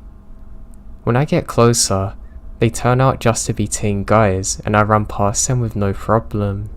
When I finally reach the usual part of my run where I turn around, a cemetery, it has already gotten pretty dark.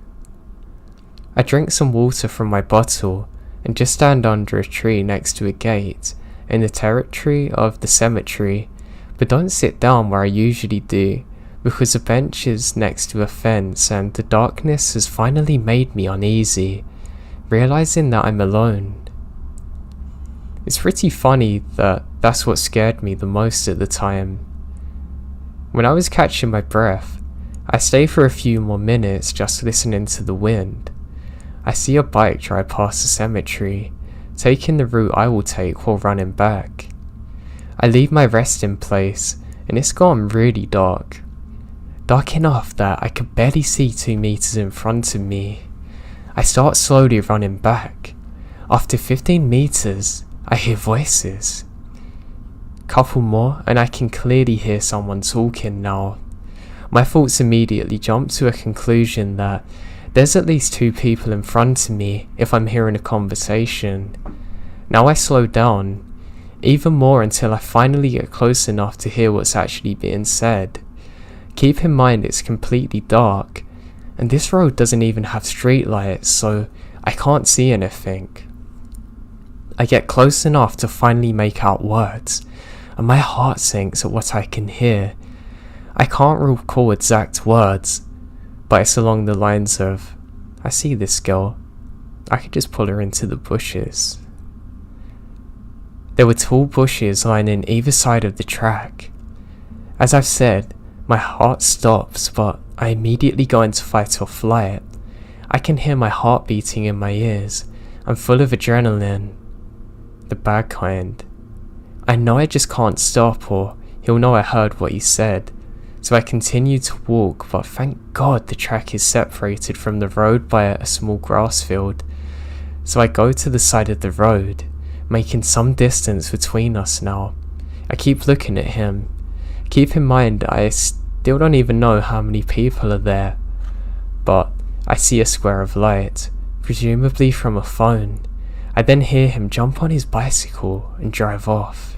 He's talking on his phone. I walk on the side of the road for another good few minutes until I'm sure he's far away from me, and once I get back on the running track, I sprint like crazy to get home. All the way back I'm literally shaking with fear and looking at the bushes, so worried he's going to jump out after me. I had my water bottle ready to throw it at them. When I finally reached the first road lights, I felt like I escaped death. This is the most scary thing that happened to me while I was jogging, and I've never went out that late again alone.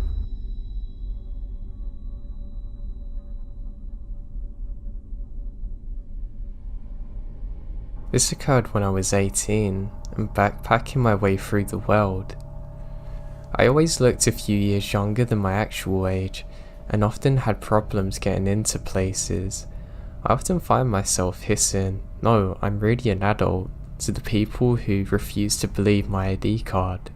I arrived in Western Australia in January in a little town that looked nothing like the brightly coloured postcard world that I left behind in Sydney. I rented a car and was getting used to the Aussie way of driving and didn't pay attention to the fact that I'm running out of fuel. So naturally, now the car suddenly gives up. I wasn't worried though. I had a spare tank in the trunk. I had problems getting the lid off though. No matter how hard I pulled it, it didn't give in. So I started walking back to the little cluster of shops I spotted earlier. I was greeted by a man on an ATV-ish thing, sitting outside a shop. He nodded in the direction of the road and said, "Problem with the car, missy?" I must have looked puzzled because he smiled and said, "No one comes walking in here from that direction. There's nothing out there." I explained the situation and he listened sympathetically. "Do you rent the car from the Free Freddy? No wonder he gave you it. You can't trust that bloke, you see." He introduced himself as Charlie and quickly got off and offered me a spare tank, saying, "You want to ride back? It's an awfully warm day. No ozone layer here, you see." He was speaking weirdly. I felt a bit stupid hesitating, but he seems like a nice guy. And he was right. The sun was terrible. My shoulders already burnt despite sun cream. He must have sensed my hesitation because he put a hand on my shoulder and said, "I'm not the boogeyman. I promise you. I just don't want anyone out here in this weather. I would have offered you a ride if you're a 40-year-old bloke too. Here, take my helmet. My head ain't worth protecting anyway." And so I get on the back of his ATV, the spare petrol tank in front of me, and get a somewhat uneasy feeling in my stomach. "Just tap my shoulder if you want me to slow down, alright?" He drove the short distance to my car, but he didn't slow down. I tapped his shoulder again and again. He drove past it. In the rearview mirror, I could see him grin as he speeded up. I can't jump. The speed was so high it would have killed me, and I had no idea where he was taking me, but I knew his intentions were evil. This continued for 30 minutes until I could see a rest stop, clearly made for people to stop and enjoy the view. As we approached the rest stop, I see my chance and grab hold of his throat with both hands, squeezing as hard as I can. I felt him struggle to keep the vehicle on the road while fighting for air. As we come up alongside the rest stop, he had no choice but to stop. I threw myself off, tossing the helmet and screaming loudly enough to wake the dead. There was a truck there, but no one in view. However, only a moment later, the door to the loo opened, and this terrifying looking man with a beard pops out and demanded to know what the hell was happening. I pointed to my abductor and cried that he tried to kidnap me, and the grisly man tried to grab a hold of the abductor but wasn't fast enough. Soon, he was gone. The grisly man turned out to be really nice and phones the police for me, waiting with me until the police arrive.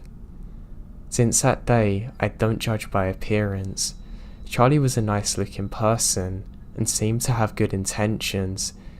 George looked like he had been awakened from his ancient lair, but was a really good guy.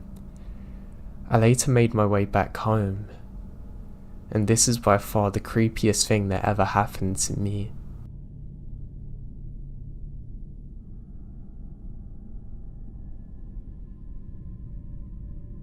Back in 2000 or 2001, I was driving by myself from visiting my mum in Colorado back to Arizona. I was in a station wagon and had a desk my mum had given me that was my grandfather's. I've always been scared driving at night, and I'm always worried there's someone in my back seat that's gonna get me. This might be because I've watched far too many scary movies, or because my mum's paranoia rubbed off to me. I was in the army and drove back and forth a lot to visit her. She would get mad at me for sleeping at rest stops or gas stations, telling me someone's gonna kidnap or kill me. But I just didn't want to be bothered with the hassle and expense of a motel most of the time. So I'm driving on an empty section of highway late at night with no other cars around. This red truck comes up behind me, flashing me with his lights and honking his horn at me. I was thinking to myself that there was something wrong with my car. Maybe there was something wrong with the desk in the hatchback. Because why else would somebody be so insistent on me pulling over? So I pull over and get out of my car. As I'm getting out of my car, he's directly behind me, still flashing his lights and honking his horn. I go to about the middle of the car. I planned on going to the back to see what could have been wrong with my car when it hit me. Why is he still honking at me when I'm getting out? That's odd. Then he gets out of his truck. That's when I knew something just wasn't right. I jumped back in my car and sped off. The nearest exit's 50 miles away or so. He follows me the entire time. I take the first exit and go to a crowded grocery store with a laundromat next to it. There was an ambulance parked at the laundromat with its lights flashing, and I'm next to it.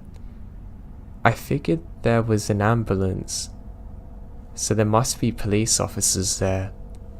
Now the man stayed in his truck in the grocery store parking lot watching me the entire time. I was terrified. I didn't want to get out of my car and felt like an idiot if I would have had to tell someone what happened. I waited an hour, and finally he left. After he left, I waited a little longer before continuing my drive back to Arizona. I was paranoid and watched for any red trucks the entire time. Fast forward about 5 or 6 years, I was watching a crime show on TV, and what story pops up? One about a man on that exact stretch of highway with the same red truck, using them tactics to get a woman to stop before murdering her and others. I'm so glad that my gut told me something was wrong, and I got back in my car and kept on driving.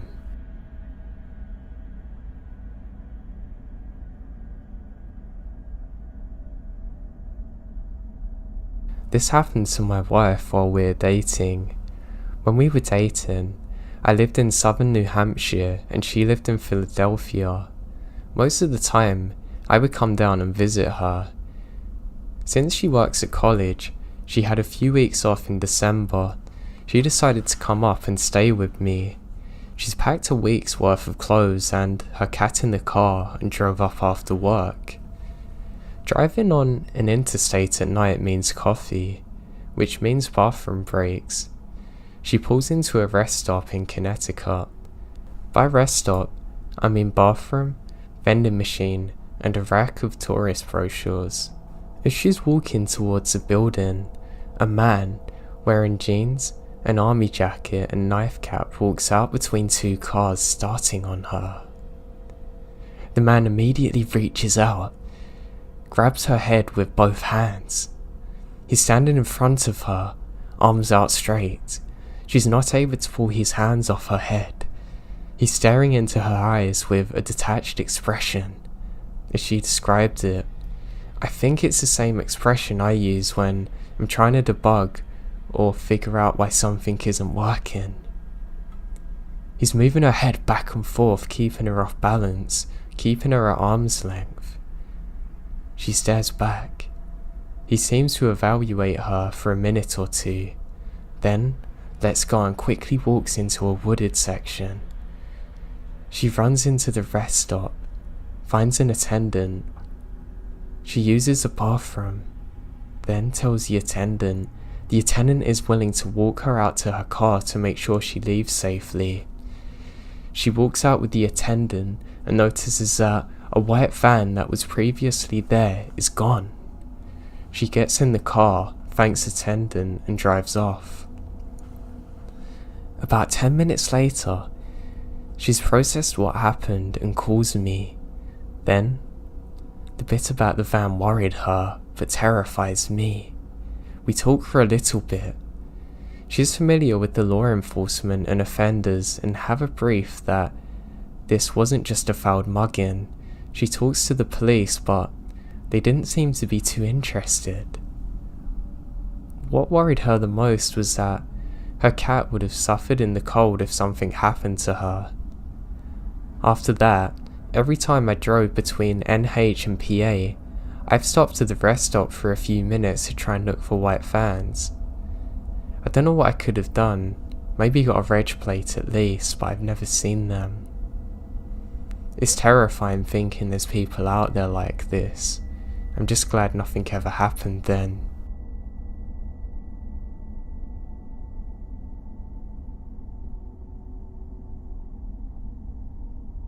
First, I'm gonna say I'm a 16-year-old male with paranoia. I always carry a knife with me and get scared easily. I'm 175 pounds, 5'7" and a power lifter. I was crossing Alabama into Mississippi when I had to use a bathroom. My grandfather was driving me back to my dad's house in Jackson, MS. He pulled into a rest stop area and stretched his legs when I got to the bathroom. There was no security at the rest area, and bathroom is in the back of the building. The only person in there with me was at a urinal. I walked to the stall farthest from the door. As I walked by him, he turned around and started walking at me. His pants weren't unzipped at the urinal. He reaches for something in his pocket and I hear a flick. That's when I realised that something's in his hand, and I forgot my knife. I then see the bathroom door open and someone came in. The guy's coming towards me, putting his pocket in his hands, and left. This happened 2 weeks ago. The guy was white, bald in late 30s, maybe 40s. He had a black shirt with green cargo shorts, and I haven't really told many people about this. I'm very grateful that the stranger came in when he did.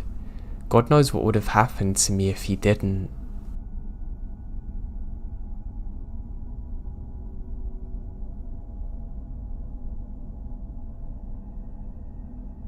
This was a story I grew up hearing my mum telling me about. I was really young when this happened, and I know for a fact it was before I was 5. I only have some foggy memory of the event, especially because my mum at the time didn't want to freak me out. Now, for some context, first, we have a family all over the country. I remember spending so much of my childhood just on the road trips from state to state to visit family. So we know our ins and outs on travelling. 2. When I was a child, I would randomly hug strangers telling them I loved them. I was so filled with joy and love that it just spilled over to everyone. There was basically only one stranger I never immediately latched onto the second I saw them, being this story. So my mum was talking to me, and we're taking a visit to see some relatives while my dad was staying at home with brothers. So, she had to go to house sit, and in general is a better caretaker of me than my father, so it made sense I went with her. We were driving for hours until we finally hit a rest stop, and so got out to use the bathroom. Now, there was already this guy in the parking lot, and according to my mum, it looked like he was watching everyone who entered and left the rest stop. The second we get out of the car, he did too. My mum held my hands as we went into the restroom, but immediately picks up on the fact that I let go of her hand to hold the other, the way facing the man. Now looking back, she told me that it was clear somewhere in my tiny child brain that I picked up on some sign of danger, because I avoided this man as much as I possibly could, and would quicken my pace to the restroom and car. I never did that with another stranger again. I had never blatantly avoided another adult like that.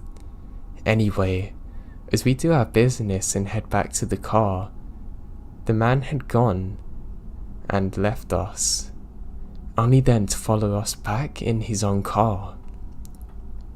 My mum immediately realised what was going on, trying to shake him off on the highway. He wouldn't budge, and tried to get as close as he could. Apparently while doing this, a semi-truck driver notices how frantic and off she was driving and could see her looking in the back.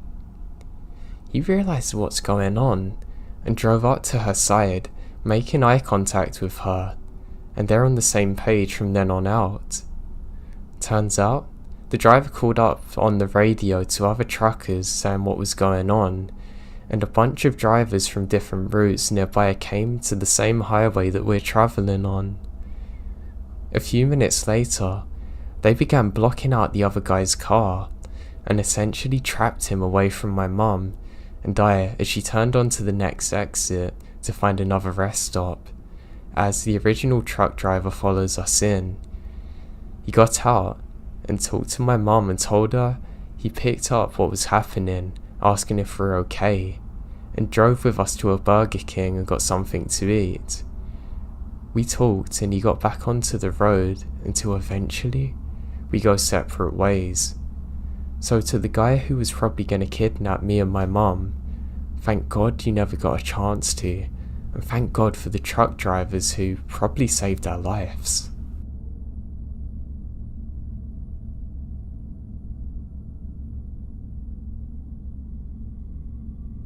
My dad works for a large printing company, and they completed an overnight rush job for a business. My dad got tasked with dropping the order off. It would take 8 hours each way to drop off the order. He was going to take my mum, as she's a retired teacher, and he figured it would be nice to have someone to drive each way. However, the night before he was going to leave my mum, he comes down with the flu. He left early the next morning and promises my mum if he gets tired, he's going to stop either at a restaurant or rest stop. So he made it without incident to drop off the papers. It's about noon when he set off again, and soon realises that the traffic's horrible. My dad decided that he'd take the long way home. It would add an hour or so, but he feared it would take longer to wait in the traffic. He drove straight for hours, until he realised he had to pee, and badly. My dad's a prostate cancer survivor, so needs to pee a lot. Also, he was starting to get sleepy and figured he should pull over and take a nap.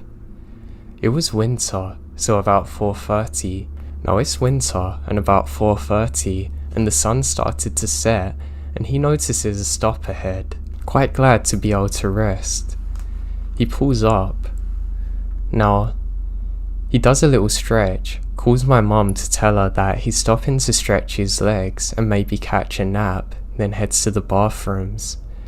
Now the place was pretty much deserted. There's an old Chevy pickup next to my dad, and there was an RV with a family packing up that was probably their dinner. He went into the bathroom and opened the first stall. He was in there doing his business when he hears someone talking. He thinks at first they're talking to him until he realizes that the person A is on the phone, or B, they're talking to themselves. It's okay. It's gonna be okay. We'll just take another one and then bring it to the mother, the man said, almost singing to himself. My dad said he sounded like he was young, between late teens to early 20s. Then, before my dad could say anything, he starts unzipping his pants, starting to get weird. The guy randomly starts screaming, smashing his head onto the mirror and then on the wall. He started screaming in a more high-pitched voice now. At that, my dad runs out of the stall and he quickly opens a bathroom door running to his car. He locks the car door when he notices a skinny young man running out of the bathroom. He's looking for my dad and sees his car. My dad starts the car and begins backing up when he literally runs full tilt at him, screaming. My dad drove off. He's so badly shaken up by this that he had to pull over to the next town just to relax. He was paying for his coffee when that same Chevy pulls up. My dad grabs his coffee and hides his face. The kid walks in, goes up to the nice older cashier who my dad brought coffee from, throws his arms around this woman and starts sobbing about how he's sorry, mother, and how he let another one get away. My dad's heard more than enough now and quickly tosses his coffee away and quickly sprints to his car and makes it home safely. To this day, my dad refuses to stop at any rest stops now. He only stops at major places you can actually pull over at.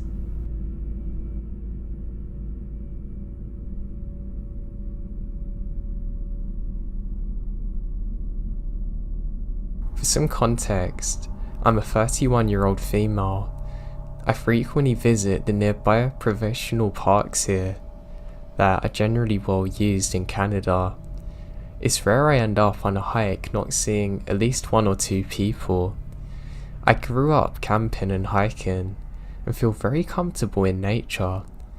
I always inform people where I'm going and when I should be back. Safety first, right?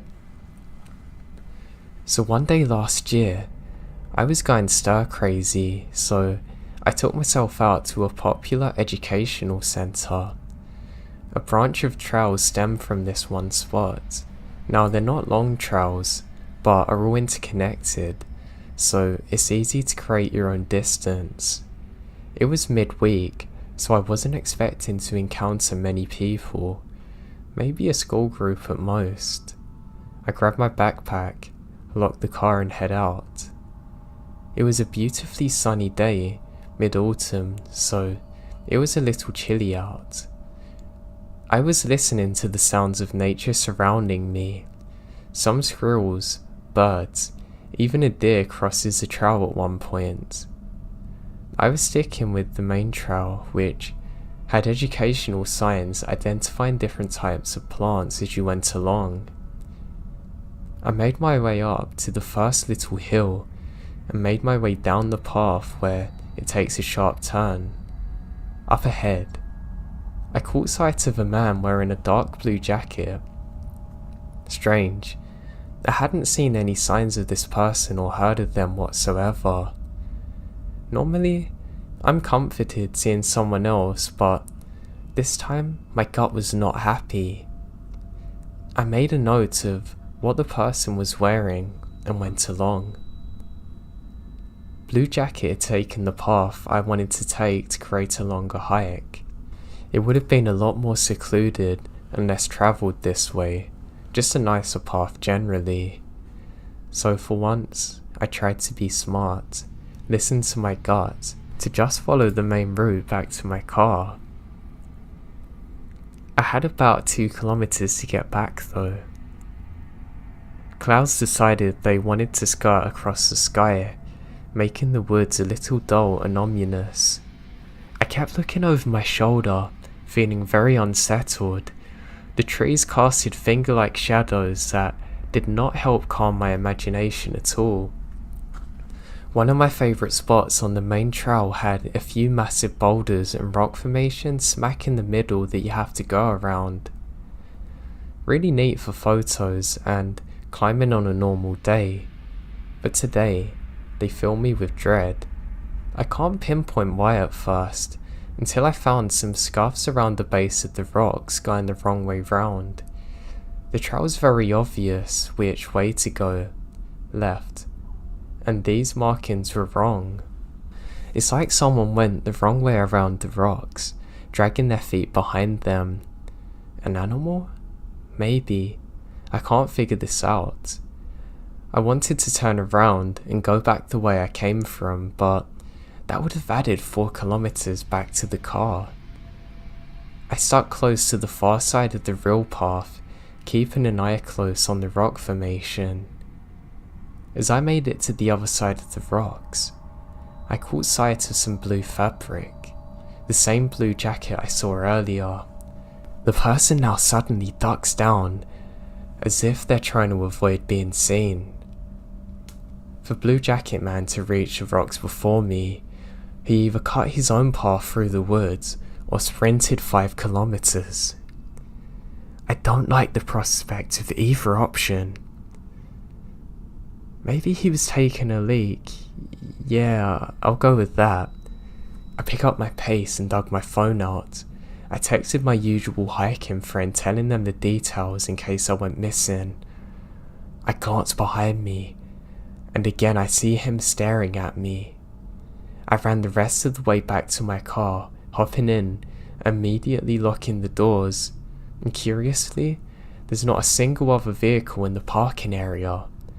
This place was nowhere near any towns, so I have no idea where this person came from.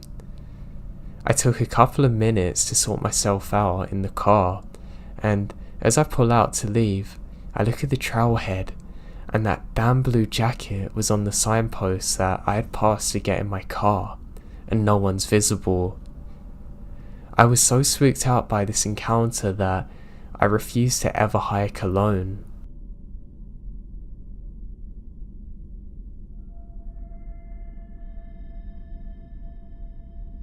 So a few months ago, I was out hiking with my friend. We live in the mountains of Western MD, and we're about 6 miles into an 8-mile loop we have done frequently when we decide to take some pictures and eat a snack at the summit. This area of the trail had a park, branches, benches and tables, and parking lots. So we're sitting and talking, and I noticed a man just walking around the park alone. He was walking aimlessly, staring at his feet, which confuses me, as he's in jeans, a button-down shirt and not exactly hiking attire. We now decide to set off on the last 2 miles of the loop. This park goes downhill to the headquarters of the park and is cut out of the mountain/bank, and the end leg is the parking lot where your car is. You don't have a lot of visibility from the trail, and you have to walk single file. I was walking in front and talking to my friend. I turn to look at her, and I see the same man right behind her, following at a rudely close distance. I immediately got a gut-wrenching feeling. I noticed that he didn't have any backpack or hiking gear, and not even wearing boots. Something about his eyes really scared me. So, a bit more walking and he continues to fall very close. I say to my friend that I have to tie my shoe. This is a reason for him to pass us. In case he's following us, we'll realise. She immediately catches on to what I'm doing and we pull over.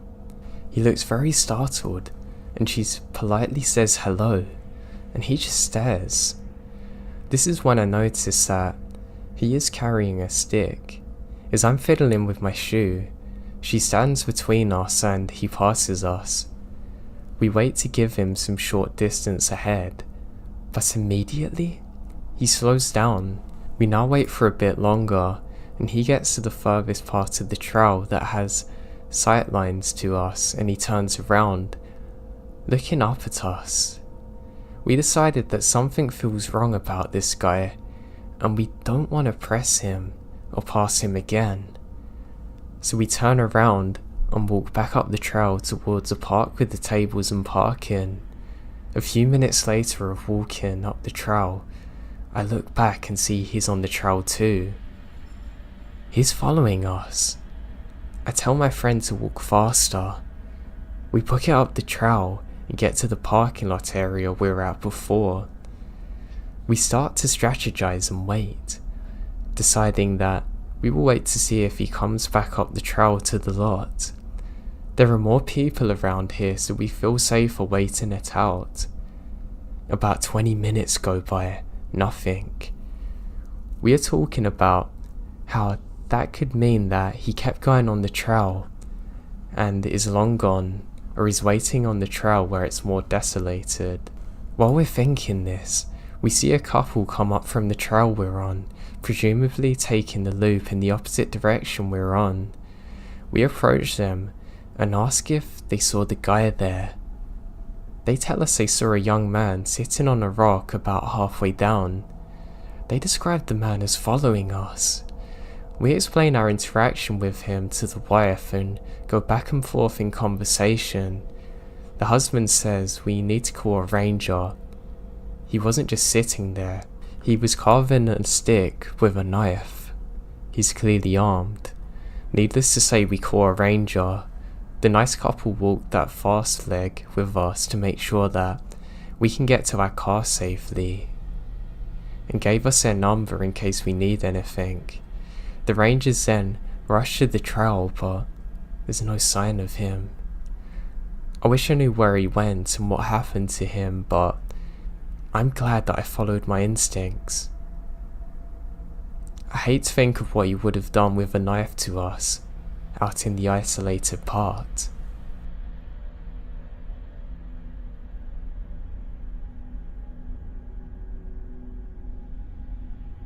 A few months back, my girlfriend and I decide we're bored hanging around the house and spontaneously decide to go out for a hike. We don't go hiking often, but the idea appeals to both of us, and even though there was only about an hour left of light, we figure we have enough time to enjoy a hike before it gets too dark. We quickly fill our water bottles and put on the best walking shoes we had, and with that, we're out the door. Around my area, there are many hiking trails, with the variety of trails increasing as you go into the mountains. We intended to stay around the base of the mountains in the occasional case of us hiking, where most people would still be walking. We wanted to change things up and progress further up the mountain road of the trail that a friend of mine had mentioned to me. We kept in mind our time and figured that we could hike for a bit and simply enjoy the environment around us before it's too late. When we arrive at the trailhead, we see there are no cars left along the road where the trail commences, but didn't think much of it due to the time. We still had a good 45 minutes until dark, so we continue on. We start walking down a fairly steep hill. Then, this recoups the elevation at the bottom with an equally steep hill that you have to ascend. We reach the top, then it's smooth sailing from there. We see a lone coyote off the trail, some rabbits, and I made a quip about how those rabbits might need to be careful with the coyote lurking round. Approximately less than a mile into the trail, we see a large fallen tree that made a bridge over the dried riverbed and decide to take a rest, climb around it, take some pictures. We're there for about 10 minutes and then resume hiking. We continue on the trail for a short distance until she hears a rustle behind us. We stop, mildly spooked due to the assumption size of whatever made the rustling, but continue on only briefly before she decides she's done and that we need to head back. It's twilight now, so I agree with her. We turn around and head back to the car. When we made it back to the fallen tree, my shoe had come untied, so I used the trunk to fix my shoelaces and looked behind us for the first time on the hike. Now I can see a person dressed in entirely black with their hood on, a significant distance behind us, walking at a slow, even pace. Now it's not something out of the ordinary, but why all black? It doesn't make any sense. It's now dusk. We continue on at an intentionally faster pace and go through a winding section of the trail, and I lose sight of the person. When we come around the final section of the bend, I figure they're far behind us and there's nothing to worry about. Sooner than later though, they're behind us but much closer, probably 50 feet in comparison to 100 feet before. We had increased our speed, and they have too, so this alarms us. We briskly walk around another bend, and as soon as we come around, we book it. It seemed to be a natural reaction on both of our parts as we start running without saying a word. We are nearing the trailhead now, with only the hills to deal with.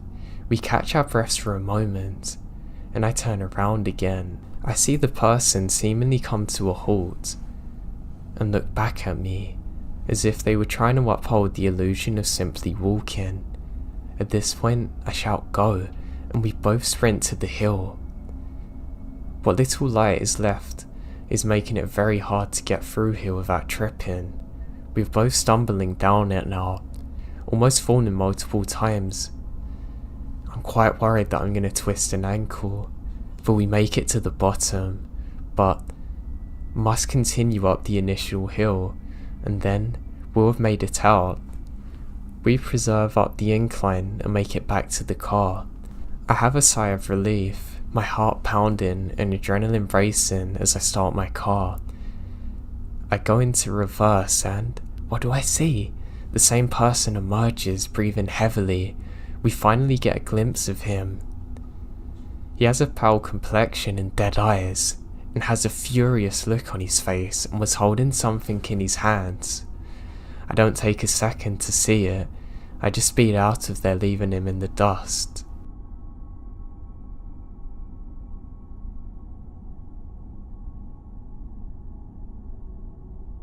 I was backpacking through Pisgah National Forest in NC with my dog, just the two of us. We were exploring the woods around Little Coast Cove, open orienteering style, so we're not on an established trail.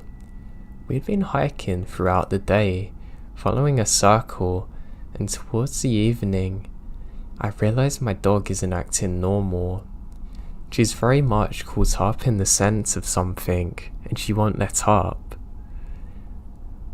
That night in the camp, she remained on edge, and startled off into the woods line, stopping, then came back to me, staring. I went about camp business as usual. Then, at around midnight, I got this prickle like I'm being watched intently. I let the feeling ride over for a little, but then I heard a rustle by the bush. I got up from the fire, pointing my flashlight towards the hillside, and a figure on all fours just manages to escape the beam, all but the towel. It was a towel I knew was not supposed to exist in the southern Appalachians. I cast my light again across the hillside and caught its eyes, two yellow glowing orbs, watching and waiting. At this point, I went into fury, grabbing my tomahawk, and charged up the hill line after the beast, screaming. The watcher wandered off, but neither I nor the dog slept at all that night. The following morning we left camp. At first light, I began hiking up the mountain to the ridge line which would lead us out. Atop the ridge line is a fresh mud track with a series of tracks left by an animal that no longer is supposed to exist in the US. They're catamount tracks, or what I believe to be. They commonly go by cougars in the east, but we've been stalked by a mountain lion just the same. Those tracks ran across the ridge, revealing that it had been watching us throughout the previous day. They weren't bobcat tracks, I know that. They were way too big, and I saw the eyes. I truly believe that one's escaped, and if it wasn't for my dog, I would have been mauled to death that night.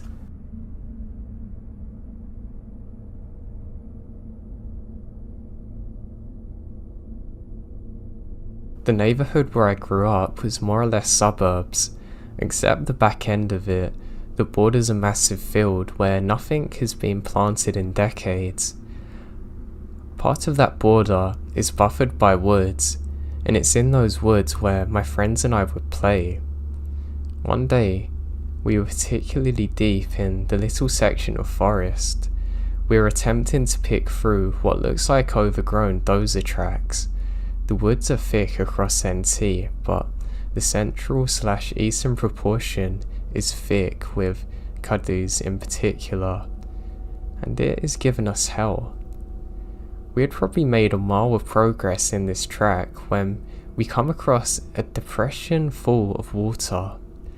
I hesitate to even say it as a pond, because it was perfectly round like a crater.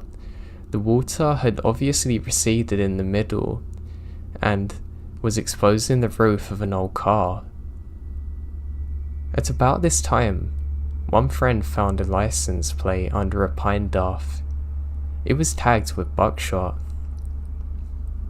Next to the door, a full car door had been buried under a pine duff, riddled with bullet holes. Now it's certainly not an uncommon way to have fun in the South. Go out, have a few beers and shoot some junk with your friends. But what we found next, however, wasn't a run-of-the-mill Saturday night. We find bones. Our still innocent minds first assumed it was a white-tailed deer. We started dragging out the bones and laying them out by the side. Not sure if our objective was to make a museum quality deer skeleton or what, but that's what we did. Then the pelvis came up. I immediately recognized it because my uncle was a chiropractor and had a full model skeleton in his office called Mr. Bones that I would look at. The more I started to look at our growing collection, the more I started to see Mr. Bones taking shape. I got a gut feeling about being the oldest and I told us to stop digging. Something really doesn't feel right here. There was some protest, but I convinced everyone. Now we start hiking back the way we come from, but I can't stop thinking about those bones. That night, I told my mum what I found, then I had to tell my dad the story. At first, they're convinced that I'm just a dumb kid, but I knew what I saw out there. They talked behind closed doors, going back and forth.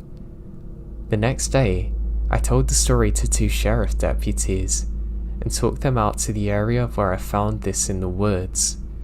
About an hour later, there were police vehicles entering, packing the tiny dead end leading off into the woods. Chainsaws cleared the brush, and men in white suits with detective badges smoked cigarettes and talked amongst the other men as they carried bags from the forest, putting them into the vehicles. Then they were gone. And I waited months and months to hear anything, but nothing comes back. I asked my parents what happened, and they don't really know much about it. Eventually I stopped asking questions for the most part, and it faded back into my memory.